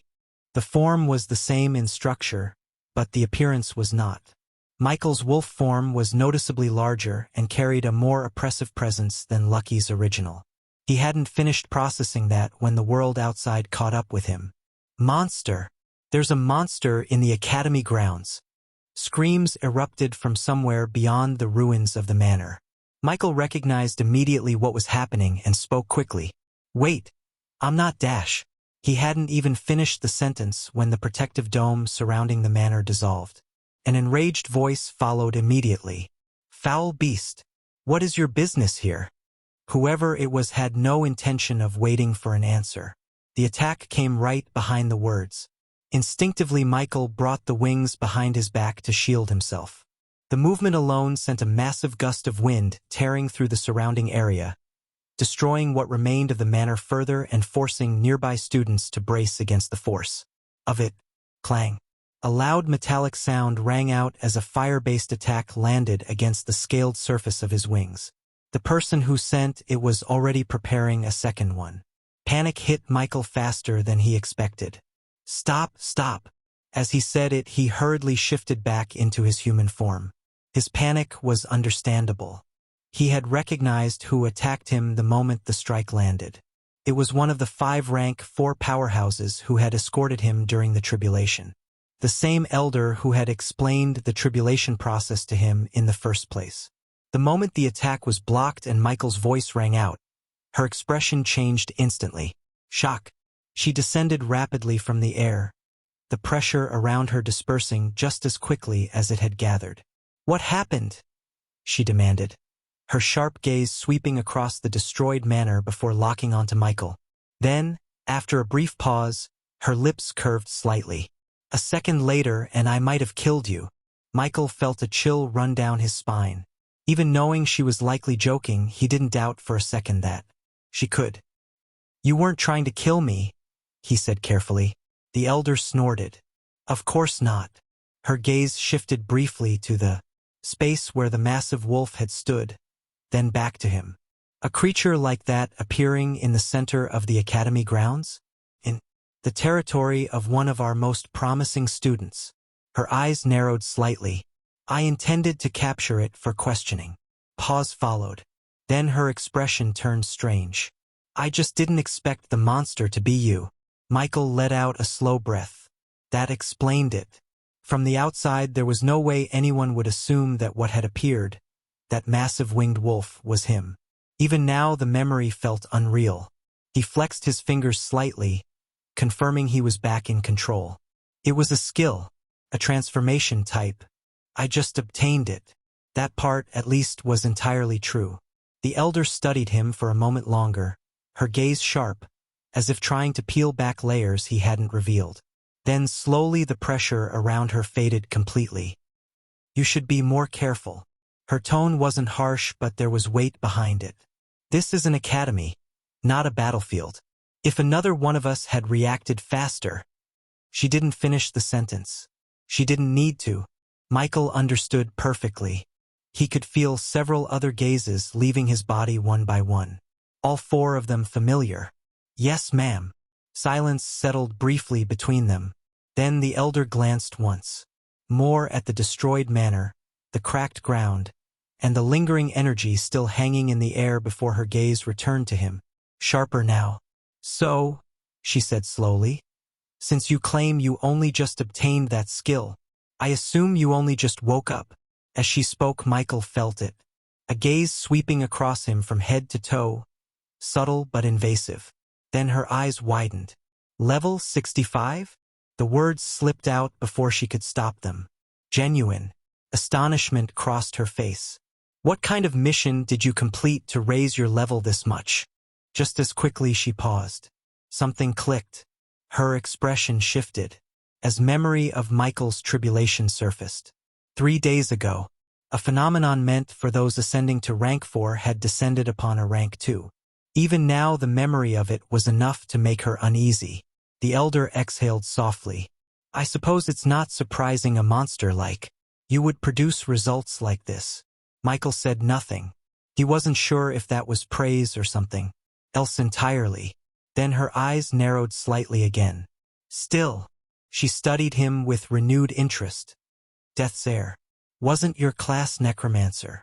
Michael paused, considering how to answer. However, before he could think of something, the elder raised a hand lightly. Don't bother. That was my mistake. I overstepped. A small pause followed before she continued, almost thoughtfully. When you were unconscious, Arvin told us a few things about you. Apparently, her lips curved faintly. Before your advancement, you were already capable of fighting late-stage rank 3 beings. Her gaze deepened. And now you're just a step away from that stage yourself. She tilted her head slightly. So tell me, how strong are you now? Michael scratched his cheek lightly, his expression turning a bit awkward. I don't know. The elder stared at him for a moment. Then she nodded. I'm not surprised. Her gaze shifted around them, taking in the collapsed manor, the cracked ground, the lingering pressure still hanging in the air. If you had any idea what you were capable of, this wouldn't have happened.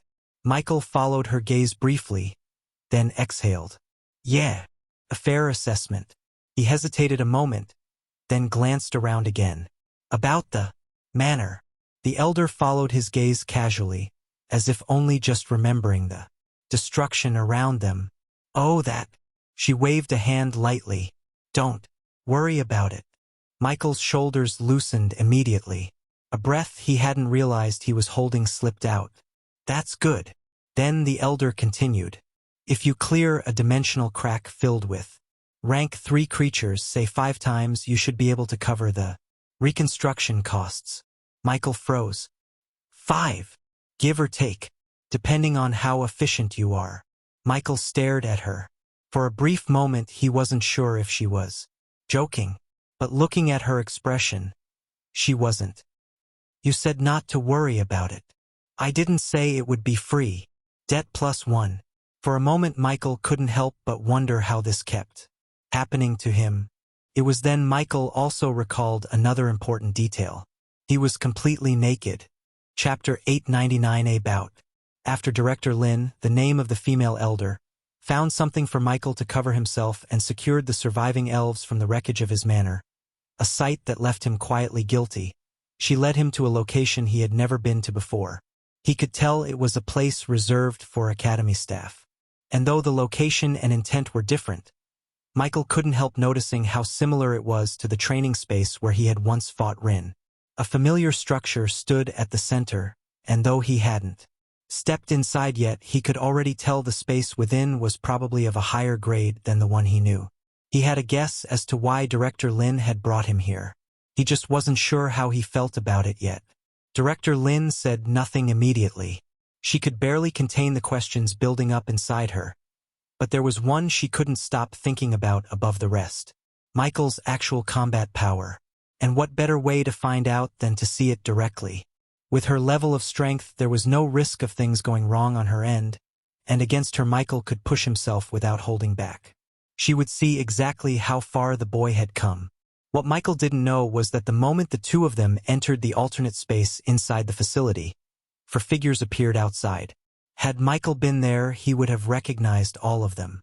The other four rank 4 powerhouses who had stood with him during the tribulation. 2 elders stood with their arms crossed, gazes fixed forward. The third remained quiet, almost blending into the background despite the weight of his presence. And then there was Arvin. He stood slightly apart from the others, dressed in a loose long shirt layered over a short crop top. The combination should have looked odd. Somehow it didn't. It suited him, casual and deliberate without exposing anything unnecessary. His eyes flicked toward the sealed space where Michael and Director Lin had entered. A faint smile appeared. "You lot really aren't even trying to hide it, are you?" No one responded. Arvin clicked his tongue lightly. For rank 4 powerhouses gathering just to spy on a kid. He let out a quiet laugh. "That's a bit embarrassing, don't you think?" Silence. One of them shifted slightly, clearly irritated. Arvin didn't stop. "If word gets out, what happens to your reputations? People might start thinking you've all grown old and bored." Finally, one of them reacted. "Says the one standing here with us." The voice was low and unamused. Arvin blinked once. Then his smile widened. "Oh, I'm just here for entertainment." One of them exhaled sharply. "You talk too much. And you lot don't talk enough. It balances out." That was when it happened. One of them, clearly fed up, spoke without thinking. "Aren't you the oldest among us anyway?" The words left his mouth and the air changed immediately. The man who spoke froze. The expressions of the other two stiffened and all three quietly created distance from Arvin without making it obvious. Arvin's face had gone still. He stared at the three of them, whose bodies had gone rigid, without any readable expression. Their reaction was not inappropriate. Arvin was unpredictable at the best of times, and unfortunately for everyone around him, he also happened to be extraordinarily powerful. They didn't call him the closest thing to a demigod in Aurora 4. Nothing. None of the three were weak, but in a real fight, even if they somehow managed to kill Arvin, at least one of them would not walk away. Fortunately, Arvin did not go the direction they feared. Instead, he shifted his gaze back toward the alternate space. What the three didn't know was that he had considered it. He simply chose not to. To Arvin himself, he was perfectly sane, even if he remained very self-aware of his instability. But something had shifted in him since the incident with Michael, when the boy had made clear he would rather face death than seek help from him. That moment had broken something loose inside Arvin. Without realizing it, he had started wanting to be someone children didn't run from. Arvin's gaze lingered on the sealed space a moment longer. Then his eyes flickered slightly. "Looks like we're about to get company." The others felt it too without him needing to say it. Multiple presences approaching from several directions. One of the elders clicked his tongue. "Nosy." Arvin chuckled lightly. "Can you blame them? After everything that just happened? Of course they'd come running." "They're almost here," one of them muttered. Arvin stretched lazily. "In that case, we should leave." His gaze shifted slightly upward and all four of them vanished. They reappeared high above the academy grounds, and from below not a single person noticed. Figures began arriving one after another. Teachers first, then students, and not ordinary ones. Elite. They gathered around the training facility with their eyes fixed on the sealed space. Low murmurs spreading through the crowd. I heard Director Lin went in with him. That monster. Are you stupid? That was obviously Michael. Are you sure? Couldn't be helped. Michael was already well known within the academy, and anything involving him drew attention. With Director Lin personally involved, there was no way people would simply walk past. The reason none of them had rushed in immediately was out of consideration for Director Lin. After what had just happened outside the manor, they already had a reasonable idea of why the two of them were there. Meanwhile, Michael, who had no idea what was happening outside the alternate space, was busy observing his surroundings. The first thing he noticed was that the space felt tighter than the one where he had fought Rin. Simply put, he doubted he could force his way out of here with brute strength alone. That alone confirmed his suspicion. This was a space built for higher caliber individuals, constructed to contain power that would have torn through the previous one without much effort. Unfortunately, the scenery left something to be desired. It was just a lonely-looking desert. Michael swept his gaze across the empty expanse, and his eyes narrowed slightly before shifting toward Director Lin. What are we doing here? Don't play stupid. Her tone was calm. Michael scratched his cheek lightly. I'm not. Director Lin let out a soft breath, almost amused. Good. She took a few steps forward, her boots sinking slightly into the dry sand. This space is reinforced to withstand rank 4 level combat. Her gaze returned to him. Do you understand what that means? Michael didn't answer, but his eyes sharpened slightly. It means you don't need to hold back, Director Lin continued. A faint pressure spread from her body. Use this opportunity to gauge your strength and gain control over it, before you destroy something else. Her lips curved faintly. Michael winced slightly at that. You want to spar? Fight, she corrected casually. Call it whatever makes you more comfortable. Michael stared at her for a moment. You're serious? Director Lin tilted her head slightly. Do I look like I'm joking? She added something else almost as an afterthought. And if I'm satisfied, I might overlook the cost of rebuilding your manor and pay for it myself. Michael wasn't sure he heard that correctly. Seriously? Director Lin shrugged lightly. Maybe, if you're worth it. Something in Michael shifted. The earlier reluctance faded, replaced by something sharper. All right. Director Lin had barely finished speaking when a fist appeared, directly in front of her face. It stopped just short of contact. But the space behind her did not survive as cleanly. The shockwave from the movement alone tore through the ground, sand and compressed air erupting outward in a violent ring that carved a deep furrow into the desert floor several meters behind where she stood. Director Lin had not moved. She had frozen the space directly in front of her face, a thin layer of solidified air sitting between her and Michael's knuckles like a wall. Michael immediately created distance, pushing back several meters. Rank 4 really are something else, he muttered under his breath. He had moved at several times the speed of sound, and she had still reacted in time. What Michael didn't know was that the hand Director Lin had kept behind her back was trembling slightly. A thought had formed in her mind, and she was actively refusing to finish it. After all, Michael had only just ascended.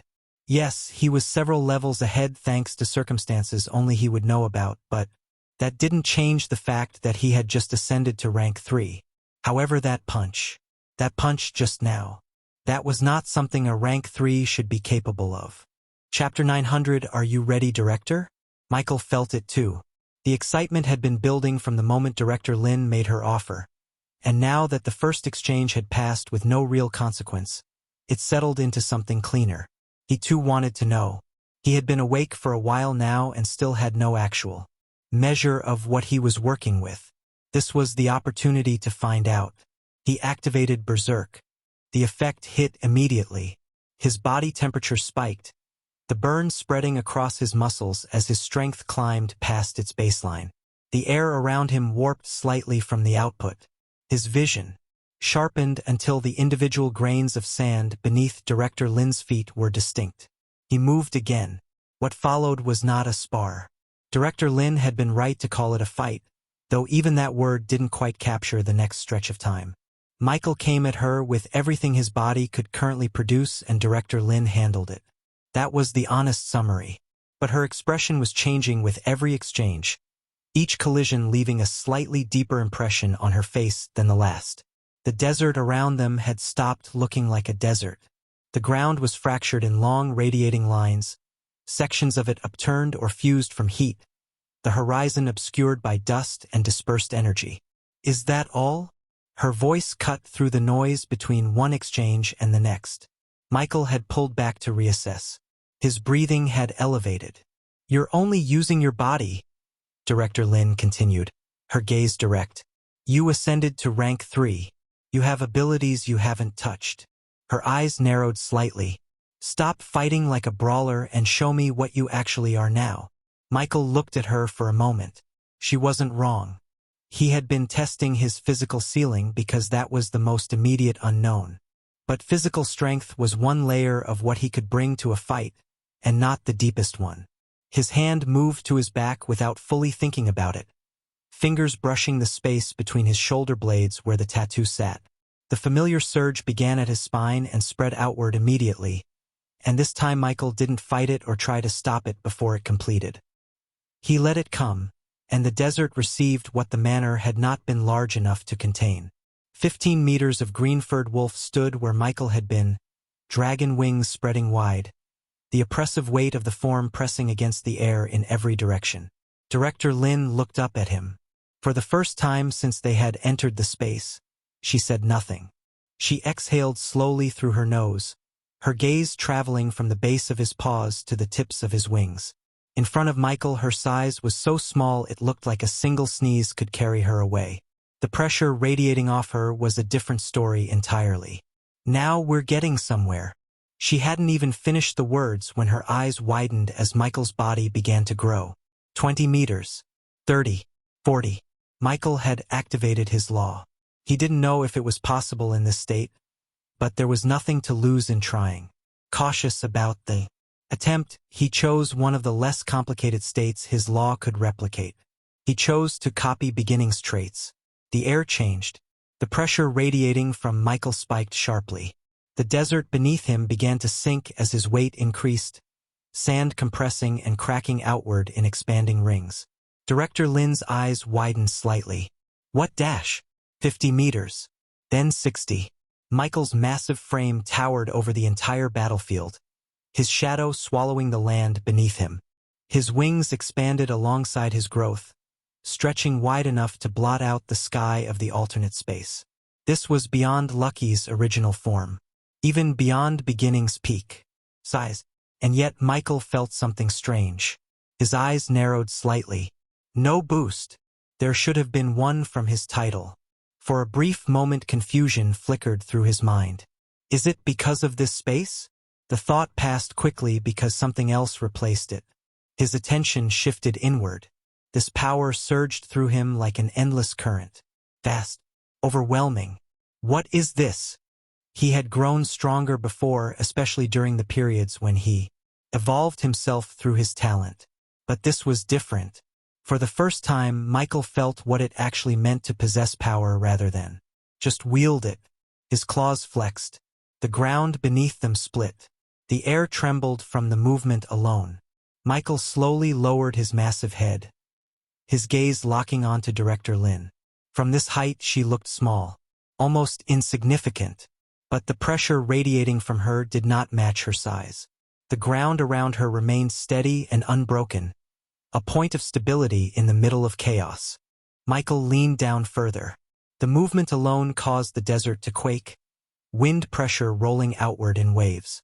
I'm ready. His voice was deeper. The air itself vibrated as the sound spread outward, and the ground trembled beneath the force of it. Director Lin looked up at him.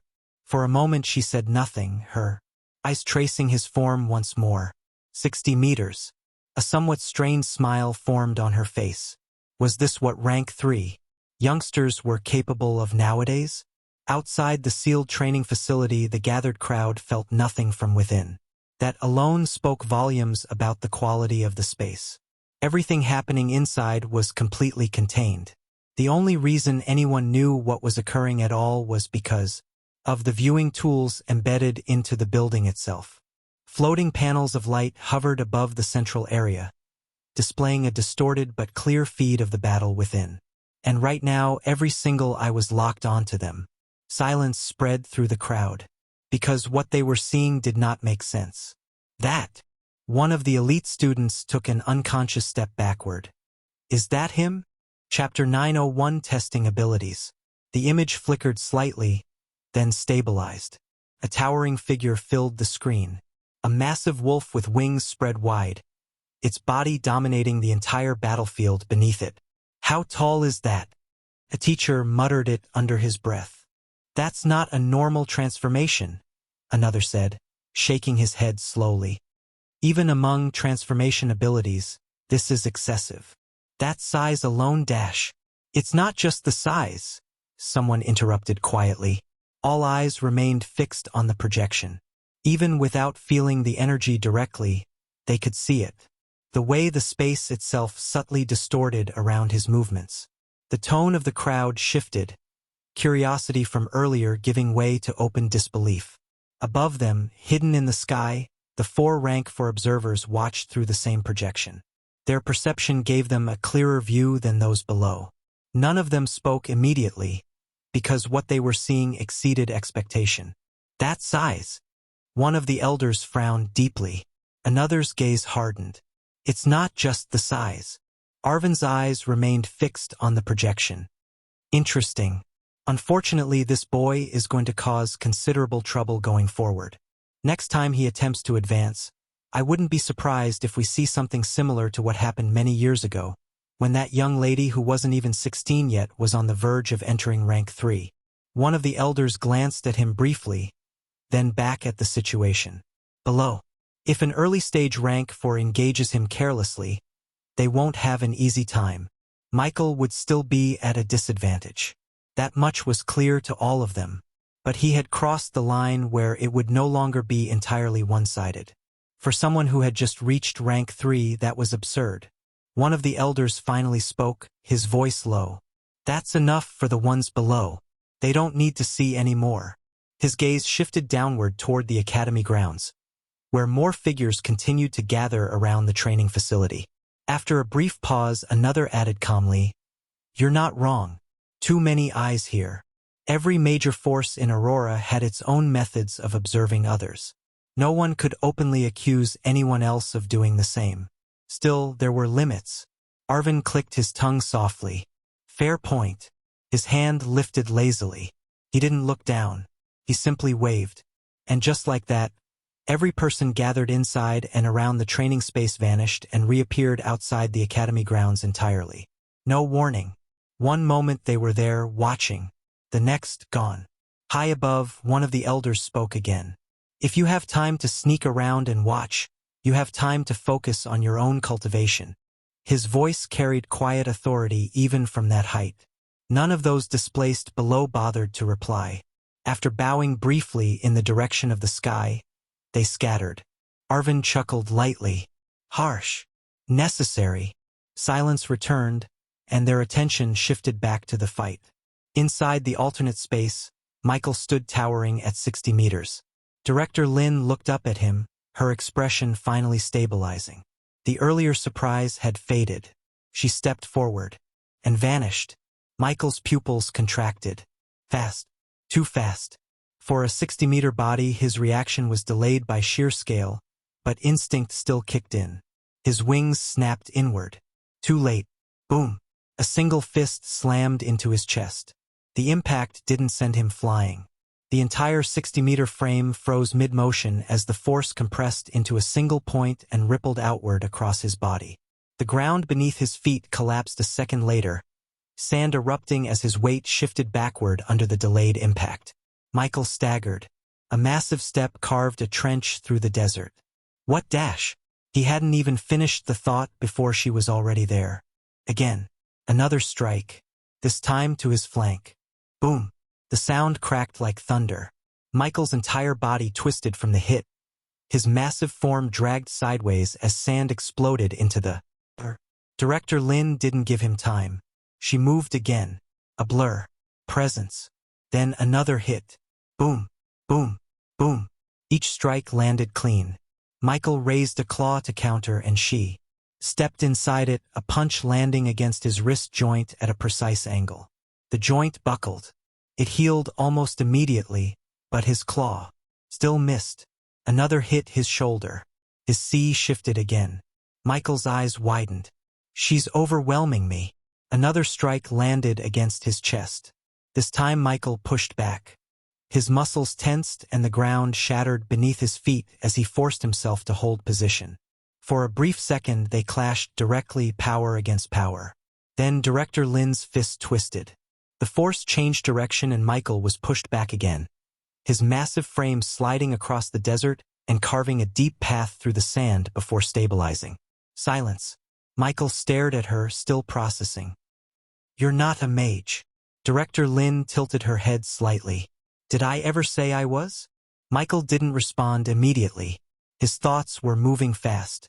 The physical strength she was demonstrating didn't match anything he had expected from her. Are all rank 4 like this? The question came out before he fully meant to say it. Director Lin smiled faintly. No. She stepped forward again. I'm holding back. Michael's pupils shrank. Something clicked in that moment.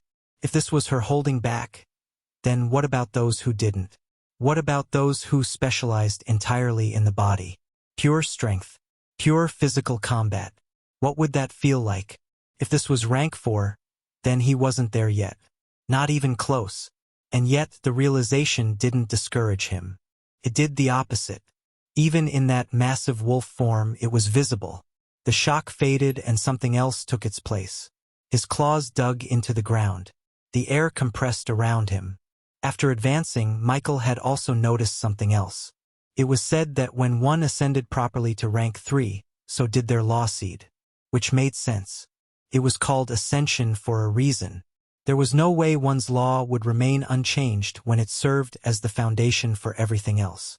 Michael's body began to fade until he was no longer visibly present in the space he had occupied. Director Lin tensed immediately. Something unusual was happening in her senses. Michael hadn't actually disappeared. She could feel that much with certainty.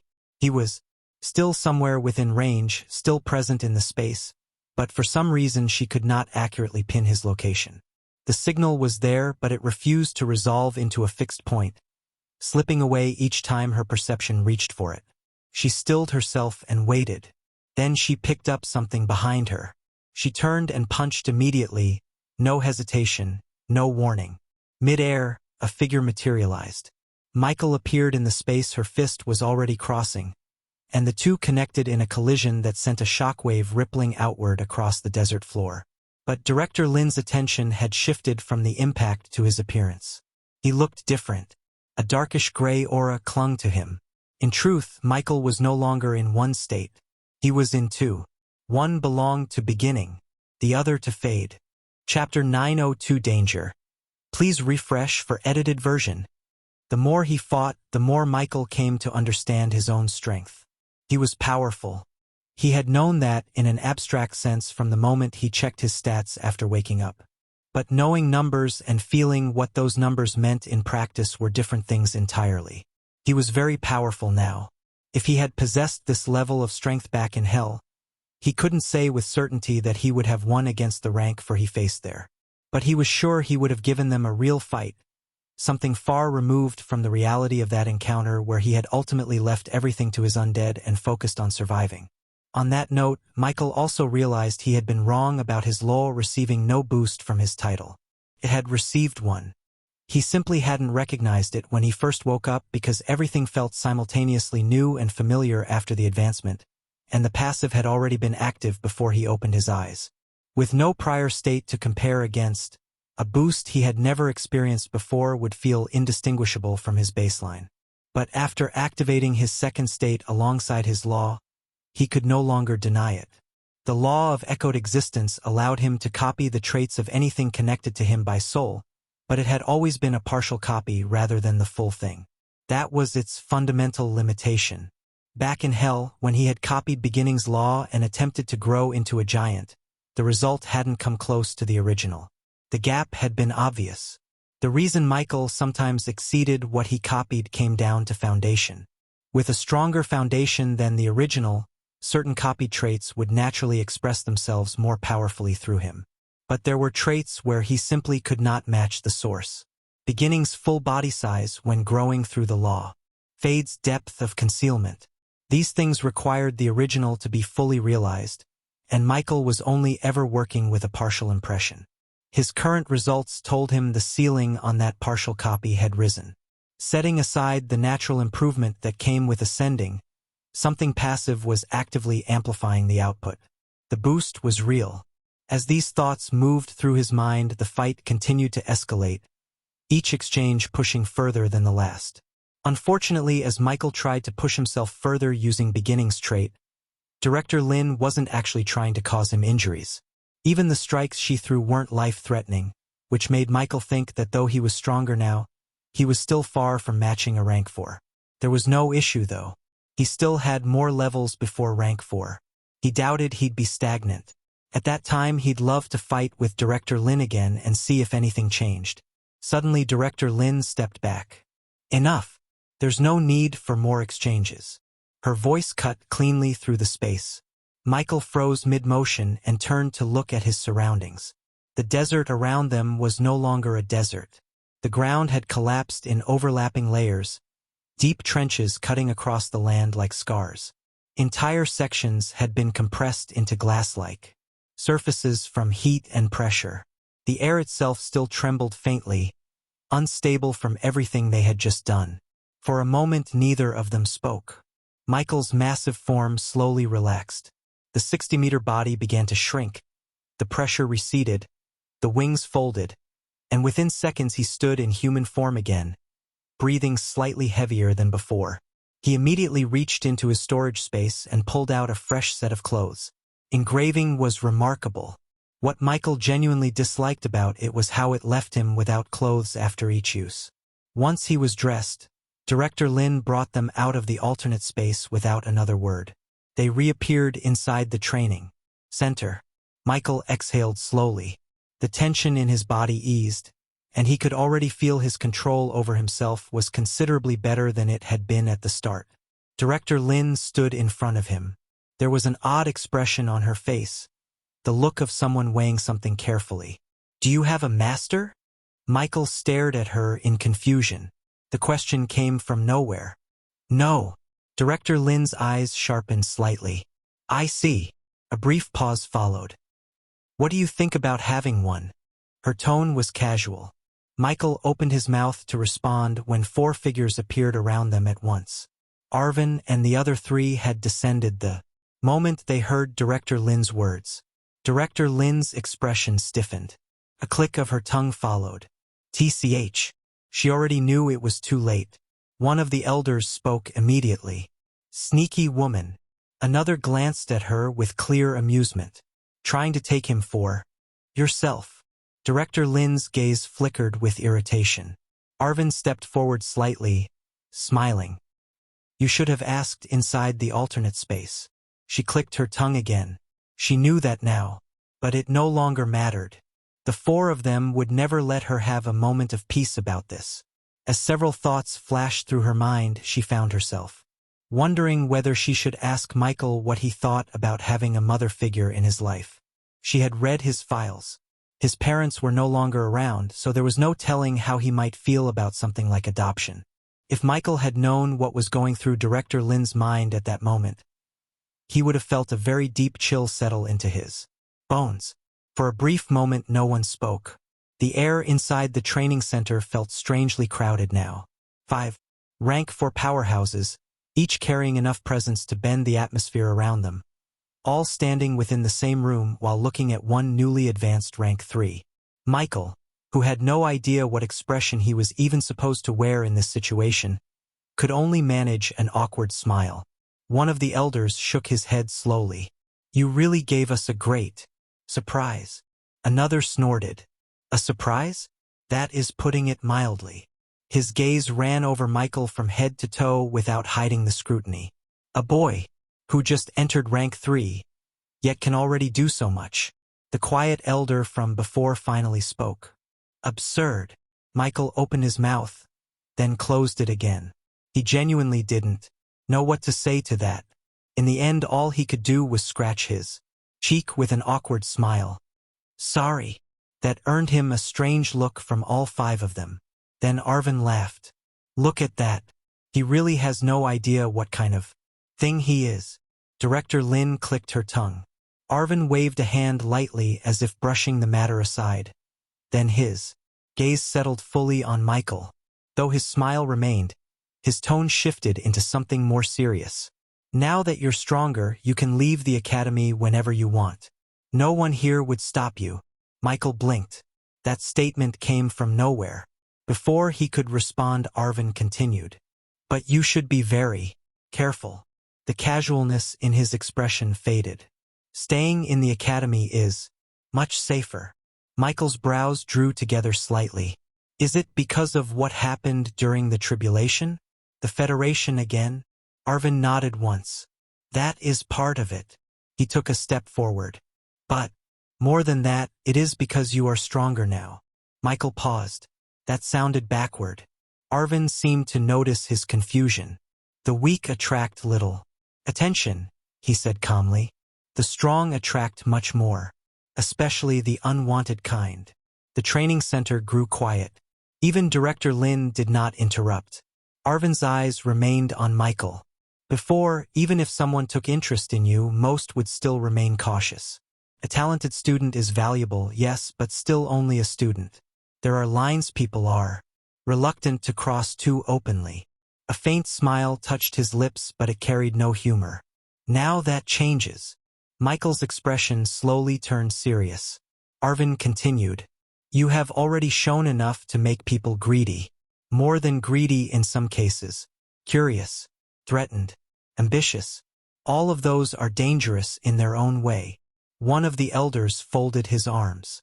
And if someone decides to move against you, they won't send the same level of people they might have sent before. Michael's eyes narrowed slightly. They'll send stronger ones. The quiet elder gave a slow nod. Correct. Another added. That is the problem with standing out. Once weaker, methods are no longer enough, the next methods are rarely pleasant. Arvin's smile returned faintly. In other words, congratulations. You are now troublesome enough that troublesome people will start considering you seriously. Michael let out a small breath. That was not comforting at all. Arvin seemed amused by his expression. So be careful. If you want to leave the academy grounds, leave. You've earned that freedom. Pause followed. But understand that outside these walls, things are different. Be very careful.